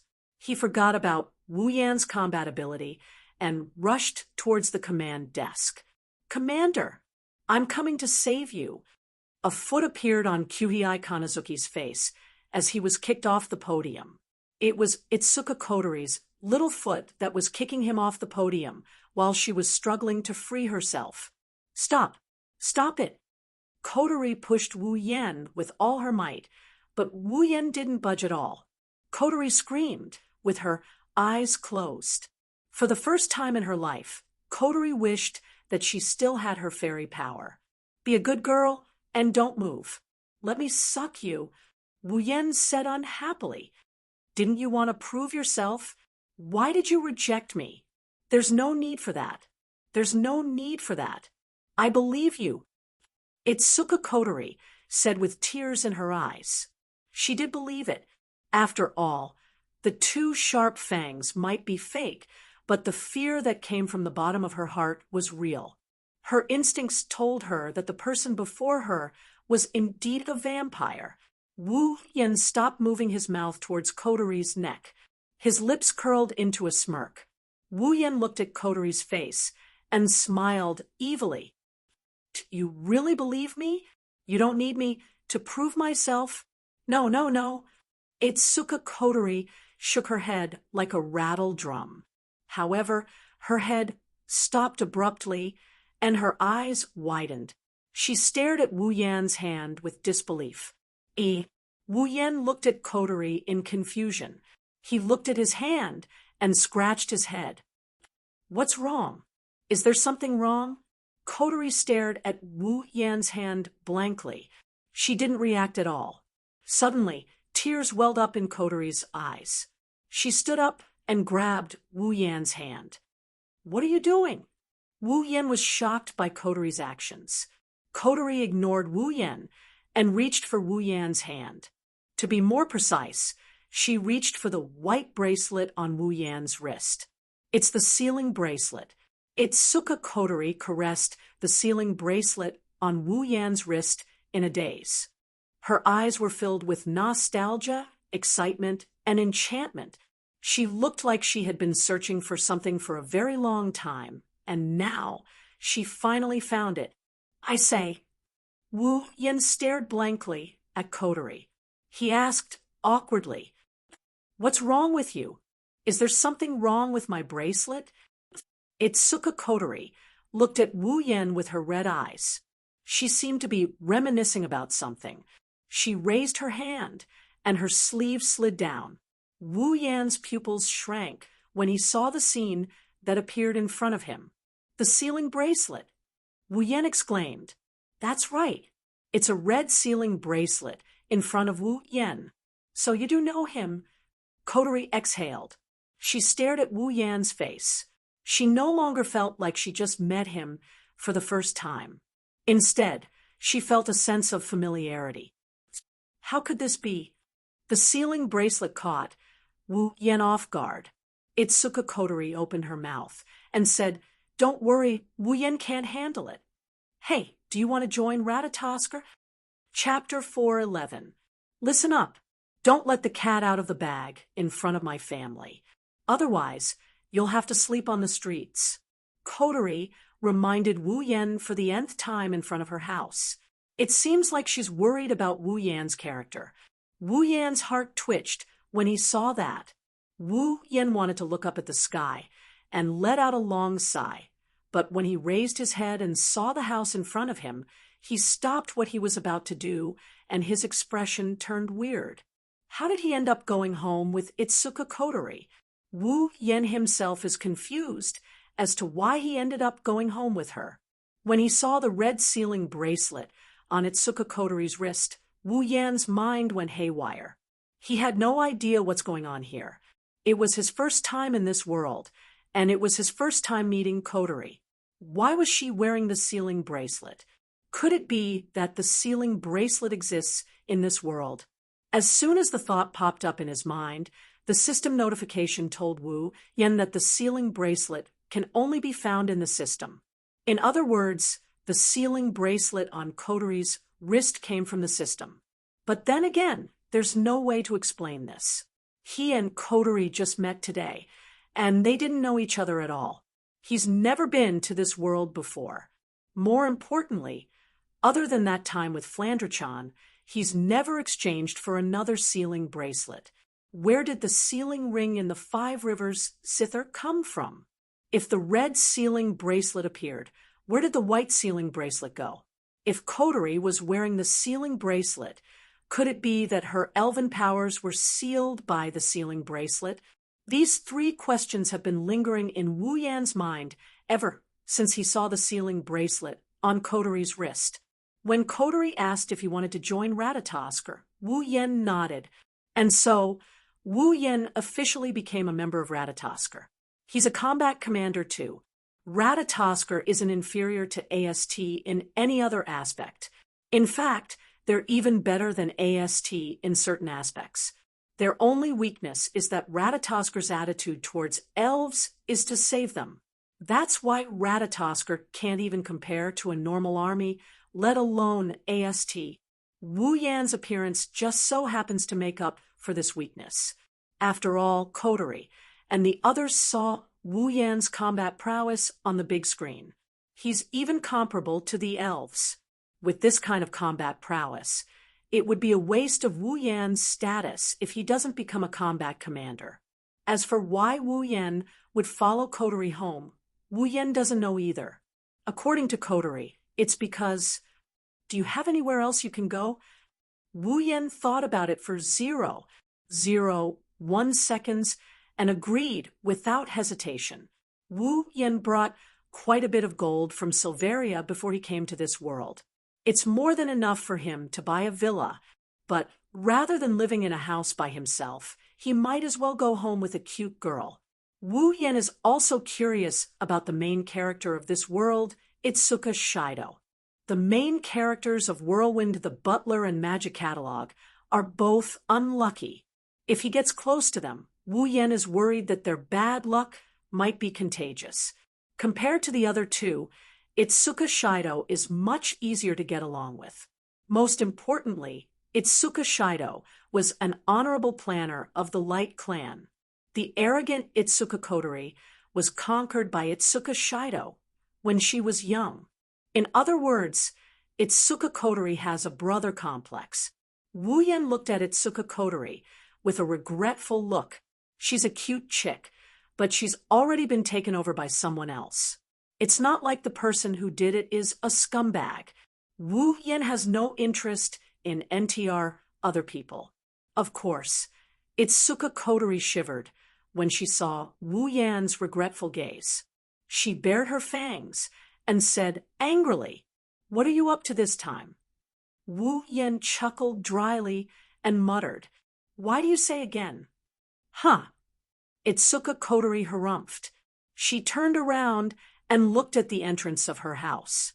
She hesitated for a moment before she turned around and said, "Listen up. Don't let the cat out of the bag in front of my family. Otherwise, you'll really have to sleep on the streets." Wu Yan's face crumbled in an instant. "You've told me that many times. I'm just worried that you won't remember. What should I do so that I won't give myself away? I've thought about it for a long time."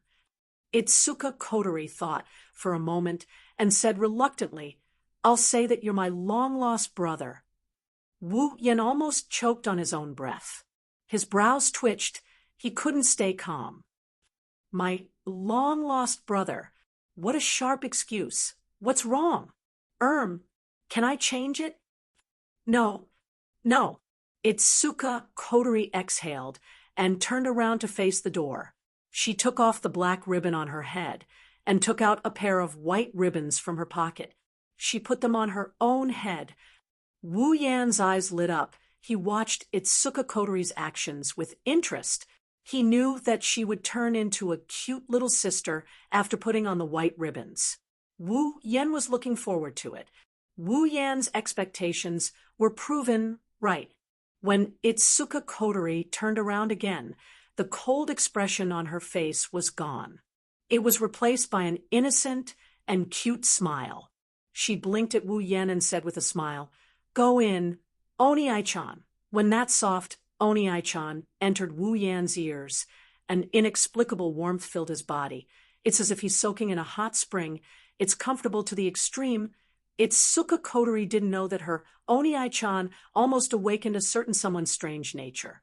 She opened the door of her house and shouted in a cheering tone, "I'm back."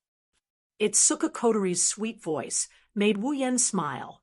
He had to admit, Itsuka Kotori in her little sister mode is really cute.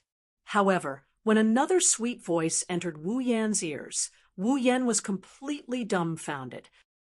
"You're back, Kotori." A figure slowly walked out of the house. When he saw the figure, Wu Yan's dumbfounded expression completely twisted. Her long, dark blue hair was draped over her frail shoulders, and her bangs were neatly spread across her forehead. Just a little bit more, and it would cover her slightly dark pupils. On the left side of her bangs, there was a tuft of hair tied up with a hairband. At the end of the band was a cute hair accessory, adding a bit of cuteness to its owner's already extraordinary appearance. She was holding a spatula and wearing an apron. She was smiling at Kotori, her eyes filled with love and adoration. That's right. It's her, big sister. Itsuka Kotori smiled happily and cheered. She threw herself at her and hugged her arm. It seems like they are very close. However, the word big sister from Itsuka Kotori caused Wu Yan to have a mental breakdown. Big sister. Yes, Itsuka Kotori smiled and hugged her big sister. She said to Wu Yan, "This is my big sister, Shirori Itsuka." Chapter 412. Itsuka Shirori, Itsuka Kotori's older sister, female? What about Itsuka Shoujo? Did Itsuka Shoujo turn into a girl? Is this Itsuka Shirori, the main character of the original novel? Looking at the two girls hugging each other intimately, Wu Yan felt a bit absent-minded. He had imagined a lot of situations where he would come into contact with the main character, but he didn't expect the final outcome to be like this. In the original work, Itsuka Shoujo did dress up as a woman. However, that was because he was trying to woo a certain elf who hated men. Wu Yen didn't believe that Itsuka Shido would dress up as a woman at home, or at least he didn't have a habit of dressing up as a woman. Wu Yen swallowed his saliva and smiled awkwardly. He turned to Itsuka Kotori and asked in a serious tone, do you only have one older sister in your family? Yes, Itsuka Kotori looked at Wu Yen strangely. She didn't understand why Wu Yen acted like this when he saw her older sister, but she still answered honestly. Are you sure you don't have an older brother? Itsuka Kotori shook her head quickly. Her two red ponytails swung back and forth, giving her a youthful vibe. Nope, I only have one older sister. Wu Yan's mouth twitched. In his mind, the thousands of tables in front of him had been destroyed by Wu Yen in the most violent way possible. He didn't expect Itsuka Shido to really turn into a girl. At this moment, Wu Yen felt like the date battle world that he was familiar with has become a stranger. The sealing ring that appeared out of nowhere. The main character of the original novel turned into a girl. Even if the plot characters are still the same people, no more, no less. At most, one of the main characters will be turned into a girl. But Wu Yen can't be sure if things will continue the way they did in the original work in this world. When Wu Yen had this thought, he didn't know if the story would continue the same way as the original novel. Everything that happens next is beyond his expectations. Shirori furrowed her brows as she looked at Wu Yen, whose expression kept changing. She also noticed the weird questions he asked her. She pulled Itsuka Kotori and whispered into her ear. Kotori, who is this person? He looks really strange and suspicious. If Itsuka Kotori was in commander mode, she would be shocked by her sister's intuition. She would then reveal all the strange and suspicious things about Wu Yen without hesitation. Of course, Itsuka Kotori was a good girl in her younger sister mode. She shook her head as if she was trying to defend herself. He's not a strange person. Itsuka Kotori stepped forward and opened her hand. She grinned mischievously at Wu Yen. Sister, let me introduce you. This is Kotori's long-lost older brother. Long-lost older brother. Itsuka Kotori's words didn't make Shirori feel relieved. It made her even more confused. Kotori, how come I've never heard of you having a long-lost older brother? It's reasonable for Shirori to ask such a question. After all, Shirori isn't Kotori's biological sister. Even though Shirori and Kotori have been living together for a long time, Shirori isn't sure if Kotori has a long-lost older brother. Kotori scratched her head and stuck her tongue out at Shirori. She said embarrassedly, It's because I didn't know before. I only found out recently that I have an older brother. Is that so? Shirori was still confused. She didn't know where Kotori found out she had a brother, and where did she go to find him? Shirori was confused about all of this. However, when she saw Kotori's mischievous look, she knew she was familiar with Kotori. At the very least, she won't be able to get any answers from Kotori. Shirori looked at Wu Yen. She had her doubts, but since Kotori said so, Shirori had no choice but to believe her. They still have a long way to go. Shirori decided to help Kotori keep an eye on her. She didn't want the naive Kotori to get scammed. Welcome to the Itsuka family. Shirori smiled at Wu Yen and bowed. I'm Shirori Itsuka. I'm Kotori's legal older sister. Nice to meet you. Of course not. Wu Yen turned his head away. To be honest, he really doesn't know how to deal with this feminine main character of the original work. Whether or not the main character is feminine has nothing to do with him, but the fact that Wu Yen was caught off guard is a fact. Suddenly, Wu Yan's eyes lit up, and he looked at Itsuka Kotori, who was giggling. The protagonist is feminine. In other words, Itsuka Kotori was not conquered by the main character. Wu Yen, who was feeling a bit depressed because things didn't turn out the way he had envisioned, the gloomy mood of a second ago suddenly brightened up Even his mood became a lot more cheerful. Kotori didn't know she was being targeted by a wolf. She saw Wu Yan's expression change, and his eyes darting around. He didn't even greet Shirori. This made Kotori anxious. To prevent the atmosphere from turning awkward, Kotori jumped out and faced her older sister. Sis, Oni-chan will be living with us from now on. Please make sure to cook for one more person. I see.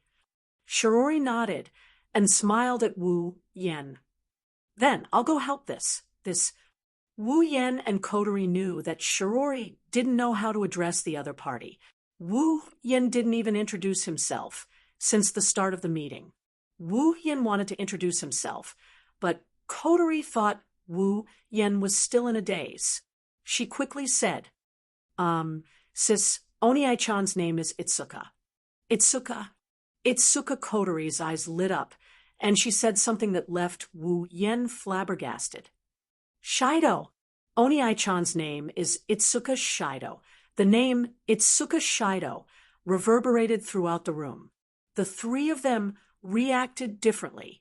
Kotori had a smile on her face, as if she was proud of herself for coming up with a good name. Shirori, on the other hand, had a weird expression on her face. The name Itsuka Shoujo and Shirori sound more like a pair of siblings. Wu Yan, on the other hand, who already has the name Itsuka Shoujo, his heart contracted. His expression changed to one of embarrassment. Itsuka Shoujo. My name? How should I react? Wu Yan forced a smile as he looked at the happy Kotori. Itsuka Shoujo. Kotori made a funny face at Wu Yan. She tried to tell herself not to be so embarrassed. How would Kotori know what the name Itsuka Shoujo represents? Is there anything you're not happy about? Oni-chan. No. He's the main character now. What's there to be unhappy about? Shirori tilted her body, and she told Wu Yan, Well then, Shoujo-kun, let's go inside first. Once I'm done cooking, I will help Shoujo-kun clean up a room. Wu Yan had nothing to say. He smiled helplessly at Shirori. Then, I'll have to trouble you, Shirori. Shirori smiled sweetly. Since Shoujo-kun is Kotori's brother, then you're my brother as well. Please don't be shy. Just treat this place as your home. Oni-chan, let me introduce you to this house. Itsuka Kotori nodded. She grabbed Wu Yan and Shirori by the hand, and they walked into the house. Chapter 413. Heavenly Palace City, Itsuka's home. Morning, Itsuka's home. Itsuka Shirori is already in the kitchen humming a tune. She skillfully flipped the pot in her hand. She looks like a virtuous cook. It's obvious that she enjoys cooking.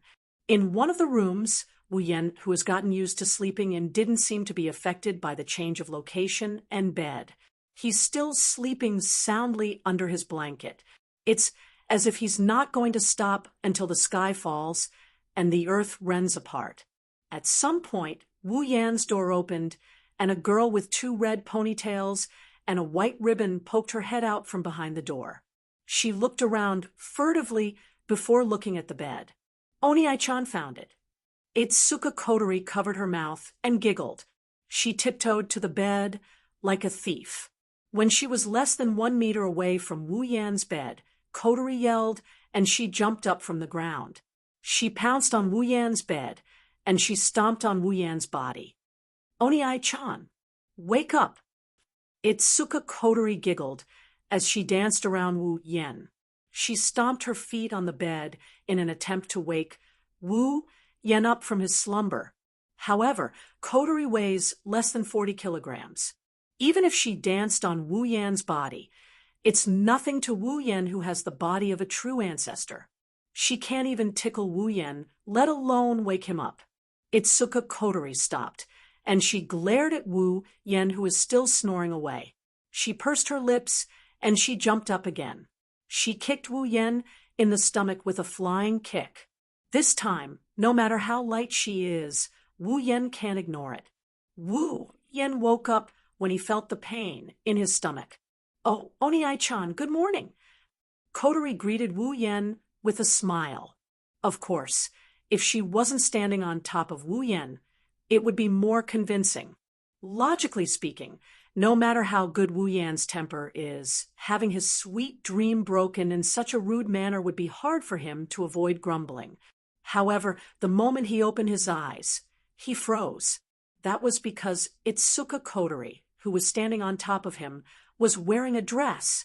Itsuka Kotori didn't know if she noticed that she's exposed or not. She assumed that Wu Yen hasn't woken up from his dream yet.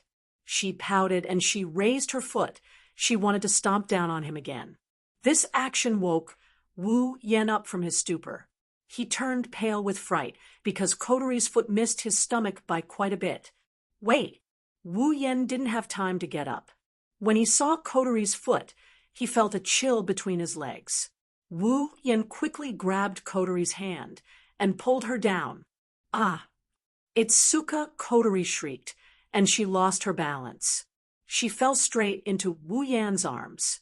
Wu Yan subconsciously raised his arms and hugged her into his arms. Itsuka Kotori's body stiffened. She could feel the pair of hands around her waist and the scent of a man so close to her. Her mind was muddled, and she couldn't react in time. This is the first time Kotori has been so close to a man. Wu Yan didn't feel anything like Kotori. Wu Yan has been hugging girls in the Magic Catalog and Spalier World Academy. Even though the girl in his arms has changed, Wu Yan didn't feel anything. Wu Yan didn't know whether to laugh or cry as he looked at Itsuka Kotori. "Say, Kotori, are you trying to wake me up, or do you want me to stay in bed forever? You were so cruel." Wu Yan felt weird. The scene where Kotori woke him up is exactly the same as the scene where Kotori woke Shoujo up in the original work. Could it be that not only had his name changed, but he had really become the main character of this world? Kotori looked up from Wu Yan's arms. She looked at Wu Yan's face and made sure Wu Yan didn't want to let go of her. She said weakly, "Big brother, can you let go of me first?" Wu Yan paused and realized he was holding Kotori in his arms. Wu Yan smiled when he saw Kotori's shy expression. Not only did he not let go of Kotori, he tightened his grip and pulled her into his embrace. Wu Yan's lips curled into a naughty grin. "Let go? My naughty little sister woke up her big brother with a prank. How can I not punish her?" Itsuka Kotori's face flushed red. Even her head felt a little dizzy. If it was a gentle hug before, then now it's a deep hug. Itsuka Kotori could even feel his thick chest pressing against her small breasts. "I know I was wrong." Kotori stuttered as she pushed Wu Yan's chest. Wu Yan, who's in close proximity to Kotori, could feel Kotori's heart thumping furiously. "You know you were wrong? That means you're going to accept your punishment, right?" Wu Yan looked at Kotori's blushing face, and he told her in a gentle voice. Okay, okay, Wu Yan said. Itsuka Kotori shrunk her neck timidly and asked in a soft voice, What punishment? What punishment?" Wu Yan grinned. He grinned wickedly. What kind of punishment is that? Wu Yan's face inched closer to Kotori's. Ugh. Itsuka Kotori's already red face turned a deep shade of purple. Could it be that the so-called punishment was... Wu Yan's face got closer and closer. Kotori's red eyes teared up. Her heartbeat sped up, and she didn't know what to do. She looked around, as if she was looking for something that could save her. When Wu Yan's lips were about to touch hers, Kotori whimpered and closed her eyes. Wu Yan was overjoyed, and he almost laughed out loud. He didn't think that after only knowing her for a day, he would be able to conquer this girl with dual personality. Sure enough, soft girls are good, easy to bully, just as he was about to kiss her and steal her kiss. Itsuka Kotori punched him in the face with her tiny fist. Wah! The sudden punch stunned Wu Yan. Since he wasn't on guard, the punch landed squarely on Wu Yan's nose. Wu Yen felt something sour and sweet rushing up his nose. He let go of Kotori and covered his nose with his hand. "You despicable pervert!" Itsuka Kotori yelled at Wu Yen. Wu Yen noticed that the white ribbon on Itsuka Kotori's head was replaced with a black one. "It's commander mode." "Why?" Wu Yen muttered. He didn't understand why Kotori changed her hair ribbon so quickly. But to Itsuka Kotori, it sounded like, "Why did you reject me?" "You still have the nerve to say that." Kotori raged at Wu Yen as she punched him again. "How dare you kiss a girl you've only known for a day? Die." Chapter 414. Itsuka Shirori is holding a bowl of rice in her left hand. She didn't pick up the chopsticks in her right hand. She's looking at Wu Yen and Kotori with an odd expression on her face. No one can tell what she's thinking. The reason for this was not without reason. It was because the expression and behavior of the man and woman in front of him were too suspicious. One of them was engrossed in eating as if he had a grudge against the food in his bowl. The other was blushing as she kept grabbing her chopsticks. She didn't even realize that her bowl was already empty. It's too suspicious. Shirori glanced at the man and woman in front of her. After a while, Shirori couldn't hold back her curiosity and asked, "What's wrong with you guys?" As soon as Shirori finished speaking, Kotori's body trembled as if she was stimulated by something. She stood up with such force that even her chair fell to the ground. Kotori blushed and closed her eyes. She yelled at Shirori, "Nothing, nothing at all." Shirori froze on the spot. She looked at the shy Kotori and didn't understand why Kotori had such a big reaction. Did something really happen? Shirori tilted her head and looked at Wu Yen, who was shaking his head with a bitter smile. She asked carefully, "Did I miss something?" Shiori's words reminded Kotori of what happened this morning. Kotori blushed. Kotori felt lucky that she managed to stop the car at the last moment and changed into the black satin belt as fast as she could. Otherwise, Kotori doesn't dare to look at Wu Yen anymore. It's not only because Wu Yen wanted to do something beyond friendship with her. It's also because she punched Wu Yen twice in her commander mode. She was too embarrassed to face Wu Yen. Of course, Kotori wouldn't tell Shirori about this. Wu Yen also wouldn't bring up the fact that he got punched twice for his sister. Thus, the two of them fell silent. Seeing this, Shirori was even more certain that she must have missed something. Something must have happened between the two people in front of her. Shirori bit the end of her chopsticks and hesitated for a bit. She didn't force Shoujo to answer. Instead, she lowered her head. "Ugh, I care so much." It has to be said that in every girl's heart, there is a flame of gossip. At this moment, a report came out from the TV. Early this morning, a small spatial quake was observed in the suburbs of Heaven Palace City. The damage was light, and there were no casualties. The cause of the spatial quake is currently being investigated. The report made the three of them stop eating. Wu Yen and Kotori's expression froze. Kotori's no longer shy. She looked at Wu Yen and relaxed when she saw his calm expression. If Kotori was in her commander mode, she wouldn't have gone looking for Wu Yen. She's just a cheerful, naive, and lively little girl. She doesn't have much of an opinion of her own when it comes to big matters like this. Wu Yen was confused by this difference. He doesn't know if Kotori's two personalities are really split personalities. On the surface, the two personalities share their memories. Kotori should know how to deal with spatial quakes calmly after seeing her other self as a commander. Of course, with such a profound question. He didn't even give the original story. How could Wu Yen come up with an answer in just one day? So, as usual, he'll just let it be. He'll cross the bridge when he comes to it anyway. Shirori didn't know that her two seemingly normal family members were in a different world from her, at least not for now. She looked at the TV and said, "Is it a bit too much lately?" Shirori is obviously talking about spatial quakes.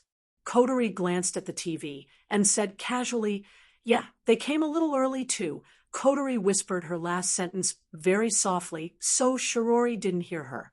Wu Yen, on the other hand, heard her, and he chuckled before turning his back on her.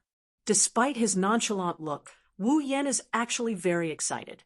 Shirori and Kotori might not know what this news means, but how could Wu Yen not know? It means that the female lead of the original novel, Toka Toka, is about to arrive. Today was also the day where the storyline would begin. The atmosphere at the dinner table quieted down after the spatial quakes report. Shiori's heart sank when she heard about it. Wu Yen and Kotori had their own thoughts. Shirori recovered and looked at Wu Yen. "Oh, right. Shoujo, what do you plan to do?" Wu Yen flinched when he heard that. He looked at her blankly. "What do I plan to do? What do you mean?" Shirori chuckled and said to Wu Yen, "Kotori and I are going to school soon. You're the only one left at home. Is that okay?" "Well, it's nothing." Wu Yen scratched his face. Before he could finish, Kotori stood up and cut him off. "Sis, you don't have to worry." Kotori wagged her finger. "Oni-chan won't be home alone." "Wait, Oni-chan is going to school with you." "What?" Wu Yen and Shirori were shocked. Wu Yen wanted to say something, but Kotori winked at him and signaled him to keep quiet. Wu Yen helplessly shrunk back into his seat. He knew that this must be Kotori's decision in her commander mode. Shirori looked at Wu Yen in surprise. "Shoujo, are you really going to school at Toritani Zen High?" "I think so." Wu Yen dryly laughed. He's more or less annoyed. He's already over 20 years old. He should be able to graduate from university. Now he has to go back to high school. It was fine back in Silveria World Institute since it was a completely different school and they only learned combat. However, it was different here. They were going to school for real and they had to carry a backpack around.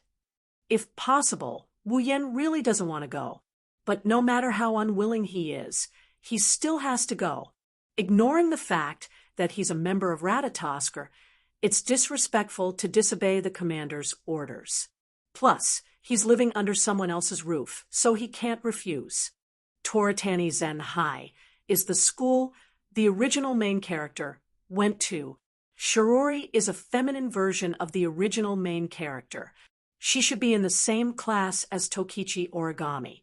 If I go to school there, I should be able to meet Kite 1 Origami. I wonder if that girl will be surprised when she sees me going to school. In the original work, Tashiichi Origami was infatuated with the main character, Itsuka Shoujo. In the original work, Tashiichi Origami wanted to give herself to Itsuka Shoujo countless times. Now, Itsuka Shoujo has been replaced by Itsuka Shirori. Will Tashiichi Origami still be infatuated with the main character like in the original work? If she is, then that's interesting. Kotori nodded in satisfaction when she saw that Wu Yen didn't expose her. Shirori smiled and said, "Then there's no problem. I was worried that you would be lonely at home." Wu Yen could only chuckle. In a world like this, how can one be lonely? Chapter 415. On the way to school, Kotori is jumping up and down while mumbling about the super deluxe children's meal. Shirori was reluctant when Kotori asked to go to the family restaurant for the super deluxe children's meal, but now she has a knowing smile on her face. It's obvious that Shirori dotes on Kotori a lot. The two beauties had happy smiles on their faces. Along the way, they attracted a lot of attention. However, Wu Yen, who was walking beside Itsuka Shirori, had a helpless expression on his face. Of course, this isn't because Kotori wanted to eat the super deluxe children's meal. This is something that happened in the original story as well. Wu Yen expected this to happen, so he didn't feel anything against it. After all, Kotori's request to eat the children's meal was the start of the story. What makes Wu Yen helpless is the clothes he's wearing. To be more precise, it's a uniform. He was wearing a suit with a white shirt and a blue striped bow tie.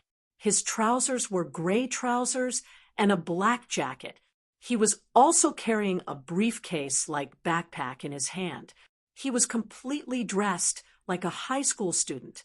Wu Yen might be in his 20s, but with the uniform and his fair face, he does look like a high school student. At least, those who don't know Wu Yen wouldn't be able to tell that he's in his 20s. I don't know what Kotori did.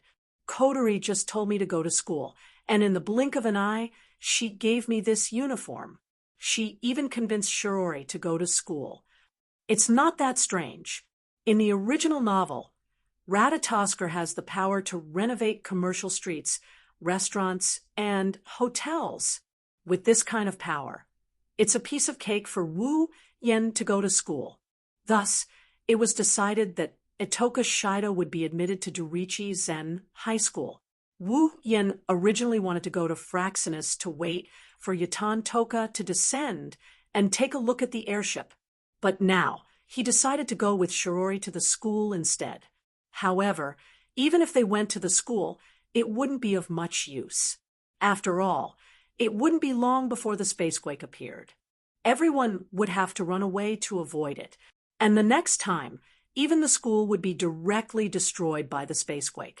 So whether they went to the school or not, would it matter? Too bad. Wu Yen can't tell her about this. He can only follow Shirori to the school and act as a cameo.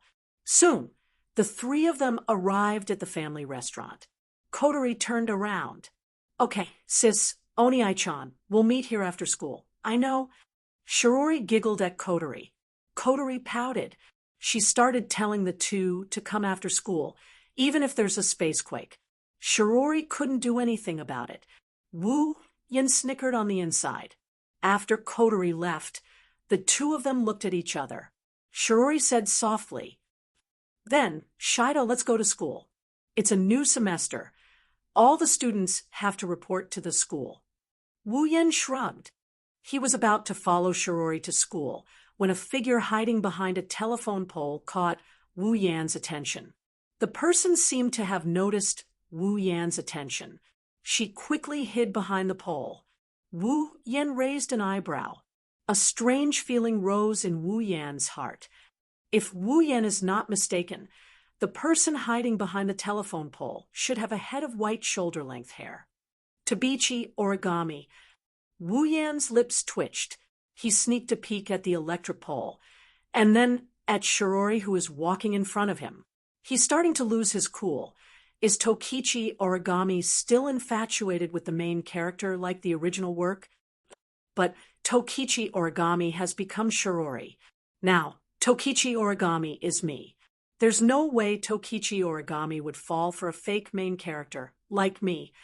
Could it be that Tokichi Origami's surname changed because the main character became a girl? In other words, Tokichi Origami is a Yuri? At this moment, Wu Yan's heart is filled with unbearable emotions. Wu Yan's expression is conflicted. What's wrong? Shoujo, hurry up, we're going to be late. I got it. On the other side, Tokichi Origami stuck her head out from behind the pole. She looked at Wu Yen and Shirori walking towards the school. She frowned slightly. That elf. Tokichi Origami looked at Wu Yen, who was walking away. Why is he here? What is his purpose? Together with Shirori Itsuka, Yuichi Origami tapped the watch on her wrist as if she was doing something. After a long time, she raised her head in confusion. The elf is here. Why is there no psychic wave reaction? He lifted his head and looked at the class sign with 2 to 4 written on it. He didn't say anything, but after a while, he let out a long sigh. Dori Lai-chan High School, second year, 4th class, the original main character's class. Although Wu Yen had some guesses on the way here, he still got a headache when he was assigned to this class. There's Shirori and Tokichi Origami in this class. Did I really become the main character of this world? but I don't have the enviable ability to seal a fairy's power with just a kiss. In the classroom, the seemingly cute but aged head teacher also finished the opening speech of the new semester. She said to the students below, "Well, next there will be a transfer student who will be joining our class and learning with us." Hearing this, the students all had different reactions. They were just guessing the surname and appearance of the person. For these students, it was undoubtedly an exciting thing to have a beautiful female classmate or a handsome male classmate in the same class as them. Shirori, who was sitting in the last row, was stunned when she heard the homeroom teacher. "Transfer student. Don't tell me it's Shoujo. He's in this class." Oh, the homeroom teacher seemed to have expected this reaction, so she didn't say anything else. She turned around and faced the door. "Please come in." Outside the door, Wu Yan slapped his cheeks. He decided to stop tormenting himself. It won't be long before the spacequake alarm goes off. Everyone in the school will have to take shelter. He might as well sneak out when that happens. Wu Yan slowly opened the door, and he walked up to the podium under the watchful eyes of the entire class. He looked at the students, and he smiled at Shirori, who had an "I knew it" expression on her face. He then glanced at Tabichi Origami, who was glaring at him, and he wrote his name on the blackboard. Itsuka Shoujo. The students were stunned when they saw this name. They all turned to look at Shirori. Shirori felt a bit embarrassed, but it was inevitable. After all, these two names can give people a lot of thoughts. "I'm Itsuka Shoujo." Wu Yan's expression was a little unnatural when he said the name, but he quickly brushed it aside. "Nice to meet you all." The students were stunned when they heard Itsuka Shoujo's simple self-introduction. They looked at each other, and the atmosphere froze. Even the homeroom teacher smiled awkwardly. She didn't know what to say. Chapter 416. Tiangong City, Duralai Zen High School. For the entire morning, the teacher on the podium lectured nonstop with spittle flying all over the place. She didn't even pause in the middle of her lecture, which made one sigh in admiration of her skill. However, Wu Yan didn't even listen to a single word during the entire morning's lesson. It's not that he can't understand. With his perfect memory ability, even if he can't listen to it, he can still remember it. But for him, going to class is a form of torture, and he, as a standard otaku, had already endured this torture for 12 whole years.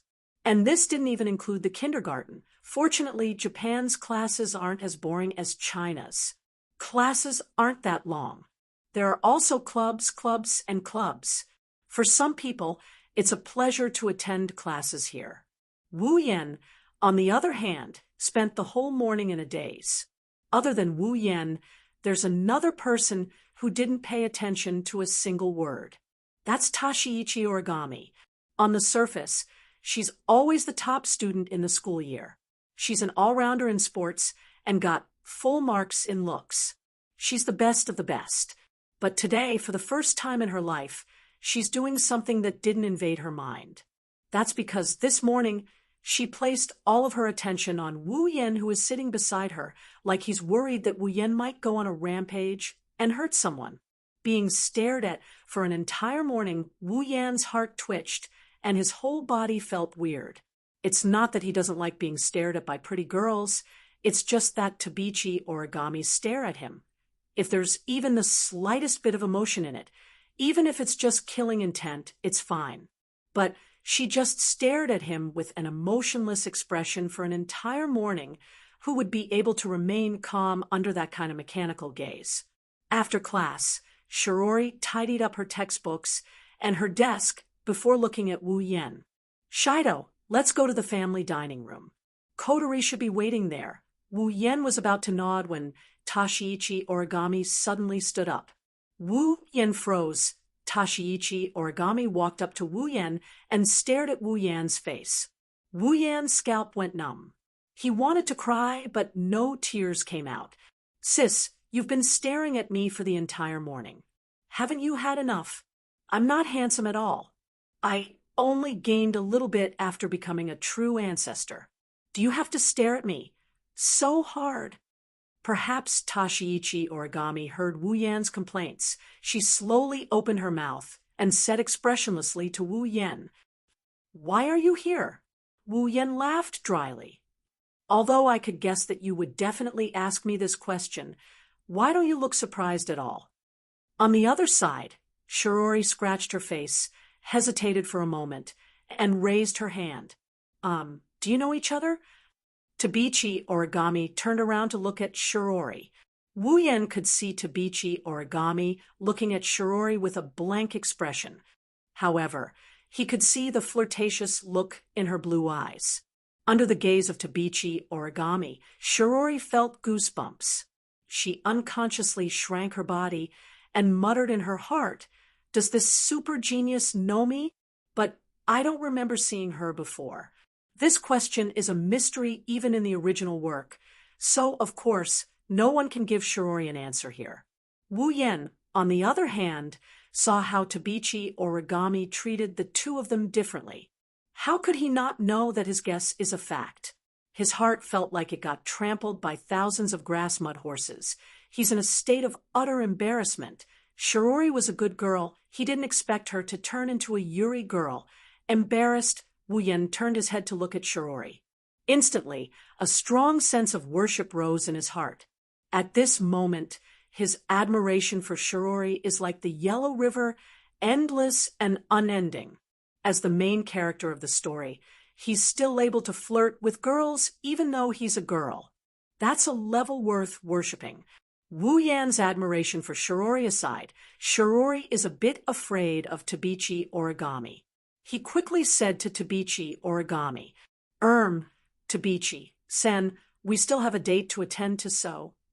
"It's Suka Shirori," Tabichi Origami said calmly, interrupting Shiori's speech.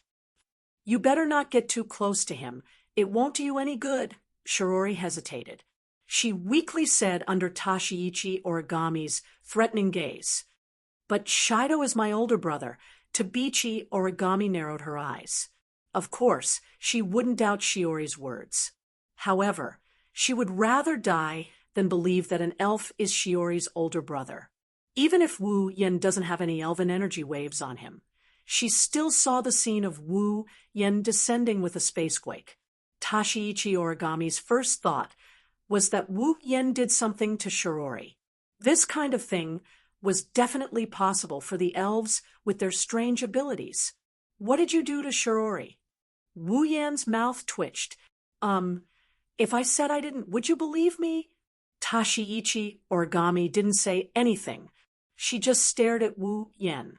Shirori wanted to say something when she saw the tension between Tabichi Origami and Wu Yan, but an ear-piercing siren blared in midair. It reverberated through the entire Toburai Zen High School and even the entire Tengong City. Warning signs of a spacequake have been detected in this area.